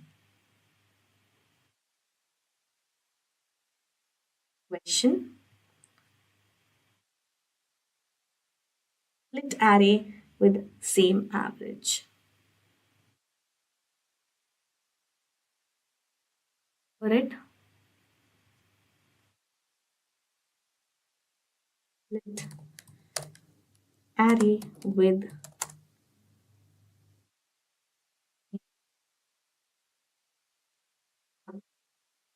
this is from the category of hard questions, and the success rate is only 25%. Let me refresh it and remove this code. Now let's have a look at the code, what it demands. So you are given an integer array nums. Now you should move each element of nums into one of the two arrays, A and B, such that A and B are non-empty. And the average of array A is equal to average of array B. Now return true if it is possible to achieve that. Condition is not justified. Also given a note that for an array, average array is the sum of all the elements of array over the length of array. Okay, so it is giving you the logic of how to actually, find out the average of what average is exactly. And also it has given a few examples to give you an idea of how the code needs to be projected or implemented. Copy the code and paste it.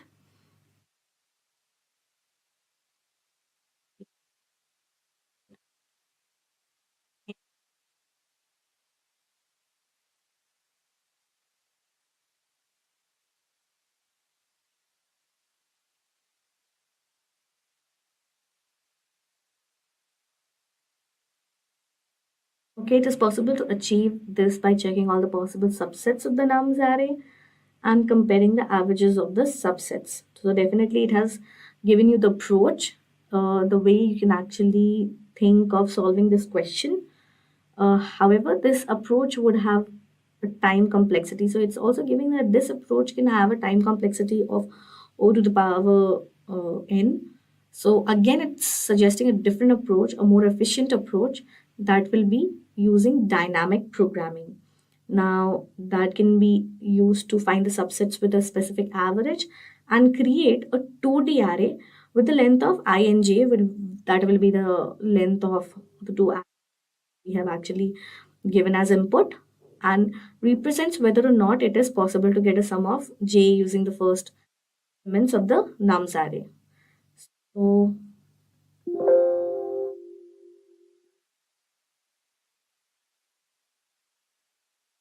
So the time complexity of this approach would be O and S. So definitely it is not given a code. Let me ask for it.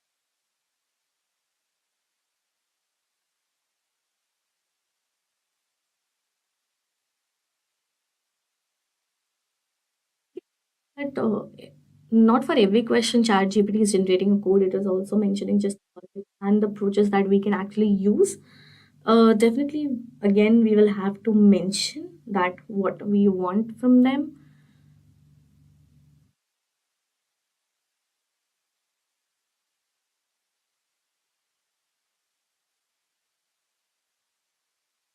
As you can see, I've mentioned this time to write a code for it, and now it's generating a new code for it. It's also mentioning comments that what every snippet of the code is actually for and what it will do. Like here you can see it will fill the 2D array DP. DP stands for dynamic programming. This here it has mentioned initialize the first column as true. So it is also mentioning the comments for better idea of understanding the code in a better way. Also giving the note that this implementation assumes that the nums array is non-empty and that the elements of the nums array are non-negative integers. Okay, also the above implementation will return the possible subset that can be formed by the array to fulfill the given condition and not boolean true and false. But that's what we want exactly, right? Still, okay, let us, this approach is in Python. So let's copy this and see if this code can run or not. I can clearly see that again it needs to pass self uh, parameter,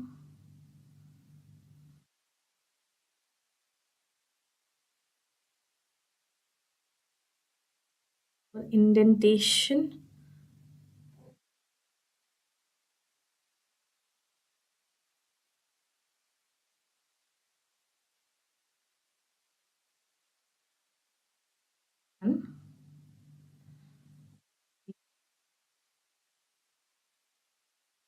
Give it a heads up.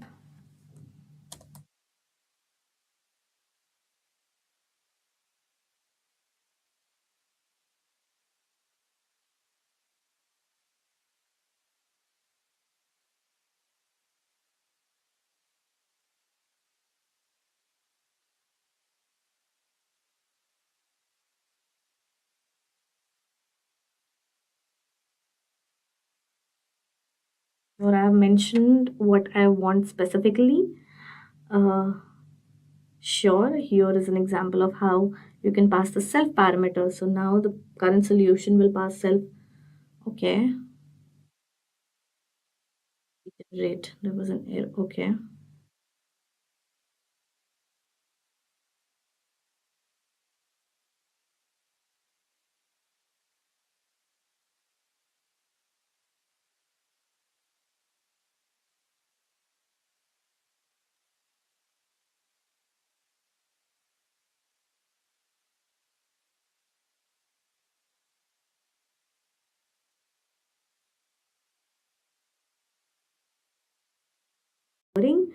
And it has generated a new code considering the criteria I just mentioned, that I need self parameter to be passed through the function can partnership.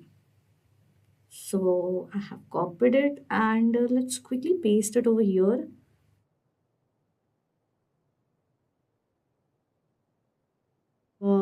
Pass all the cases or not. Wait, we need to remove this.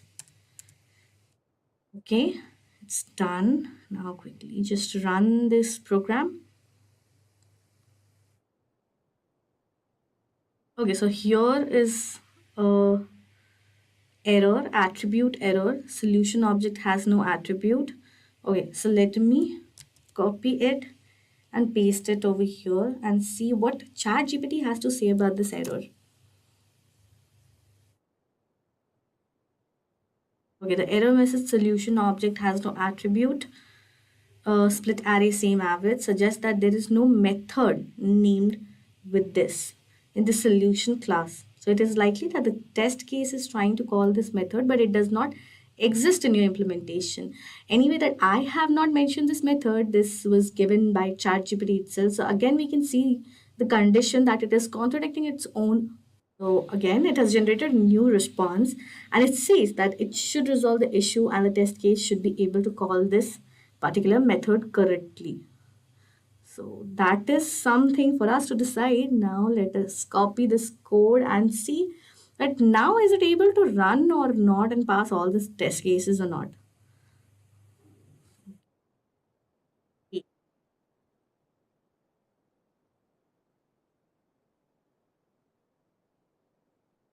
And click on run.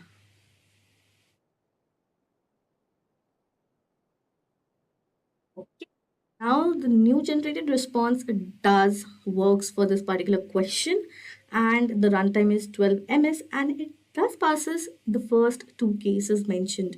So let us quickly submit this code and see if the code is perfectly, fine to deal with all the test cases actually fed by lead code.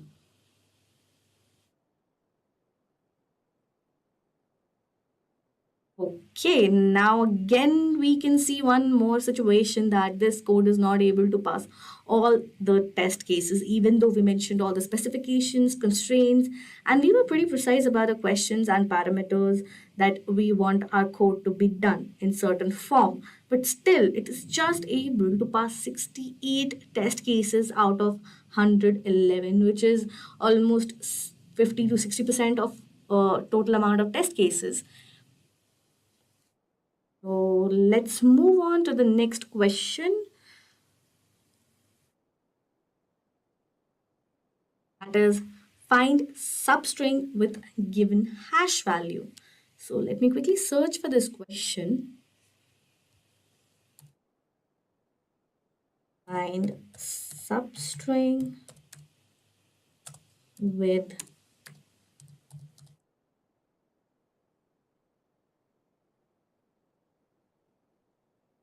hash value. Again, it's a question from hard category and the success rate is 22.2%.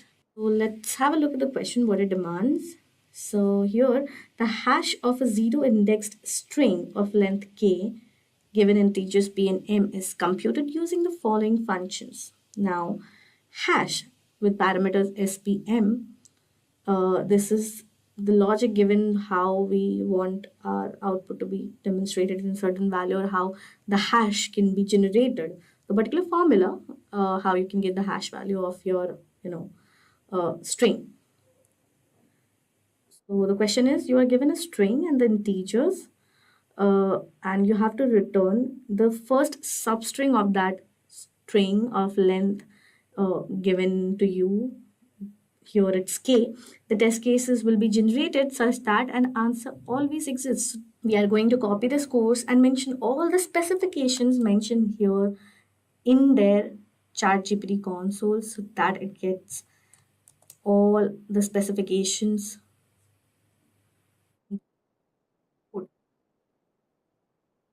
Copy the code and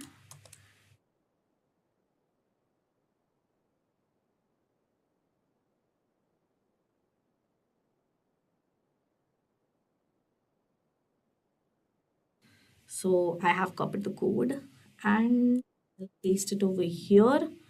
Now let's check for indentation. It's fine. Let's remove class my class and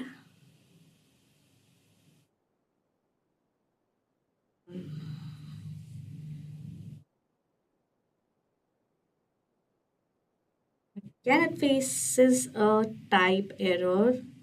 So let's move on to the next question. Again, we saw that ChatGPT was not able to solve this particular question.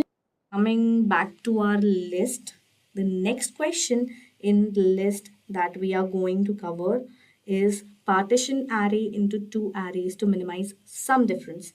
Let's quickly search for that question. Partition array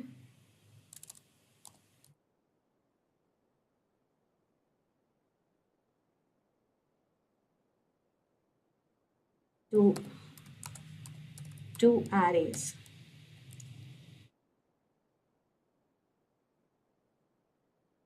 Again, this question is from hard category and the success rate is even more low. So let's have a look at the question first. It's partition array into two arrays to minimize some difference that is generated as the output.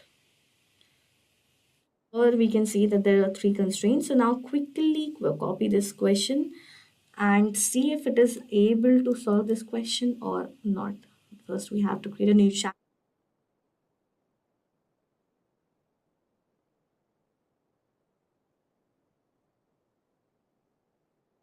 Copy all the constraints.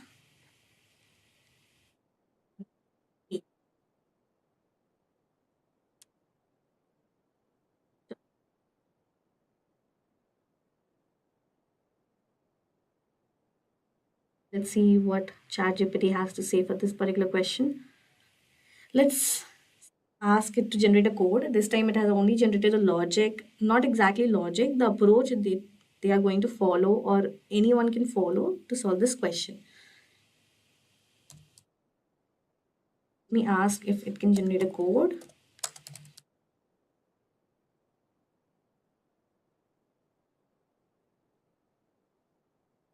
It's definitely taking longer time to generate this code. Okay, here is the code which is possible Python implementation, and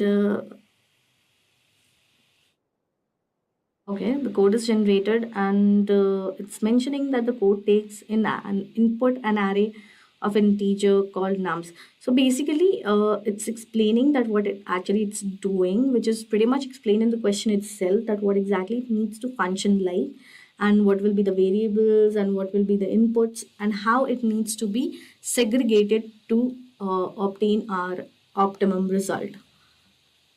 So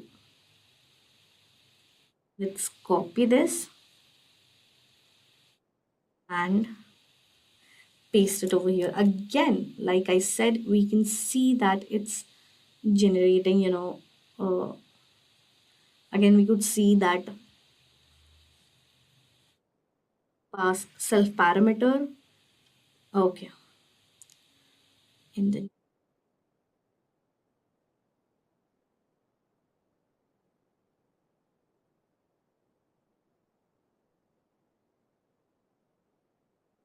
attribute error, let's quickly copy it, paste it over here. See what ChatGPT has to say about it. Okay.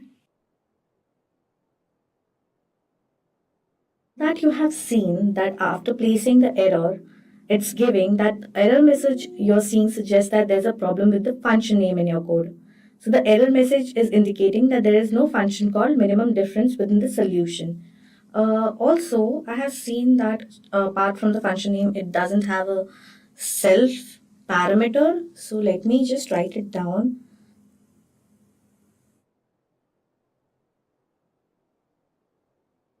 Self argument in apps. Wait, let me copy it. That will be better.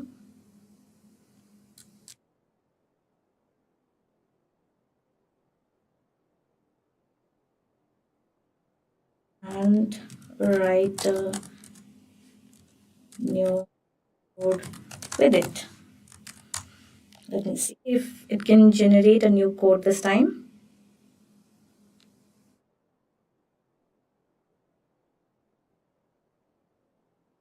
So yeah, it has agreed. Sure, there is an example, and here's the code. So I have copied this and pasted over. See any such huge difference in the syntax or the logic of the code? But yeah, we can definitely think of running now. Let's run this code. We copy it and paste it over here. Again, an error has prompted out. I don't know how valid code we'll get after projecting this error over here in ChatGPT. So yeah, definitely considering the error message you are seeing is indicated that the function is returning INF, which is not a valid value for the expected return type integer. So in the base case where I and j are both 0, the value of is set to float, which is positively infinity. However, the expected output is an integer, so this value is not valid. So again, considering this change, the ChatGPT is giving a new code. So let us see how valid this new code is. Okay, I can see that it has changed the logic over here. Instead of float INF, it has changed, it has written a new syntax, a new logic over there. Now, and also ChatGPT guarantees that this may solve the issue of returning INF as the value. Let's see how accurate ChatGPT here is. Now, we have pasted the logic. Yeah, as oh, yeah, sorry, I need to remove these two lines. Now let's quickly run this program.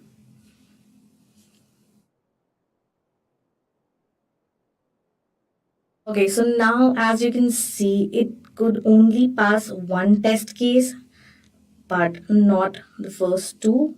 So there's no point of submitting this code, as we can see that the logic for this code or this code as a whole is not. Well, moving on. Next in the list we have is longest common subpath. Now let's see longest common subpath. So this question also comes from category of hard questions and the success rate is 27%. Now let's see what this question demands actually. Now let's quickly copy this question with all the constraints and whatever apart from example is left on the screen, we need to copy it. As you can see over here, you cannot just miss out on any specifications.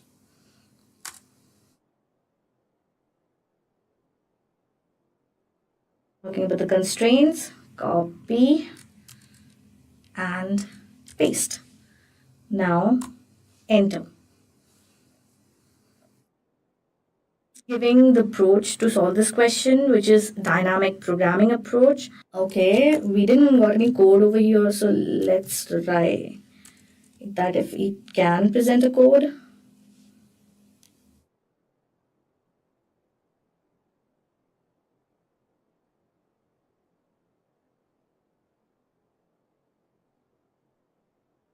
Okay, so I have asked to write a code for this, and yes, ChatGPT has definitely agreed to provide me a code for it. ChatGPT is done with its explanations. I'll type it out and wait for the new code, which will contain self as a parameter. That this code is pretty similar to the previous one. It's just that it's using the self argument in the function as it was mentioned by me. So let's quickly copy this code.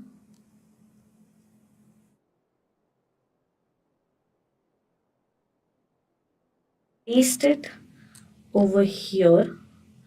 Check for the indentation.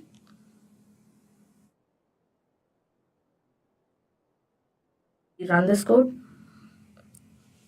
I don't think there should be any. Okay, I spoke too fast.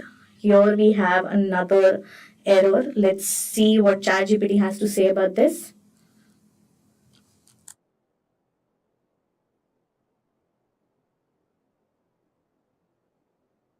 The list index out of range error is likely occurring on line 10 because the indices I and j are being properly bounds checked before being used to access elements in the path and TP arrays. Okay, so we have found a new code. Let's quickly copy this code and see if this code is capable of, eliminating the errors we probably found.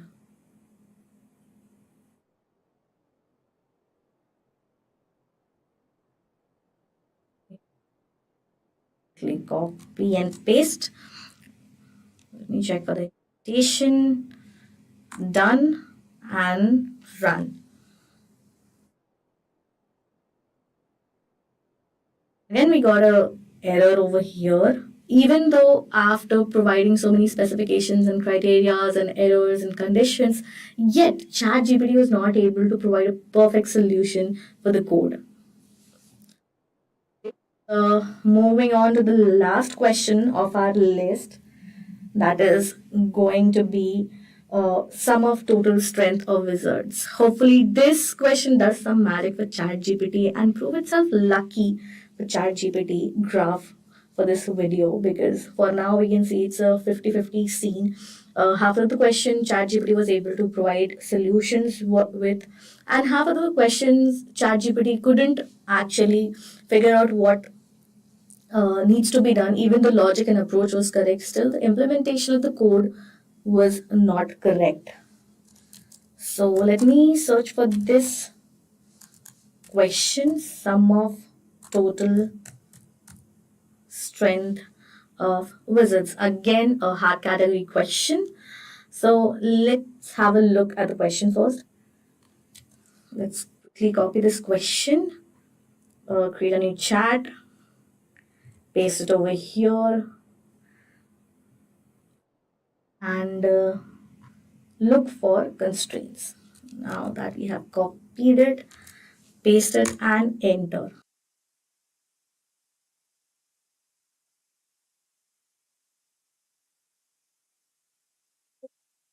It's giving an approach how you can actually think of a solution for this particular question. ChatGPT has not generated any code. Let me ask for it.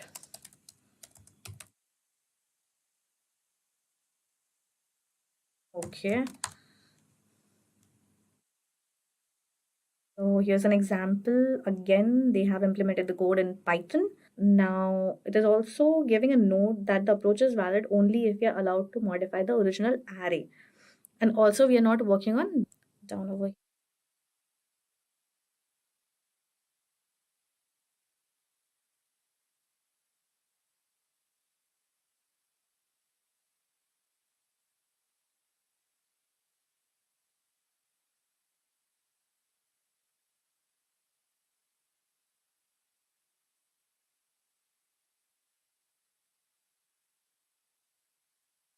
Function and then write this code. So let's see if it can do it with self argument. Okay, so yeah, there's an example. It's generating the code. Okay, so let's see what's the update with the code.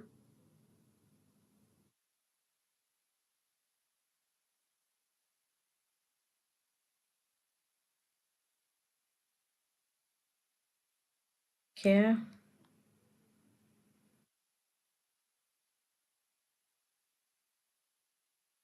Yes.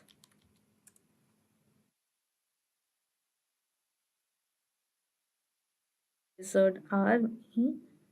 Let's add solution.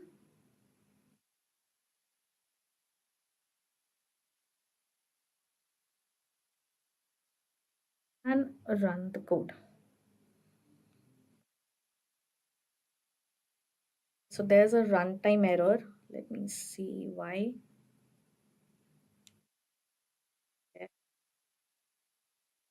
This error and paste it over here. See what ChatGPT have to say. The error message solution object has no attribute mod suggests that there is a class named solution and the code is trying to access an attribute named mod on an instance of that class, but the attribute doesn't exist.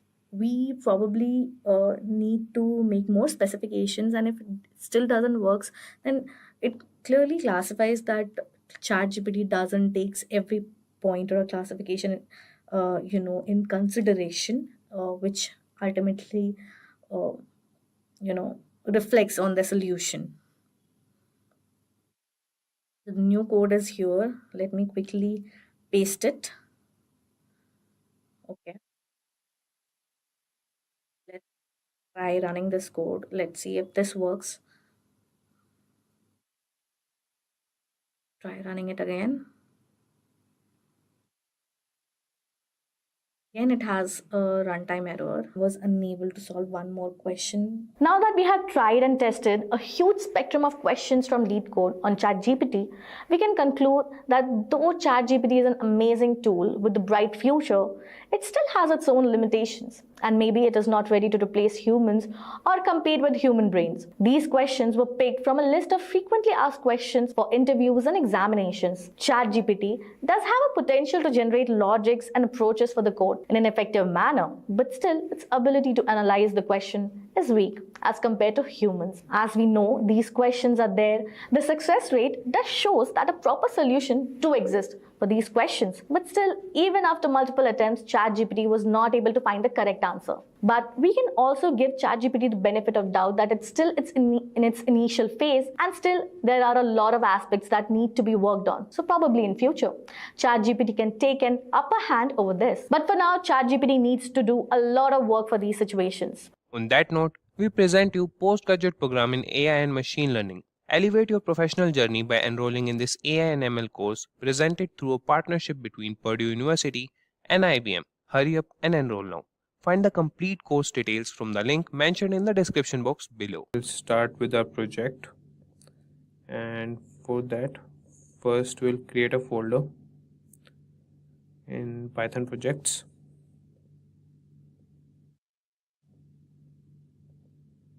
And name it as Telegram bot using ChatGPT.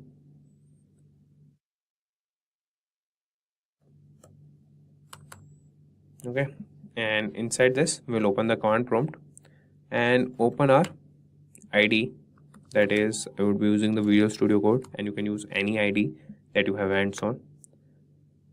And now we will go back to our ChatGPT and we'll start here. But before that, let's talk about Telegram bot.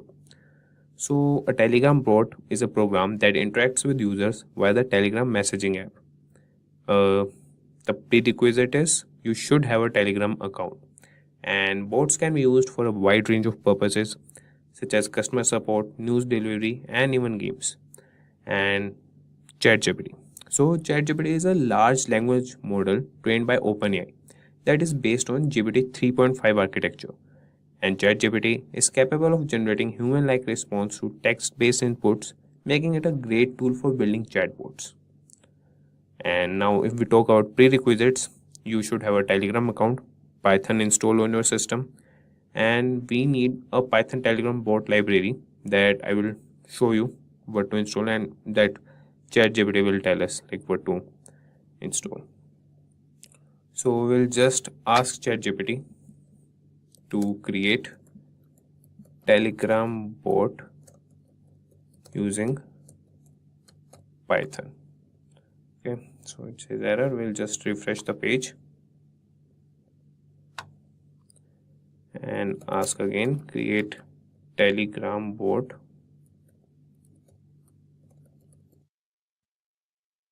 using Python. Okay, I will see what he states. So create a Telegram bot. You need a Telegram bot talking to the bot father. Yeah, we have to go to the bot father. I will show you guys how to do that. Install the required libraries. Next we need to install. Okay, and write this code. Okay, so in this script they have started with the start function, so it will just say as hello when it would be started. Okay, so we'll add some more functionalities, and we will ask where to find the your API token here. So I know like we have to go to the bot father, but we will ask ChatGPT also, where can we find the your API token. So it states that to get to Telegram bot API token, you need to create a new bot by talking to the bot father on Telegram. Open Telegram and search for bot father. Okay, and send the bot father message, that is /new bot, and the bot father will ask you for the name of the bot, and it will ask you about the username, and the fifth is the bot father will then generate a token for your bot. This token is a string of characters that uniquely identifies your bot on Telegram. So keep this token secure, and I will also blur it so you guys won't be able to see it. Okay, so moving to a Telegram, we'll just search bot father here, and you can see this is the bot father, and we'll just click on start, and they asked, the ChatGPT asked us to write /new bot. We'll just click on this and we'll get, so we'll write a new bot. How are we going to call it? Please choose a name for the bot. So we'll write Simplilearn underscore new bot. Okay, good. Let's choose a username. So simply learn 11 underscore bot, and it states that your username should end in bot. So we have ended with bot, and you could see the token here, and here you can just access your bot. So we'll get back to our ID and create a new file, and I will name it as new.py only, or you can name it as bot.py or anything you want. We'll get back to our ChatGPT, but before that, first we need to install the library. For that, you can go to the command prompt, or you could use the terminal of your ID. That is, in Visual Studio Code, you could use the terminal to install the libraries. You could see that the requirement is already satisfied, as this library is already installed on the system. So moving back, library is installed, and now we'll copy this code and paste it here, and we will just change the token. We'll go back to bot father. We'll copy this token, come back and paste it here.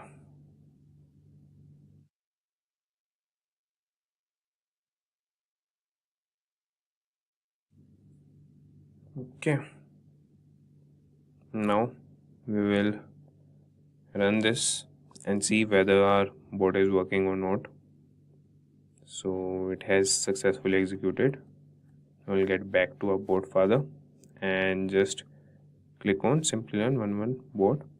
So we click on start and see it says hello, I am your bot. So it's working fine. So if we write hello,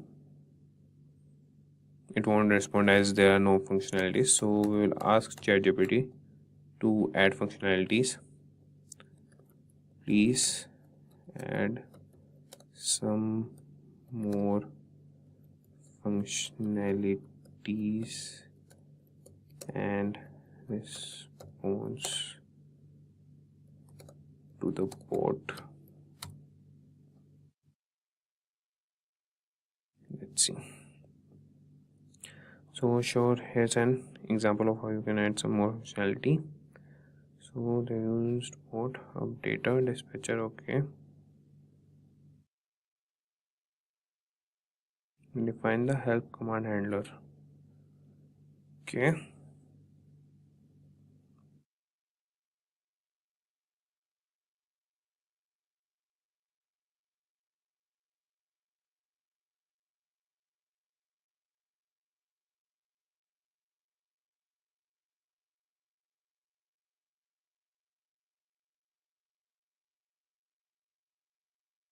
so ChatGPT has defined three functions, that is echo.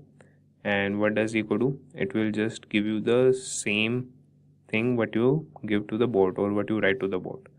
Caps, that he has also declared a help function, and in which you can see like what functionalities does the bot have, and the caps will do, it will convert the message to all caps. Echo the message back to you, it will give you the same message. Slash start, it will start the bot, and slash help to get help. And now unknown, if there is something you ask out of these things, it will just say sorry. Okay, I will let you guys understand this code also, but first we'll see whether it's working or not. So for that we have pasted it here, and we'll paste our API token again.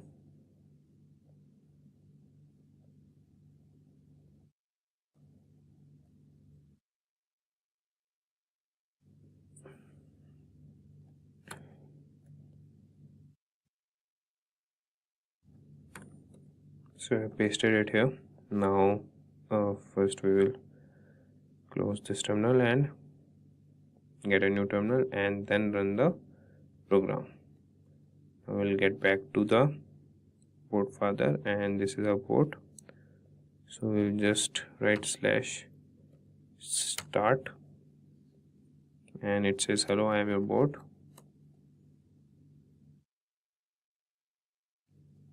Now we'll say hi to the bot.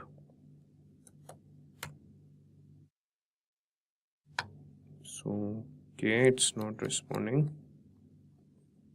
Okay, we'll just close the terminal and we have pasted the keys also. Okay, we'll run it again. Now we'll see whether it's working or not. Start. Hi.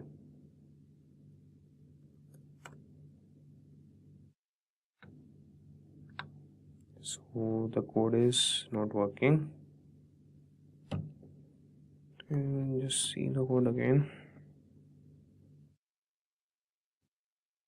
Okay, here we don't have any response to hi or hello. So what we'll do, we'll use the help, and to call the help, what we have /help. So these are the commands for what it will respond. So we'll use /help. Okay, now you can see that /start to start the bot that we have done, help, and echo the message back to you. So we'll write hi, don't write back, so we'll write /echo hi. Then he has given us the output that is hi. So we can write /echo how are you. So it has given you back. And same, we have /caps. So we'll write /caps and we'll write something in small caps. That would be greatly built.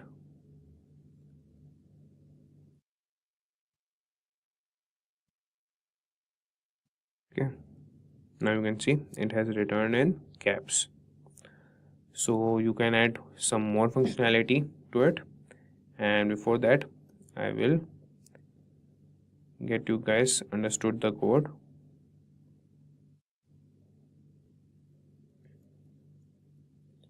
So now we'll see what does this code do. So first we have imported the necessary modules, that is the classes from the Python Telegram bot library that will need to create our bot. So Telegram contains the main bot class, while updater, command handler, message handler, and filters are classes that we use to handle incoming updates and messages from Telegram. Okay, now these are like we have created an instance of the bot class that is using our Telegram bot API token, as well as an updater instance that will continuously fetch new updates from Telegram and pass them to the appropriate handlers. And we have used context equal to true that tells the updater to use the new context based API introduced in version 12 of the Python Telegram bot library. And we also used a dispatcher object that will handle incoming updates. After that, we have created a start function and passed update and context. So we have defined a function that will handle the start command, and the update parameter contains information about the incoming update from Telegram, while the context parameter contains some useful methods and objects that we can use to interact with the Telegram API. In this case, we have used context.port.send underscore message to send a message to the chat with the ID specified by update.effective underscore chat.id. And after that, we have created a help function. So we use a multi-line string to define the help message, which contains a list of available commands. And then we have used the context.port.send underscore message to send the help message to the chat. And after that, we have the echo function. So we use context dot arguments to get the message sent by the user after the /echo command. So to use this, we have to use the /echo, and after that we have to write the message, and then use join to join the message back together to a single string. We then we have used the context dot bot dot send underscore message to send the message back to the chat. Then we have caps. So this function defines that will handle the caps command, and we have again used the context dot arguments to get the message sent by the user after the /caps command, and then we have used the upper function to convert the message to all caps, and then we have used the context dot bot dot send underscore message to send the message back to the chat. Then we have unknown function, that is this function defines that will handle any command that the bot doesn't recognize. So we have used context dot bot dot send, so it will just say sorry. Okay, so these are the start handler, help handler, echo handler, and caps handler. So these are the commands, and we have added the add handler, and to start the bot we have used update dot start underscore polling. So this is how we have created the bot with the help of Python and ChatGPT. So we are done with the project. You can add more functionalities also to the bot. You can just ask ChatGPT to get more functionalities, to play music in the Telegram bot, or you could just ask him how to send messages to a particular user by the bot only. And you could also send media files, ask the media files from the bot, and you can train a fully bot by the help of ChatGPT, and this is called ChatGPT scripting. So with the help of ChatGPT, you can just ask him and he will guide you with all the code and processes. You just have to make them in a sequence and use them to full of your use. So for that, first we'll open the command prompt and run the file main. For that, we'll write the command go run main.go. So this is the file that is written in the Go language, and we're gonna run with the command go run main.go. For that, you need to have Golang installed on your system. So I will guide you with all the process, but currently we are seeing the demo. So here, this command will generate a QR code that will scan with the device which we want to integrate the ChatGPT on. So we'll wait for the file to get executed, and after this we will execute the server.py file, and that will open the ChatGPT on the Firefox browser. You can also use other browsers, that is Chromium and other if you want, but we'll use Firefox to skip the one-step verification that ChatGPT asks us whether if we are a bot or a human. So we'll run the file again, as there was some error. So this time, yeah, it ran perfectly. Now we'll take the device and open WhatsApp on it, in which we want to integrate the ChatGPT. So I'm using one device to just capture this QR code. So this is the device, and you can see that my device has captured this QR code, and you can see here that WhatsApp me MEOW, it has been activated. So now we'll run another file, that is server.py file, and that is the Python file. For that, we'll open the command prompt again, and that would be another command prompt. And to run that file, we'll write the command python server.py. And you can see in the Firefox browser, ChatGPT has opened, and I have logged in already, so it didn't ask me to log in again. Now we'll take another device and we'll message on the mobile device which has been integrated with the ChatGPT. So from this device, I will write hi, and you can see on the screen that ChatGPT replies, "Hello, how can I assist you today?" And the same you could see on the WhatsApp chat. So today we will ask ChatGPT, what is the capital of India? So you can see that the ChatGPT is typing the capital of India is New Delhi, and it has been responded to our mobile device. So this is how we can integrate ChatGPT on our WhatsApp. And this would be the simple tutorial. In this, you don't need to code any. There would be another tutorial if you know what's behind the code or what behind the integration part. So you could watch that video and know how we have integrated. But in this tutorial, I will guide you with how to download the files and how to run the files and how you can integrate ChatGPT on your device. To start integrating ChatGPT on our device. So for that, first you have to download this repository, and it contains some files, and I will upload some more files here. You just have to download it, download the zip file, and after downloading it, you just need to extract it in a folder.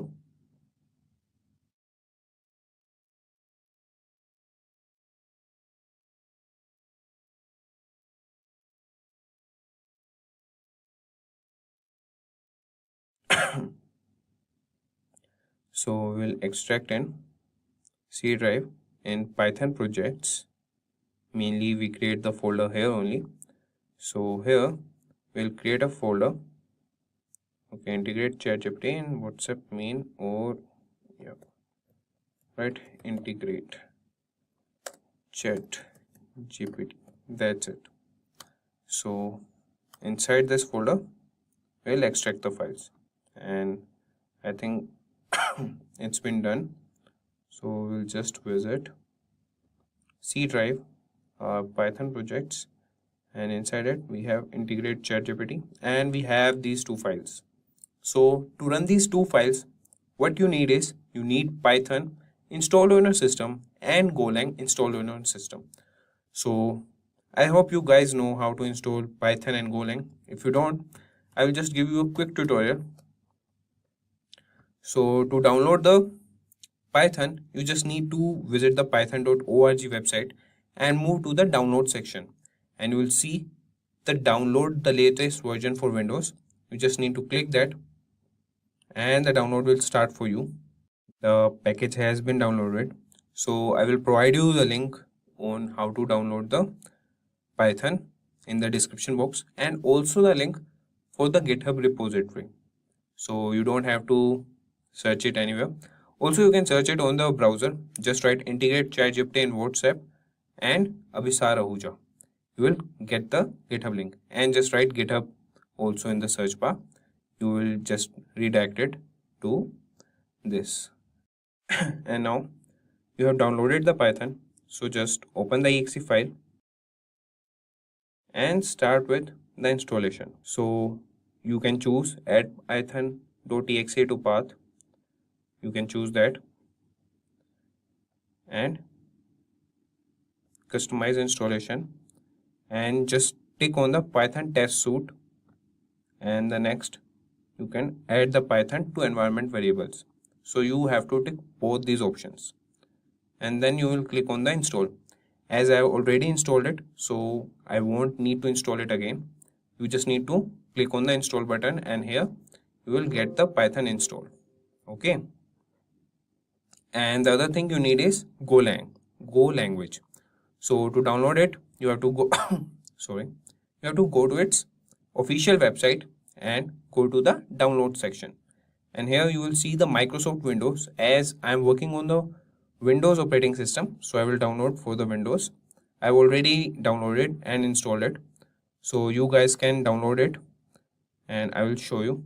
Like, this is simple how to install Golang. You don't need to add anything. So it's been downloaded.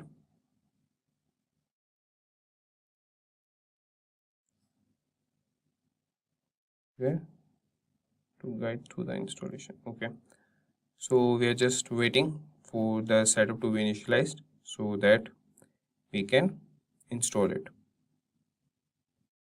Now you can see the next button is available. Just click on that, and a previous version of Go programming is currently installed. Yes, you can see that it's already installed. So you don't need to do anything in installing the Go language. Just click on install and it would be installed for you. So I won't be installing it again as I already installed on my device. So moving on, now what we'll do, first we'll run the server.py file. So for that, we will go to the folder where we have extracted our files, and here we will open the command prompt and run the file server.py. So to run a Python file, we have to write the command python and then the name of the file, that is server, and its extension, that is py. So we have initiated that. Okay, Firefox is already running as we have not closed what we have opened for the demo. I think it's an error.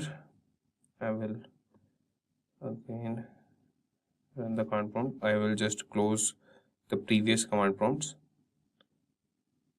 Yeah, I have closed them. Now I will open the new one and you should open the command prompt, the new command prompt, after installing the Python and the Go language. I will also assist you in installing the GCC compiler because you would be needing that for Go language. So first we'll run the server file. So you could see that by running the python server.py file, you could see that the ChatGPT has opened up in the Firefox browser. So I will show you the code, what we need for that. You need to install the Flask, System OS modules, Playwright module, and here in the 16th line, you could see that we have used Firefox. You could use Chromium for Chrome, but the case is you need to do the one-step verification, that is the captcha thing for like initializing the ChatGPT. But we don't need that, so we are using the Firefox. So you should have Firefox on your system. Now what I want you to do is just install these modules, as if these modules would not be installed on your system, it would show an error. It would give you an error in the command prompt only, as I have already installed them, so it's not giving me any error. So I will tell you the commands to install them. So to install Flask, you can just write py space Flask in any browser and it will direct to the website. So you could open the first link, that would be pypi.org, and this is the command pip install Flask. So you can just copy that and open your command prompt. First we'll quit it, Control C, and now you could see that we are in the folder integrate ChatGPT, and here you could paste this command and press enter. It states that the requirement is already satisfied, as I have already installed these modules, and the other module you need is Playwright. So just copy the command, go to your command prompt and paste this command and press enter. It would be installed for you. And another module you need is virtual environment. So just copy this and paste in your command prompt. And another module you need is the OS module, OS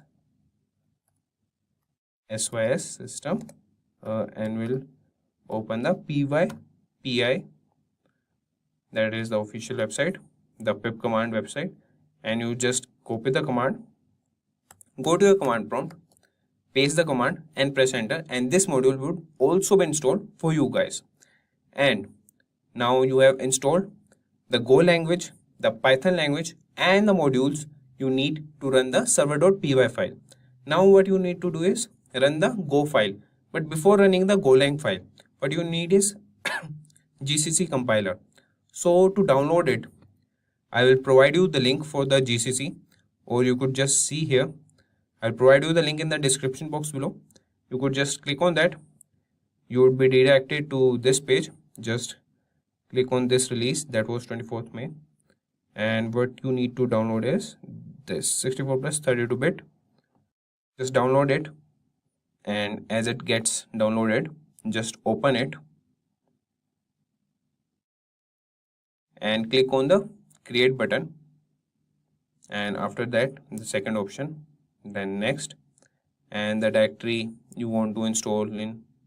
As I already installed this, I will choose the C directory only.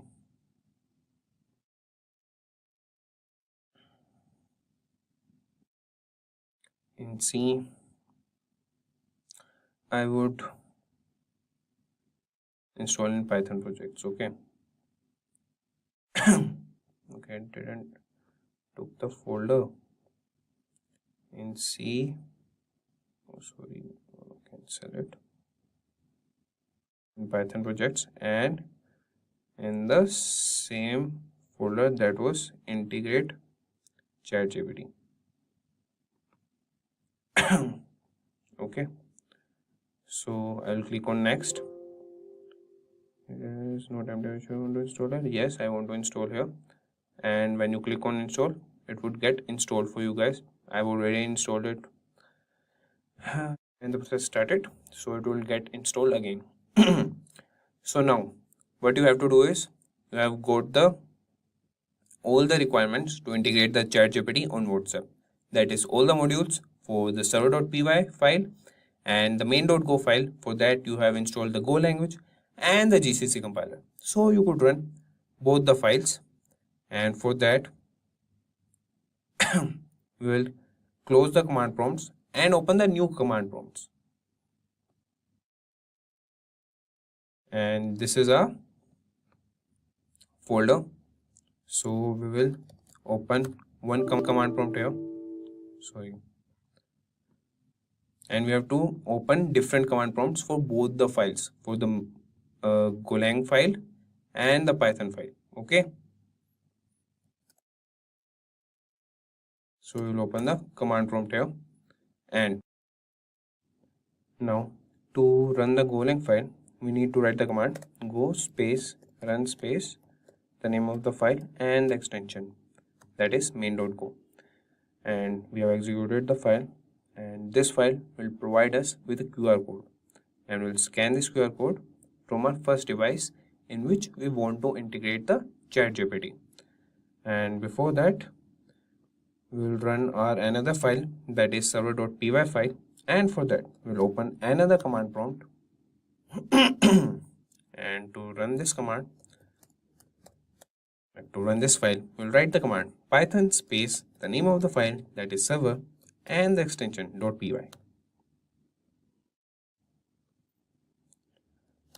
So we'll see whether a QR code is generated or not, and I can see that it's been linked to the previous device as we have done in the demo, so we haven't logged it out. So I will check with the device. Yeah, it's been active, so I will just log out from that device and run it again.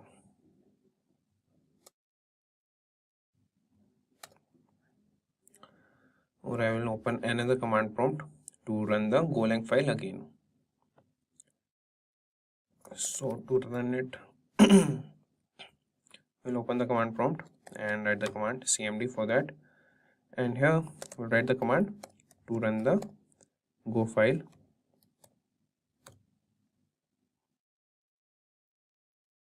And we have done that. And if we see the server.py file, yeah, it has been perfectly executed,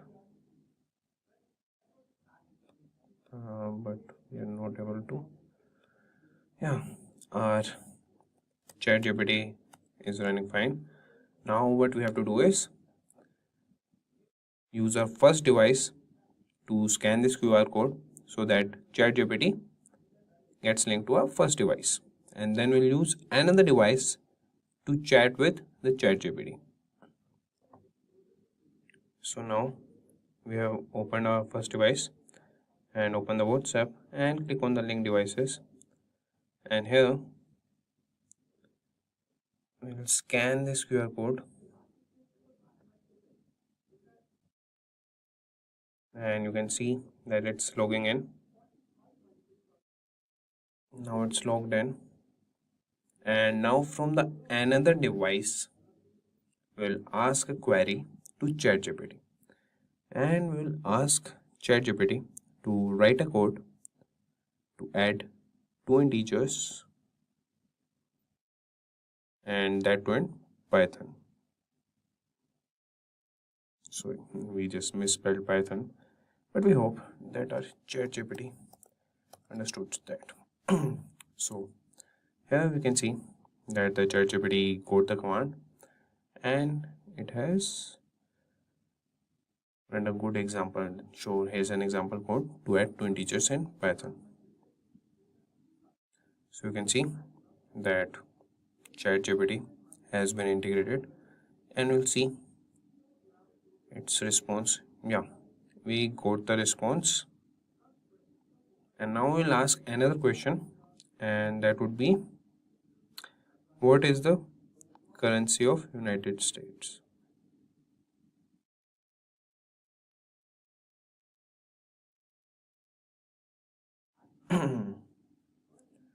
Let's see what it responds. The currency of United States is the United States dollar. It is the most commonly used currency in international transaction and is the world's primary reserve currency.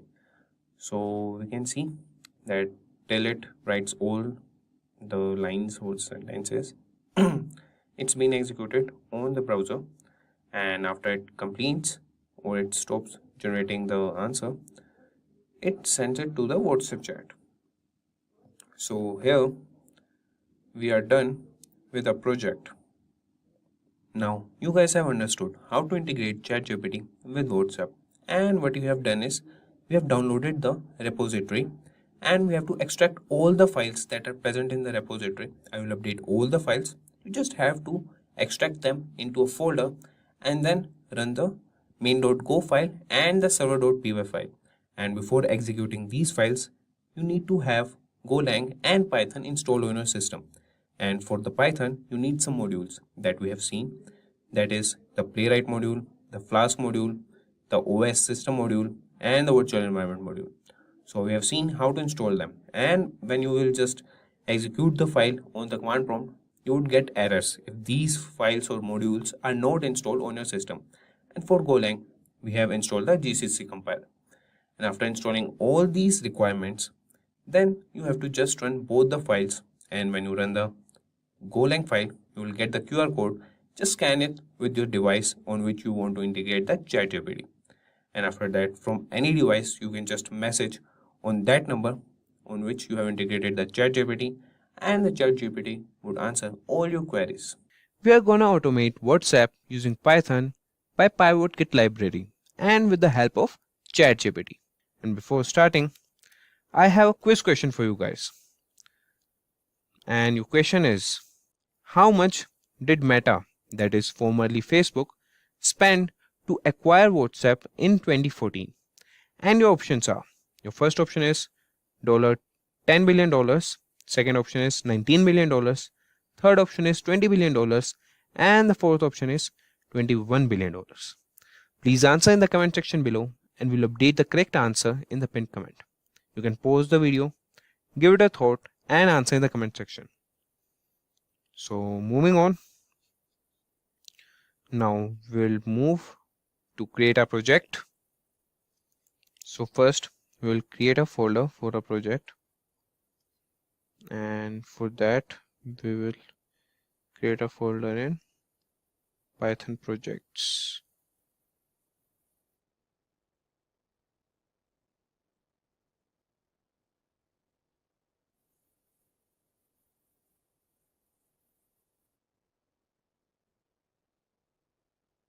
And we'll name it as automate WhatsApp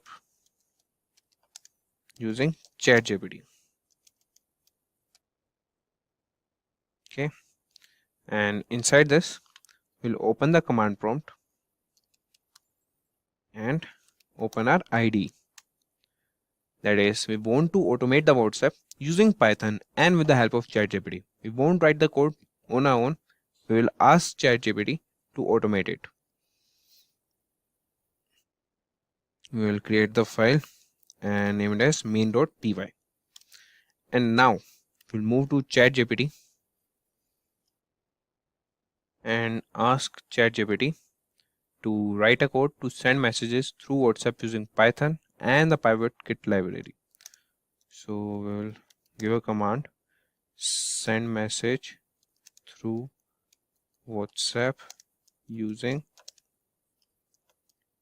Python and PivotKit. Let's see what ChatGPT responds to us. And we have also created the automate WhatsApp using Python video. I will just link in the I button. You can check that out and we'll see what ChatGPT tells us. Okay, country code, message, minutes. Yeah, it could work.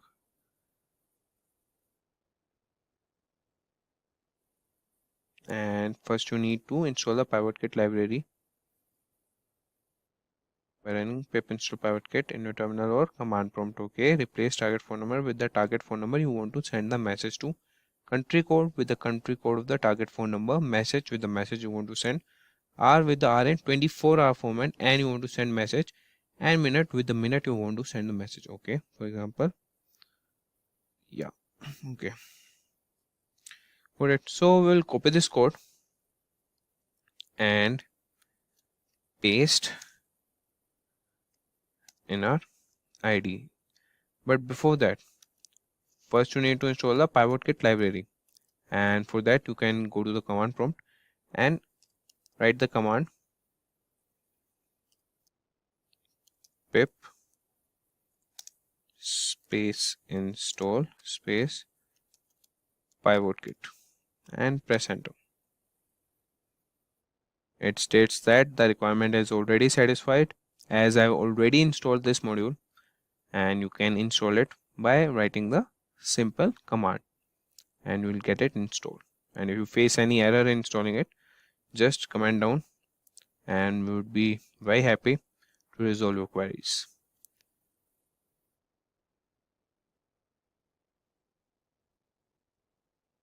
Okay, so as ChatGPT states, we'll just enter the things it wants from us. So it's asking the target phone number and the country code without plus sign.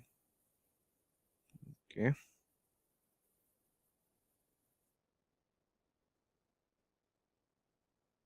so here we'll just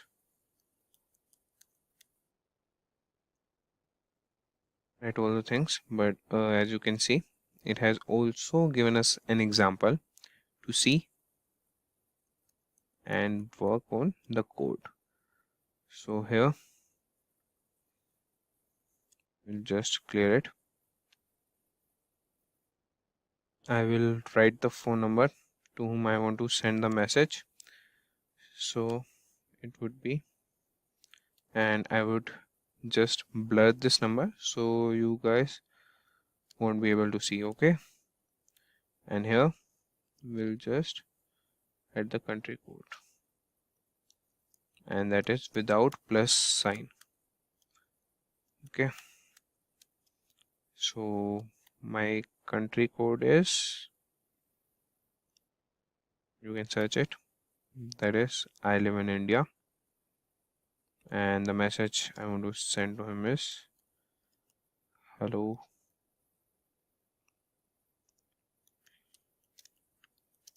how are you? And now we'll set the hour and minute. So the current time is 15:14. So we'll set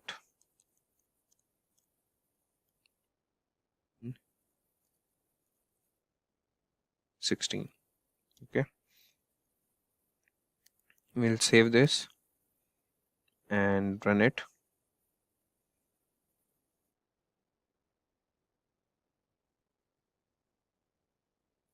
So it says that the country code is missing. So we'll just copy the error and give it to ChatGPT, as we are taking the help of ChatGPT in this video. So he has given us the code, so we'll just provide the error to him. Let's see what it states. If it's not able to resolve this, then we will resolve it. Indicate the country code present in the phone number you're trying to send. Okay, yes, and the country code is 91. To send the message correctly, you need to make sure. Okay. 1, 2, 3, 4, 5, 6, 7, 8, 9. We have mentioned in the question provided, the provided phone number is this and the country code is 91. Okay. You need to make sure that the country code is prefixed to the phone number like this. 2, 3, 4, 5, 6, 7, 8, 9. Okay.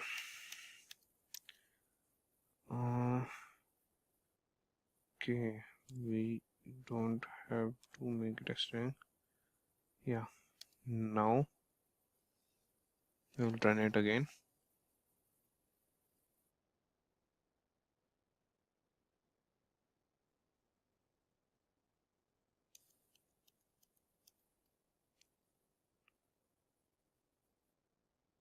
Okay, it's a string only.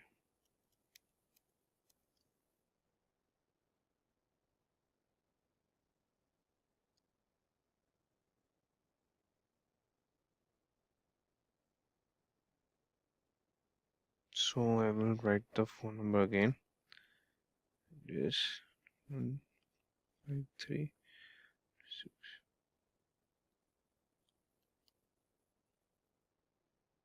Okay, now we'll see. And what I will do, I will write the country code here.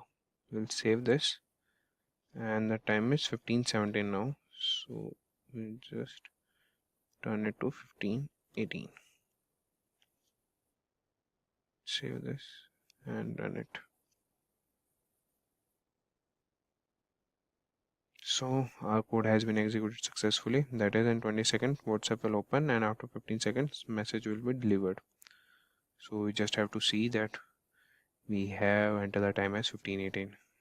Is the seconds available for the code to get executed? Yeah, it has opened the WhatsApp. It will take time, as my WhatsApp has loads of chats and contacts. Yeah, I have to scan it. I don't think it would be able, as we have reached the 15:18.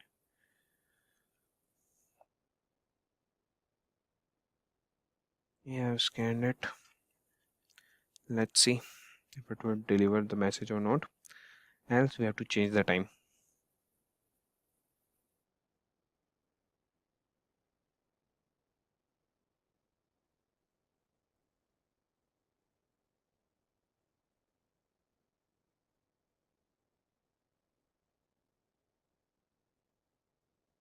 So we just have to wait for 15 seconds. Let's see.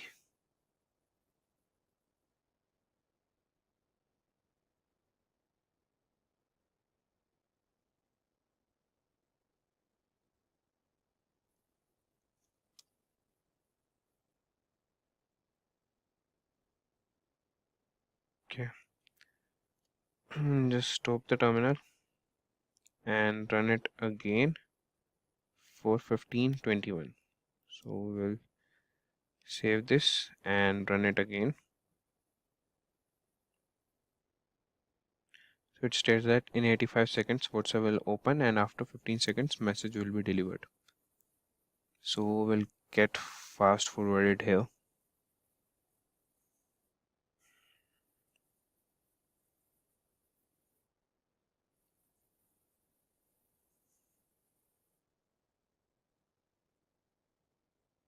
So we are still waiting.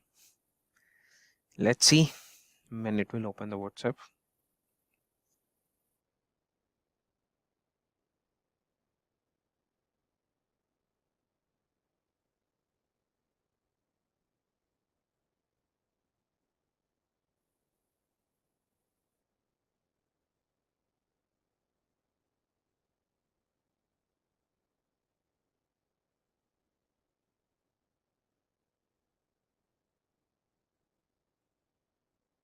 Okay, it states that the phone number shared via URL is invalid.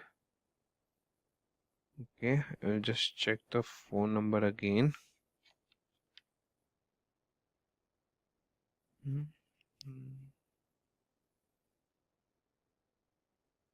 Okay, I entered the wrong phone number. Sorry, guys.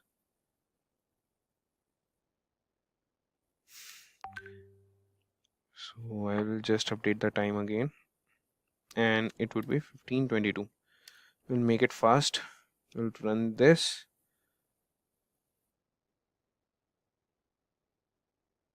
Okay, it says that the call time must be greater than. So we'll write 15:23. Save it. We will make the time as 15:27. Save it and run it.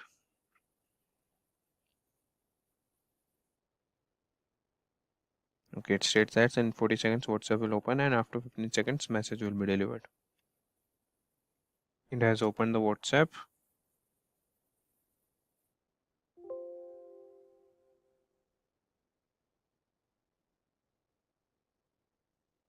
And it has started the chat.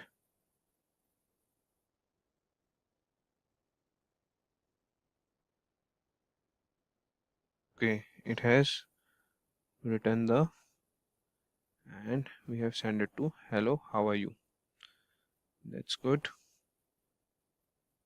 On that note, we present you postgraduate program in AI and machine learning. Elevate your professional journey by enrolling in this AI and ML course presented through a partnership between Purdue University and IBM. Hurry up and enroll now.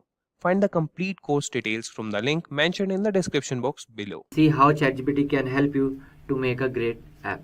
So here we have ChatGPT. Okay, you can write here chat.openai.com. So here I will ask to ChatGPT what is ChatGPT. So I will here write what is ChatGPT.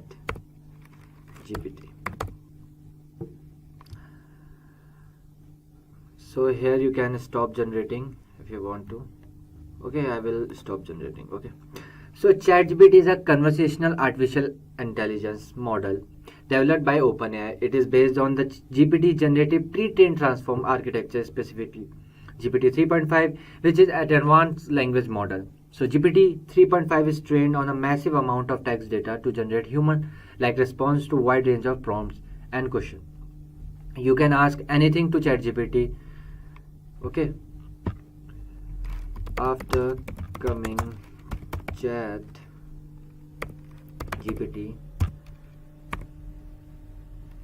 software developers are safe. Software developer jobs are safe. Let me answer. See, yes, after the introduction of ChatGPT and similar language models, software developers still have important roles and their jobs remain relevant. While AI models like ChatGPT can generate text and provide automated response, they have limitations. See, they have limitations. ChatGPT have limitations and cannot replace the skills and expertise of human software developers. So here is a few reasons why software developer jobs remain valuable. Okay, so here are the few reasons. So you can ask anything to ChatGPT. So what we will do, we will create a small gaming app. Okay, so here I will write let's make first tic-tac-toe. Okay, so here I will write give me the code for tic-tac-toe game. See, it will give you the step by step. ChatGPT will explain you everything. See, this board, then player, check columns, check diagonals, play game, everything. See, check for the winner, play game, everything.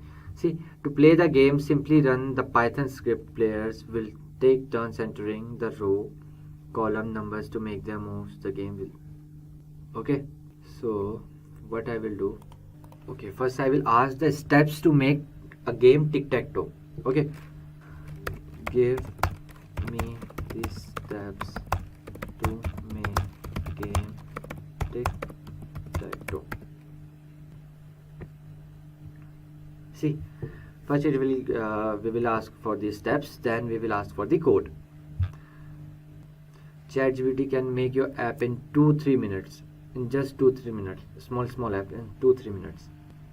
Okay, see, what is the first step? Set up the game board. Create a data structure to represent the tic-tac-toe board. This can be 3x3 grid or nested list with initial empty values. Okay, for example this. Then second is the print the game board. Write a function to display the current state of the board on the screen. This will help players visualize their game. And the third is get player input. Prompt the player to enter their moves, accept the input for the rows and columns where the players want to place their symbol X or 0. Okay, or you can change the value X or 0, whatever, cross, right. Okay, update the board after receiving the player input. Update the game board with their move. Make sure to validate the move and check if the selected position is empty. Okay, then check for the winner, then check for it is draw or what, then alternate turns. Okay, then repeat 2 to 7 until the game ends. Optional. Add additional features. We will make tic-tac-toe what you can say a simple tic-tac-toe, then we will add the additional features on this. Okay, using ChatGPT only. Okay, so I will write provide me the tic-tac-toe game code. What we will do, we will open the Visual Studio and copy it directly. Okay, see, current player is X, then O. See, current player O, the second player switch player. Okay, what we will do, we will copy it from here and we will open the Visual Studio, that new file. I will write here tic-tac-toe.py. Okay, enter. I will save it. So here I will directly copy the code. Where is my code? Oh, it comes in. Okay, copied this also. Copied the whole thing. Okay, I have to remove this, or I can make it, comment. Yeah, so let's try to run it. What terminal says, see, enter the row. Okay, 2, enter the column 2. Okay, it made like this. Okay, what I will do, I will ask for the GUI. Provide me the tic-tac-toe game with GUI. Okay, now the Tinker came. Tinker is Python library used for the GUI in Python.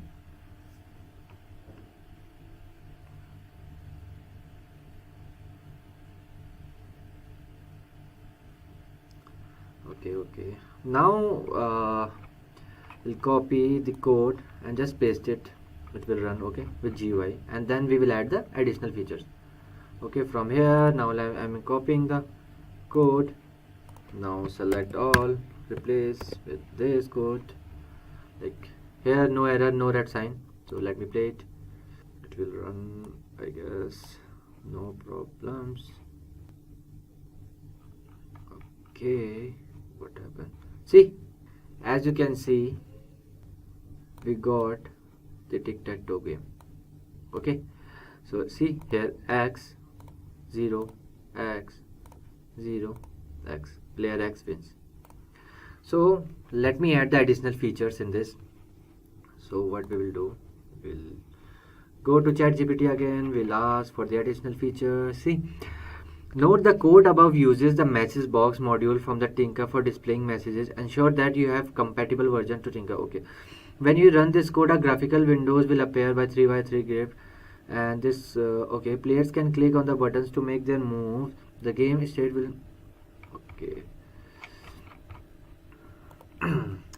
Okay, update, you can talk to ChatGPT. So I will say update my code with some good font and scoreboard font, scoreboard and color. Update my GUI code, I can write. Here is an update. See, right, certainly here is an updated version of GUI code with improved font, scoreboard and color. If you get error in this, you can ask to ChatGPT. Okay, anything you are facing issue about your code, whatever it is, you can ask directly to ChatGPT. See, we created an app in like 2 minutes, just in 2 minutes. So ChatGPT is making our life easier. Okay, let me copy this code. Okay, let's see the changes. What ChatGPT does. Okay, there's nothing changed, I guess. Player X wins like this, cross. Okay, I will write here. See, in this updated code, the font style has been improved with a bold Arial font. The buttons have a custom background color, and the overall window and scoreboard have a different color. Oh, I didn't feel like this.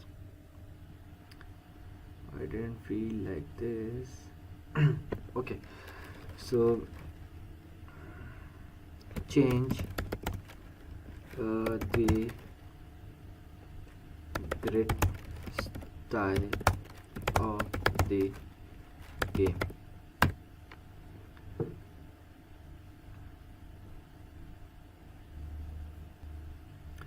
It's giving updating the board.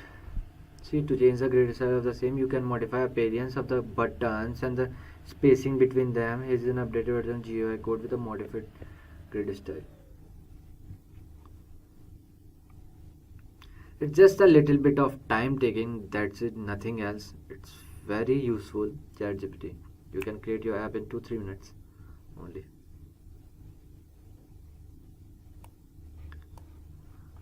Okay,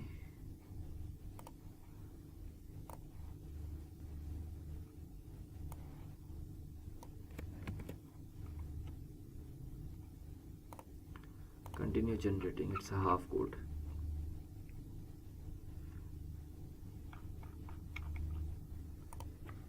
Okay, code is copied. Let me select and paste it here and check. See, player X 0, player O 0. Okay, it's little bit different, I guess. X. Okay, this 1, 2, 3 box. Why these lines then? Okay, who cares?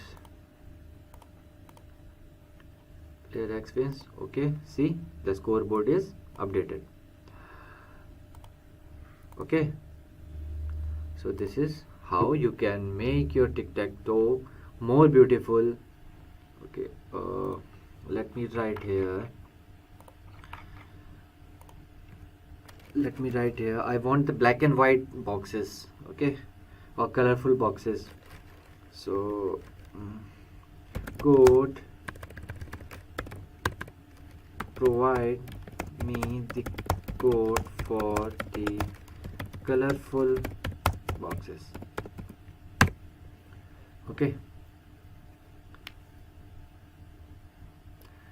Okay, here ChatGPT wrote, certainly here is an updated version of the code with colorful boxes instead of grid lines.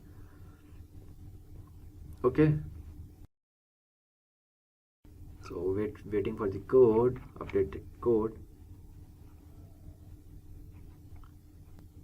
See, in this updated code, each player's button X and O has a specific color assigned to it. The button colors. Okay, let me copy the code and paste it here and run it.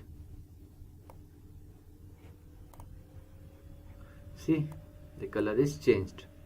Here I will write C X and O X O X O X. Player X wins. Okay. So this is how you can make your app more beautiful using customization. You can ask ChatGPT anything, color, style, font, or any function, anything you can ask, and you can make your app more beautiful. Okay.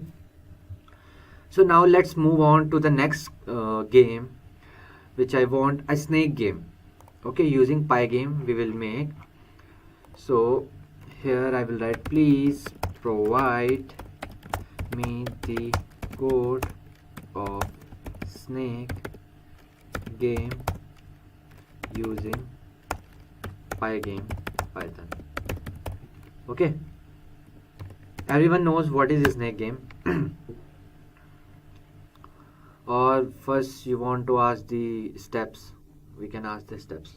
Okay, after this I will ask this step.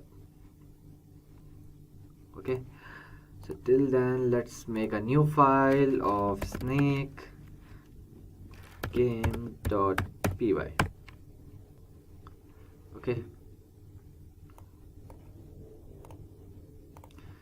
let me close it. See, it's a long code, I guess. Just continue generating. Now you can see the food and all will come. Okay, you can ask anything, like any question, any language question. This code sets up the basic structure for the snake game using Pygame. It includes a functionality for displaying the snake, controlling its movement, detecting collision with the boundaries and food, and managing the score. You can run the code and play the snake game with Pygame window. Feel free to customize. See, at the end what ChatGPT wrote, feel free to customize and enhance the game according your preference. Okay, that is what I was talking about. You can change n number of times. You can ask n number of times for the code, new code. Okay, there is one. Why this error is coming?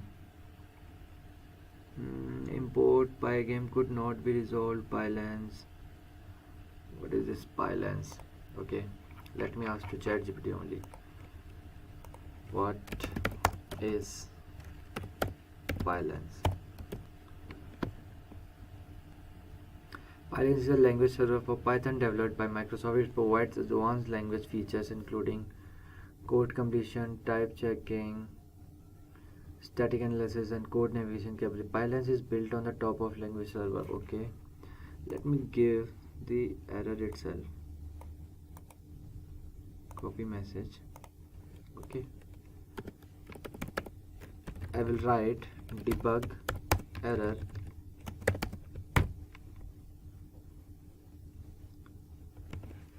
Pylance. Okay,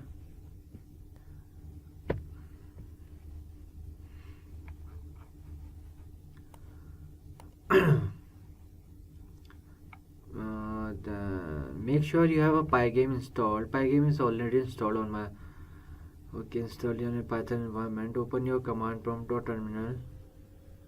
and run the following command. Okay, let me open the command prompt. Okay, then what I have to write? Let me copy the code and paste it here.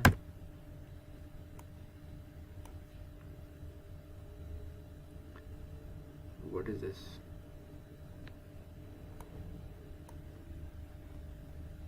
Okay, version C. This. If Pygame is not installed, you can reinstall by running. Already installed, I guess.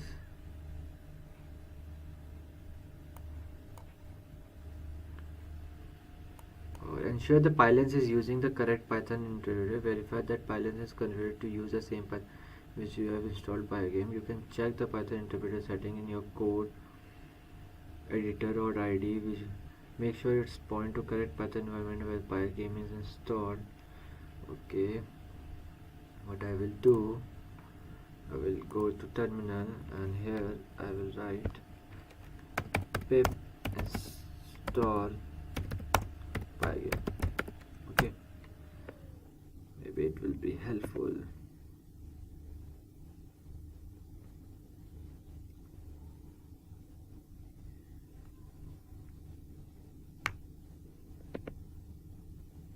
Okay, let me do this.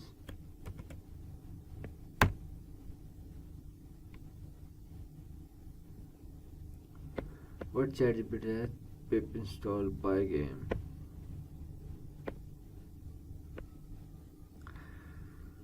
Okay, successful install new pip.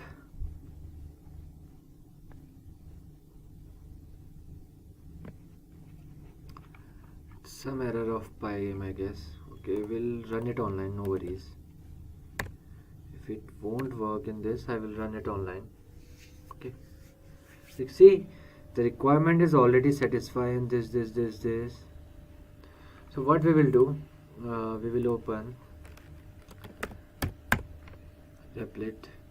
Okay, we'll open Replit and we'll create the new REPL. Okay, then Python and create REPL. Okay, this is the same, like one of the ID, you can say. Okay, then what I will copy this base code and paste it here. Okay, I will make a new file, snake.py. Okay, on that I will copy the code and I will run it. Okay, Replit updating the package, the pointer and the Pygame. Okay, it's running, the code is running.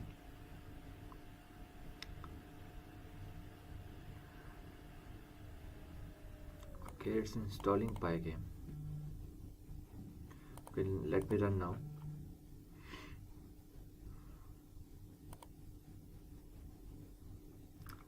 What happened? What's the error?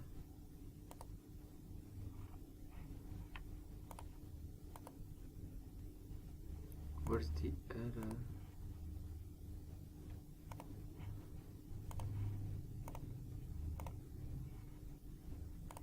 Okay,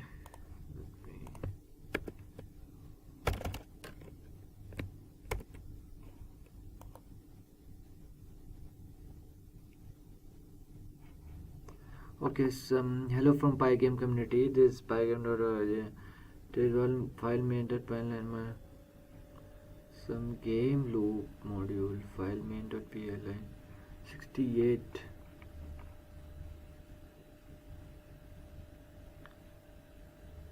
Okay, we'll ask to ChatGPT.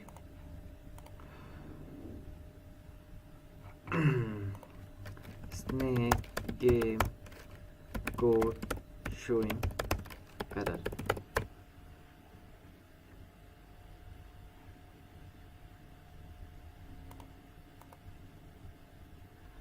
Okay, provide me the snake game code using Python GUI. This time from Turtle. Okay, let's see. Because the Pygames, I don't know, Pygame is installed on my system, it's not working, so we will leave it. Okay, we'll ask from this some good GUI, with some good GUI. See, it is the head, everything is there, the keyboard bindings from WSD, or you can up, down, left, right, the keys you can use the both. Okay, continue generating. Then the functions, the pen, the snake body, everything is here. Snake head is like everything is here. What you want, everything is here.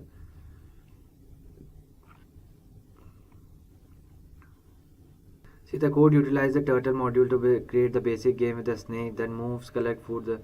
The score is generated. Okay, feel free to let me copy the code.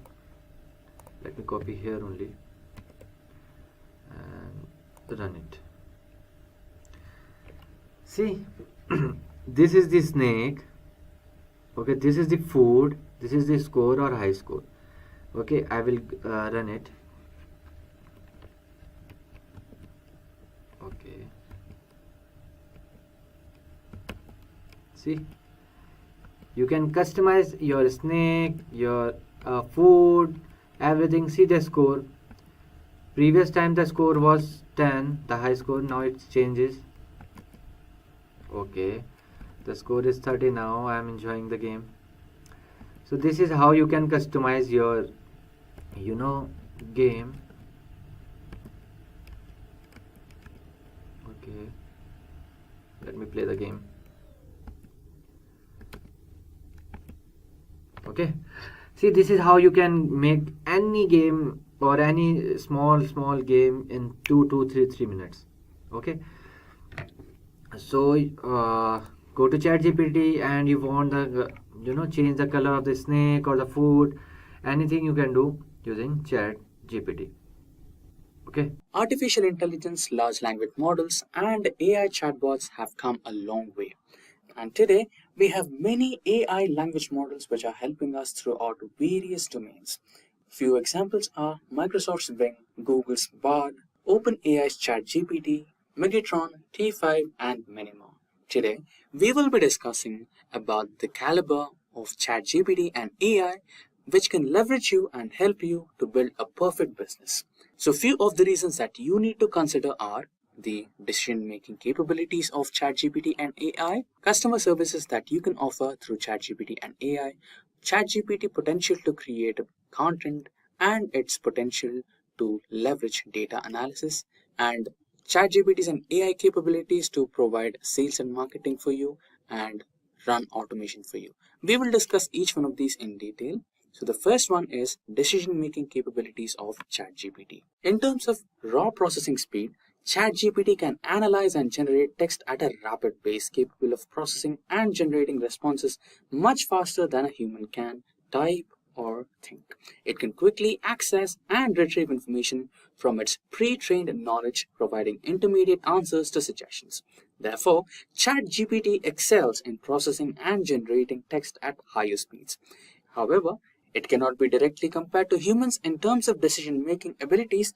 However, it is proof that it is 90% accurate in decision making, whereas humans tend to be accurate at a rate of 80 to 85%. ChatGPT is anyways stronger in terms of decision making at this case. Followed by that, moving ahead to the next reason, that is the customer service that ChatGPT and AI can help you with. If you compare a human, the customer support representative reads the customer care. Compared to human, the customer support representative has to read a customer's query, analyze the problem, and formulate a response. This process may take a few minutes or more, depending on the complexity of the issue and representative's typing speed, right? But when you compare it with ChatGPT, the AI-powered chatbot like ChatGPT quickly scans and comprehends the customer's query, It generates a response within milliseconds, providing intermediate assistance as well. So, ChatGPT is proficient at providing customer services at a much faster rate, and it can also eliminate you the cost of hiring, training, and maintaining an entire army of customer services. Moving ahead, we have content creation. If you are a startup company or a company which needs content creation for your product, then obviously you might end up hiring freelancers or a team of content creators. Right? But compared to humans, ChatGPT is proficient at generating content and can produce coherent and contextually relevant text. So, you can even save money by using the most powerful and fully operational AI model to create more versatile and highly qualified content for you to avoid hiring freelancers and employees. Now, moving ahead, the next reason is using AI models for business data analysis. AI can assist you in data analysis by leveraging its computational power and advanced algorithms to process and extract valuable insights from large and complex datasets. AI algorithms can automate data cleaning, pattern recognition, and anomaly detection tasks, enabling faster and more accurate results. AI models can also perform predictive analytics, identifying trends and making forecasts based on historical data. Additionally, AI can facilitate data visualization, presenting information in intuitive and interactive formats for better understanding. By automating repetitive tasks and augmenting human capabilities, AI enhances the proficiency, efficiency, accuracy, and scalability of data analysis procedures. You can rely on AI language model to extract, transform, and load data and analyze your business data, generate reports, draw projections, and make data-driven decisions to help grow your company. And this also avoids you to hire and maintain a huge army of data analysts, which may produce some or the other errors in real time, right? And next reason is sales and marketing. ChatGPT can leverage sales and marketing efforts in the following ways. Customer engagement. ChatGPT can engage with potential customers in real time, answering their queries, providing product information, and guiding them through sales process. It enhances customer experience by delivering prompt and personalized responses. Next is lead generation. ChatGPT can act as a virtual assistant, collecting and qualifying leads by interacting through website visitors. It can gather relevant information, access customer needs, and provide initial assistance, generating valuable leads for the sales team. 24/7 support. ChatGPT's ability to operate around the clock allows for continuous customer support. It can address inquiries, offer product recommendations, and resolve issues even outside regular business hours, improving customer satisfaction and retention. Now, instead of hiring a team and manually marketing your product on social media platforms and spending thousands of dollars to run paid marketing, you can use AI models to crack the algorithms and market the product to your target audience. With that, let's proceed to the next reason, that is automating your tasks. ChatGPT can automate business procedures in the following ways. The first one being customer service. ChatGPT can handle customer inquiries, provide support, and resolve common issues through automated chat interactions. It reduces need for human intervention, saves time, and enables 24/7 customer support. Lead qualifications. ChatGPT can engage with potential customers, ask qualifying questions, and gather information to assess their suitability as leads. It automates the initial stages of lead qualification, enabling sales team to focus on most promising prospects only. Next is data entry and processing. ChatGPT can automate data entry tasks by extracting relevant information from various sources such as forms, emails, or documents. It reduces manual effort, improving accuracy, and speeds up the data processing. Appointment scheduling. ChatGPT can integrate with scheduling systems, allowing customers to book appointments or schedule meetings automatically. Finally, workflow automation. ChatGPT can integrate with business systems and automate workflows. It can initiate actions, send notifications, or trigger processes based on predefined rules, streamlining operations and improving efficiency. By automating various tasks and processes, ChatGPT enhances productivity, reduces operational costs, and frees up human resources for focusing on higher value activities with their business. So these were the few important ways and reasons why ChatGPT and AI can help you make your business. Is to generate passive income without putting in too much effort thanks to the advancement in artificial intelligence and chatbots. It's now possible to earn money using these technologies. In this video, we'll explore some of the effective ways to generate passive income with ChatGPT. ChatGPT is known for being the world's smartest generative AI and is changing the game when it comes to making money online. With this revolutionary free tool, you can earn with little skill and no capital required. There is an exciting new era of artificial intelligence, and now is the perfect time to get involved and take advantage of this opportunity. People are using ChatGPT for YouTube, blogging, freelancing, and for many other ways to make money. So let's dive in and discover how to make money using ChatGPT and generate various passive incomes. There are a variety of ways that you can make money using ChatGPT. We'll discuss few of them in this video, and we'll start with, first we'll see the list of all the ideas from which you can make money. The first is get business ideas from ChatGPT. Second is freelancing. Third is build a software. Fourth is boost your affiliate marketing with ChatGPT's email expertise. Fifth is leverage ChatGPT for blogging success. The next is unlock the potential of ChatGPT for affiliate marketing. And then we have utilized ChatGPT for ebook writing and self-publishing. This is the main thing what people are doing to make money using ChatGPT. And then we have utilized ChatGPT to enhance your YouTube channel. And then we have writing lyrics for music. So starting them one by one, we'll start with get business ideas from ChatGPT. By getting to know your interest, talent, and obstacles, ChatGPT can generate tailored business concepts that align with your expectations. Let's dive right in and ask ChatGPT for some business ideas for a computer science engineer who has experience in digital marketing and sales. Our ChatGPT and ask him that I am a computer science graduate, a computer science engineer with experience in sales and marketing.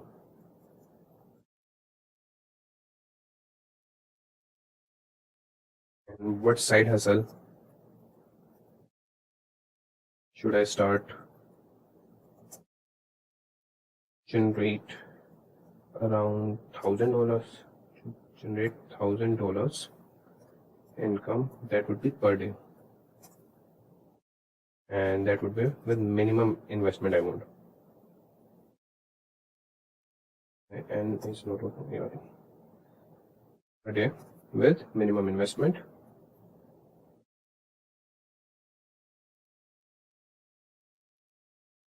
And I can also tell him how many hours I can dedicate. So I can dedicate 8 to 10 hours. Okay, 8 to 10 hours to this side hustle.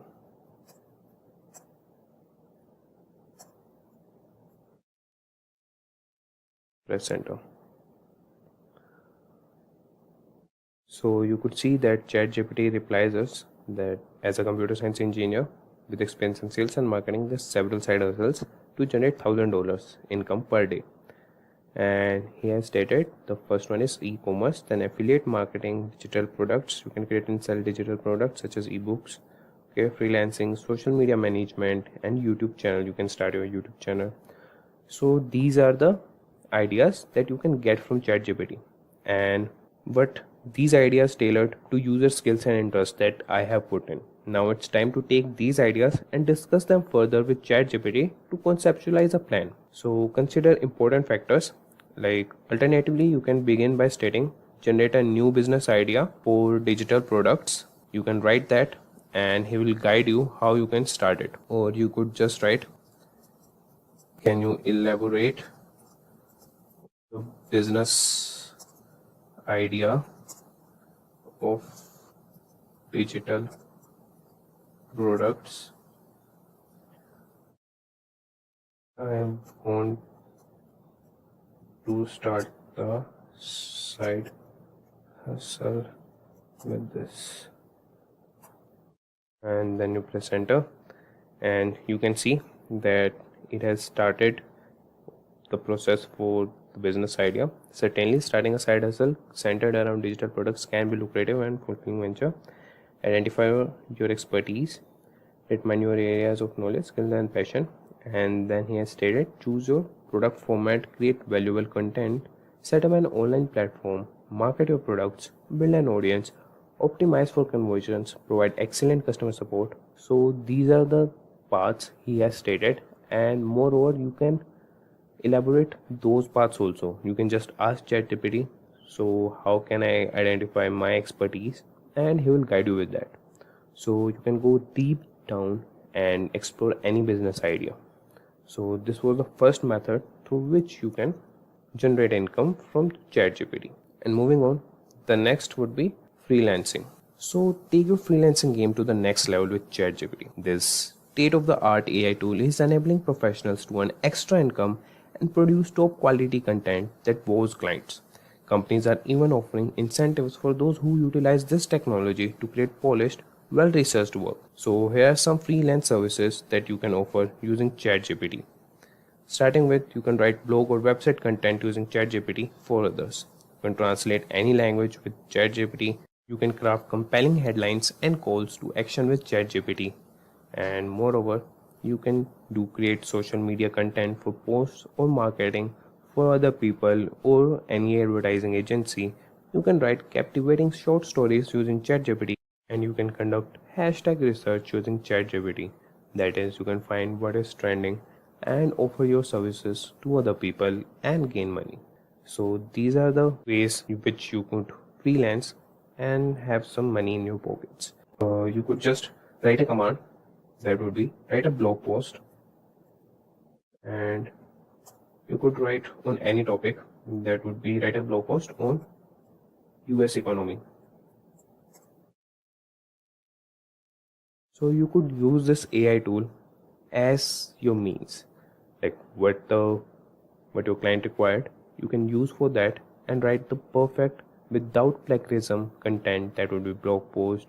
And you can translate any language with ChatGPT. You can write competitive headlines and calls, and you can also write social media content, that would be, you can use SEO research for that, and you can write short stories also. See that he has given you the blog post on the topic US economy. The title is Navigating the Current State of the US Economy, Trends and Insights, and you can see that it has given you 6 points. And if you want more, you can just ask him to elaborate this, and I want this blog post in 800 words. So the thing you just have to do is write the script, write the prompt. You have to just prompt scripting, and that too in the easy language, that is in English, and you will get all your answers from the ChatGPT. So now it will write the blog post, that would be in 800 words. So it's good. And moving on, what we'll do, let's check out one of our learners, what he has to say about our courses. You need to keep updating your skills on a regular basis, no matter what level you're at. I recently completed the professional certificate program in AI and machine learning from Simplilearn in partnership with Purdue University. Their course material was comprehensive and the faculty was extremely experienced. The faculty was able to adjust their teaching style in order to cater to the overall skill set of the class. In the rapidly evolving world of technology, it's important to keep upskilling for every working professional. Stay relevant, continue learning. Now coming back, so the third passive income you could make using ChatGPT is building a software. Imagine this scenario, you have an issue with your online business and you realize that many other people are facing the same problem. Well, here's where ChatGPT comes to the rescue. You can utilize ChatGPT to create software using the code provided by the AI, and then you can sell these software tools to make money. It's as simple as that. By leveraging ChatGPT's powerful capabilities, you can develop innovative solutions to common problems and turn them into valuable software tools. Whether it's automating a task, streamlining a process, or providing a unique service, the possibilities are endless. Once you have created your software tools, you can market them to your target audience, researching out to those who can benefit from your solution. And guess what? People are always looking for convenient and efficient software tools to enhance their business. So there's a ready market waiting for you. So selling software tools not only allows you to earn a steady income, but also empowers others to overcome challenges and improve their own ventures. It's a win-win situation. So if you are a problem solver and have a knack for coding, why not use ChatGPT to create software tools that can make a real impact? Start by identifying common pain points that also you can ask from ChatGPT. You can just ask the ChatGPT, I want to create a software to help others during or in online processes, in online e-commerce. So he'll give you suggestions, and then you can proceed with those suggestions and create a software, and then you can sell it or you can use for your own use. So now embrace the power of ChatGPT, tap into its coding expertise, and unlock the potential to create and sell software tools. So your journey to financial success starts right here. And moving on, we'll move to the next income source that we can gain from ChatGPT. So you can boost your affiliate marketing with ChatGPT's email expertise. So do you know that ChatGPT possesses exceptional writing skills? It's true. This incredible chatbot can draft convincing emails that motivate users to take action, whether it's clicking on affiliate links, making purchases, or subscribing to services. ChatGPT has got you covered. With its impressive ability to generate engaging content, you can captivate your audience and compel them to take the desired actions. So we'll get back to the ChatGPT and ask him that I am an email marketer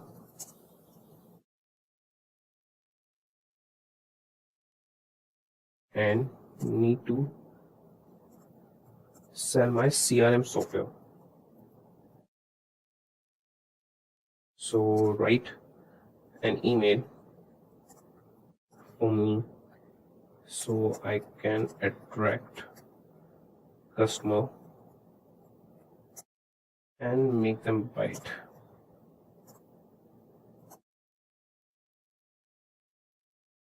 Okay.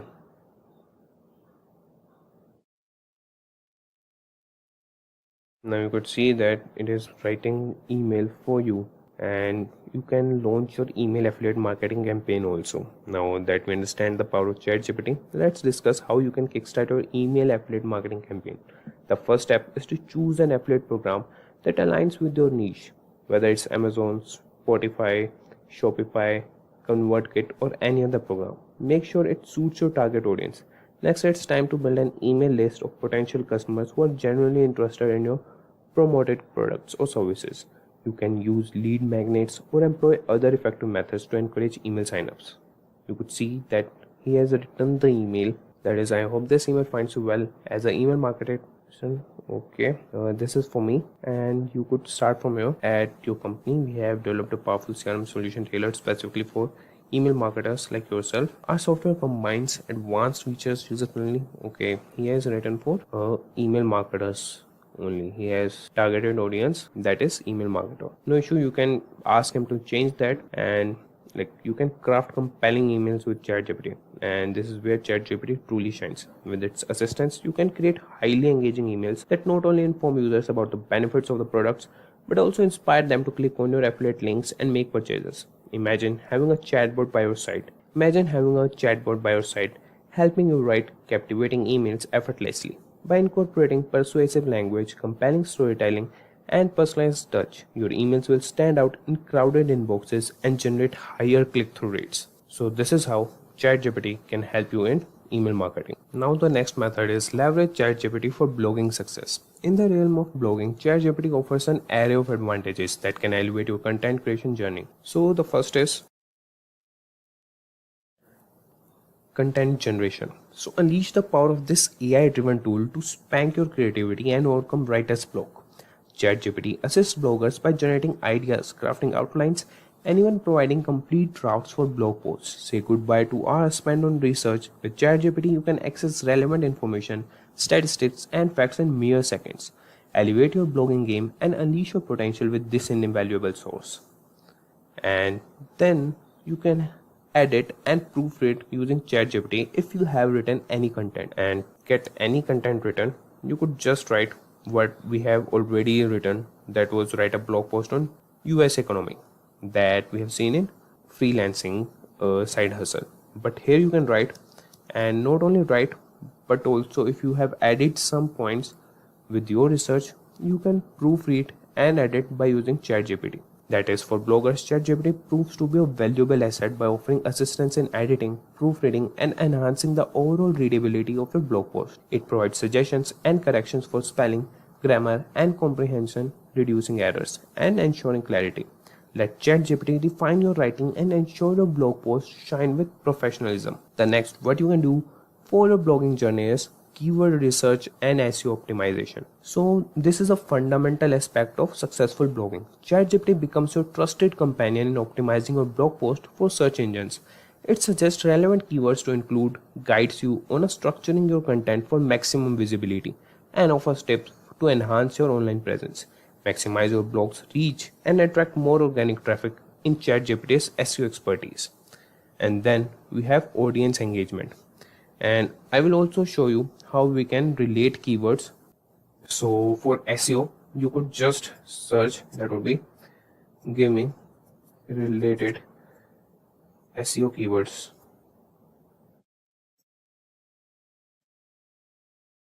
SEO keywords for, and the topic could be online shopping,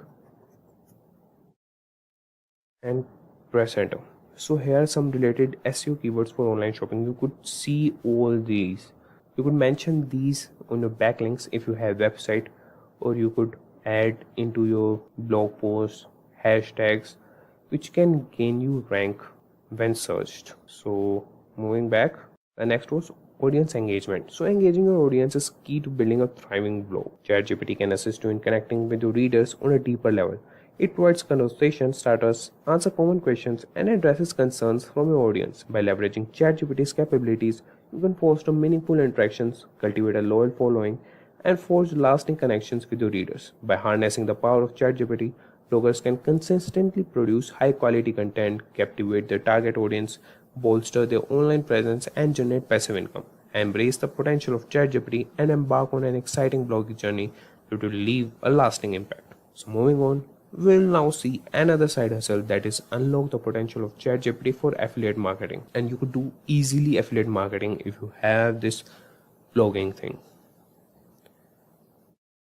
So affiliate marketing opens up a world of earning possibilities, and ChatGPT can be your trusted ally on this rewarding journey. Users of ChatGPT can leverage its capabilities to generate income through affiliate marketing. This powerful tool provides a seamless avenue for promoting goods, services, and brands, all while earning a commission based on resulting sales. Embarking on an affiliate marketing venture requires thoughtful planning. As a blogger or content creator, you must carefully select the medium through which you will build your audience.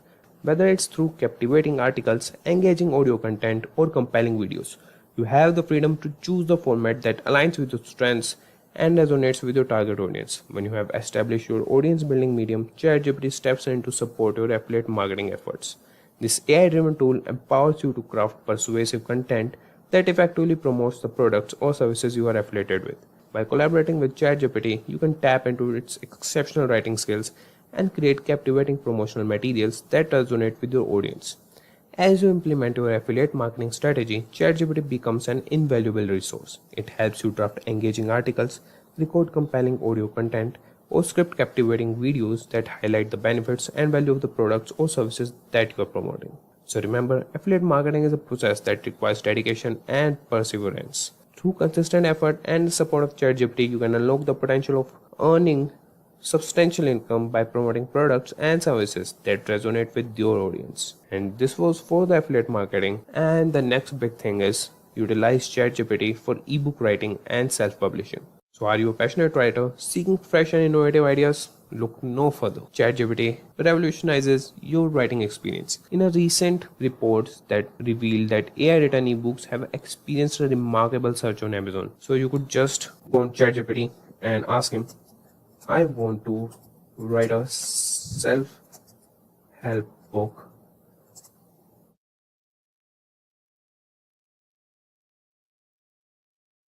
at to plagiarism free. Okay, I think, yeah, now the spelling is correct. Plagiarism free, and it should have resonating chapters.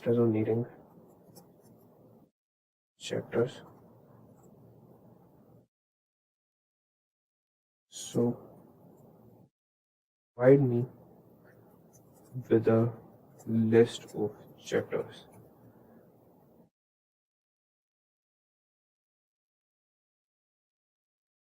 As you can see that it will define you, and you can also ask the title for the book and it will give you the perfect title. And you can see the chapters that is introducing setting the stage for personal growth, discovering your authentic self, cultivating a positive mindset. And after that you can ask ChatGPT to elaborate these topics that would be in some words, in some pages, and you can use the same content to write a book. And you can also ask the title from the ChatGPT. So with ChatGPT as your creative companion, the possibilities are boundless. You don't need to possess the skills of literary genius to make an impact in the ebook market. Kindle Direct Publishing offers a seamless platform to showcase your book and make it easily accessible to enthusiastic readers. By leveraging ChatGPT to assist in writing your ebook, you will save precious time and energy, allowing you to concentrate on marketing and promoting your work effectively. So this is how you can write ebooks and generate income using ChatGPT. Moving on, we have next passive income, that is utilize ChatGPT to enhance your YouTube channel. So ChatGPT is an invaluable tool that can assist you in generating captivating video ideas. You can ask him the video ideas also, and this is the creative block. ChatGPT can even go the extra mile by creating a script for your YouTube videos. So let's tap into the creative prowess and we'll ask ChatGPT, I want to create a YouTube video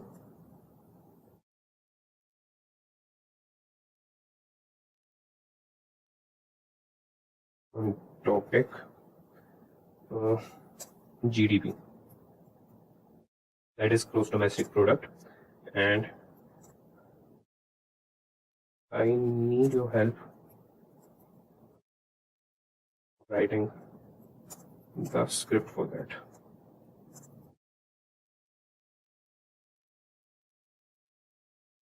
So you could see that ChatGPT has started its work. So it's showing, welcome back to our channel. In today's video we'll be diving into the fascinating world of GDP. What exactly is GDP and why is it such an important measure of a country's economy? So you can see that it has created the script for your YouTube video and it is also telling you the scenes. So this is how you could leverage ChatGPT's capabilities, and that can give your YouTube channel a significant boost, helping you create engaging content and capture the attention of your audience. So start exploring the possibilities with ChatGPT today and witness your channel thrive. So moving on, the next we have is writing lyrics for music. So when it comes to music, the words we use in songs are super important. They have the power to make us feel all kinds of emotions and connect with people. And now there's a cool tool called ChatGPT that can help you write awesome song lyrics. With ChatGPT, you can take your ideas and turn them into beautiful words that touch people's heart. It's like having a virtual writing buddy that help you come up with catchy lines and cool rhymes. You can play around with different ways to express yourself and make your lyrics stand out. So you can chat GPT to write lyrics for you.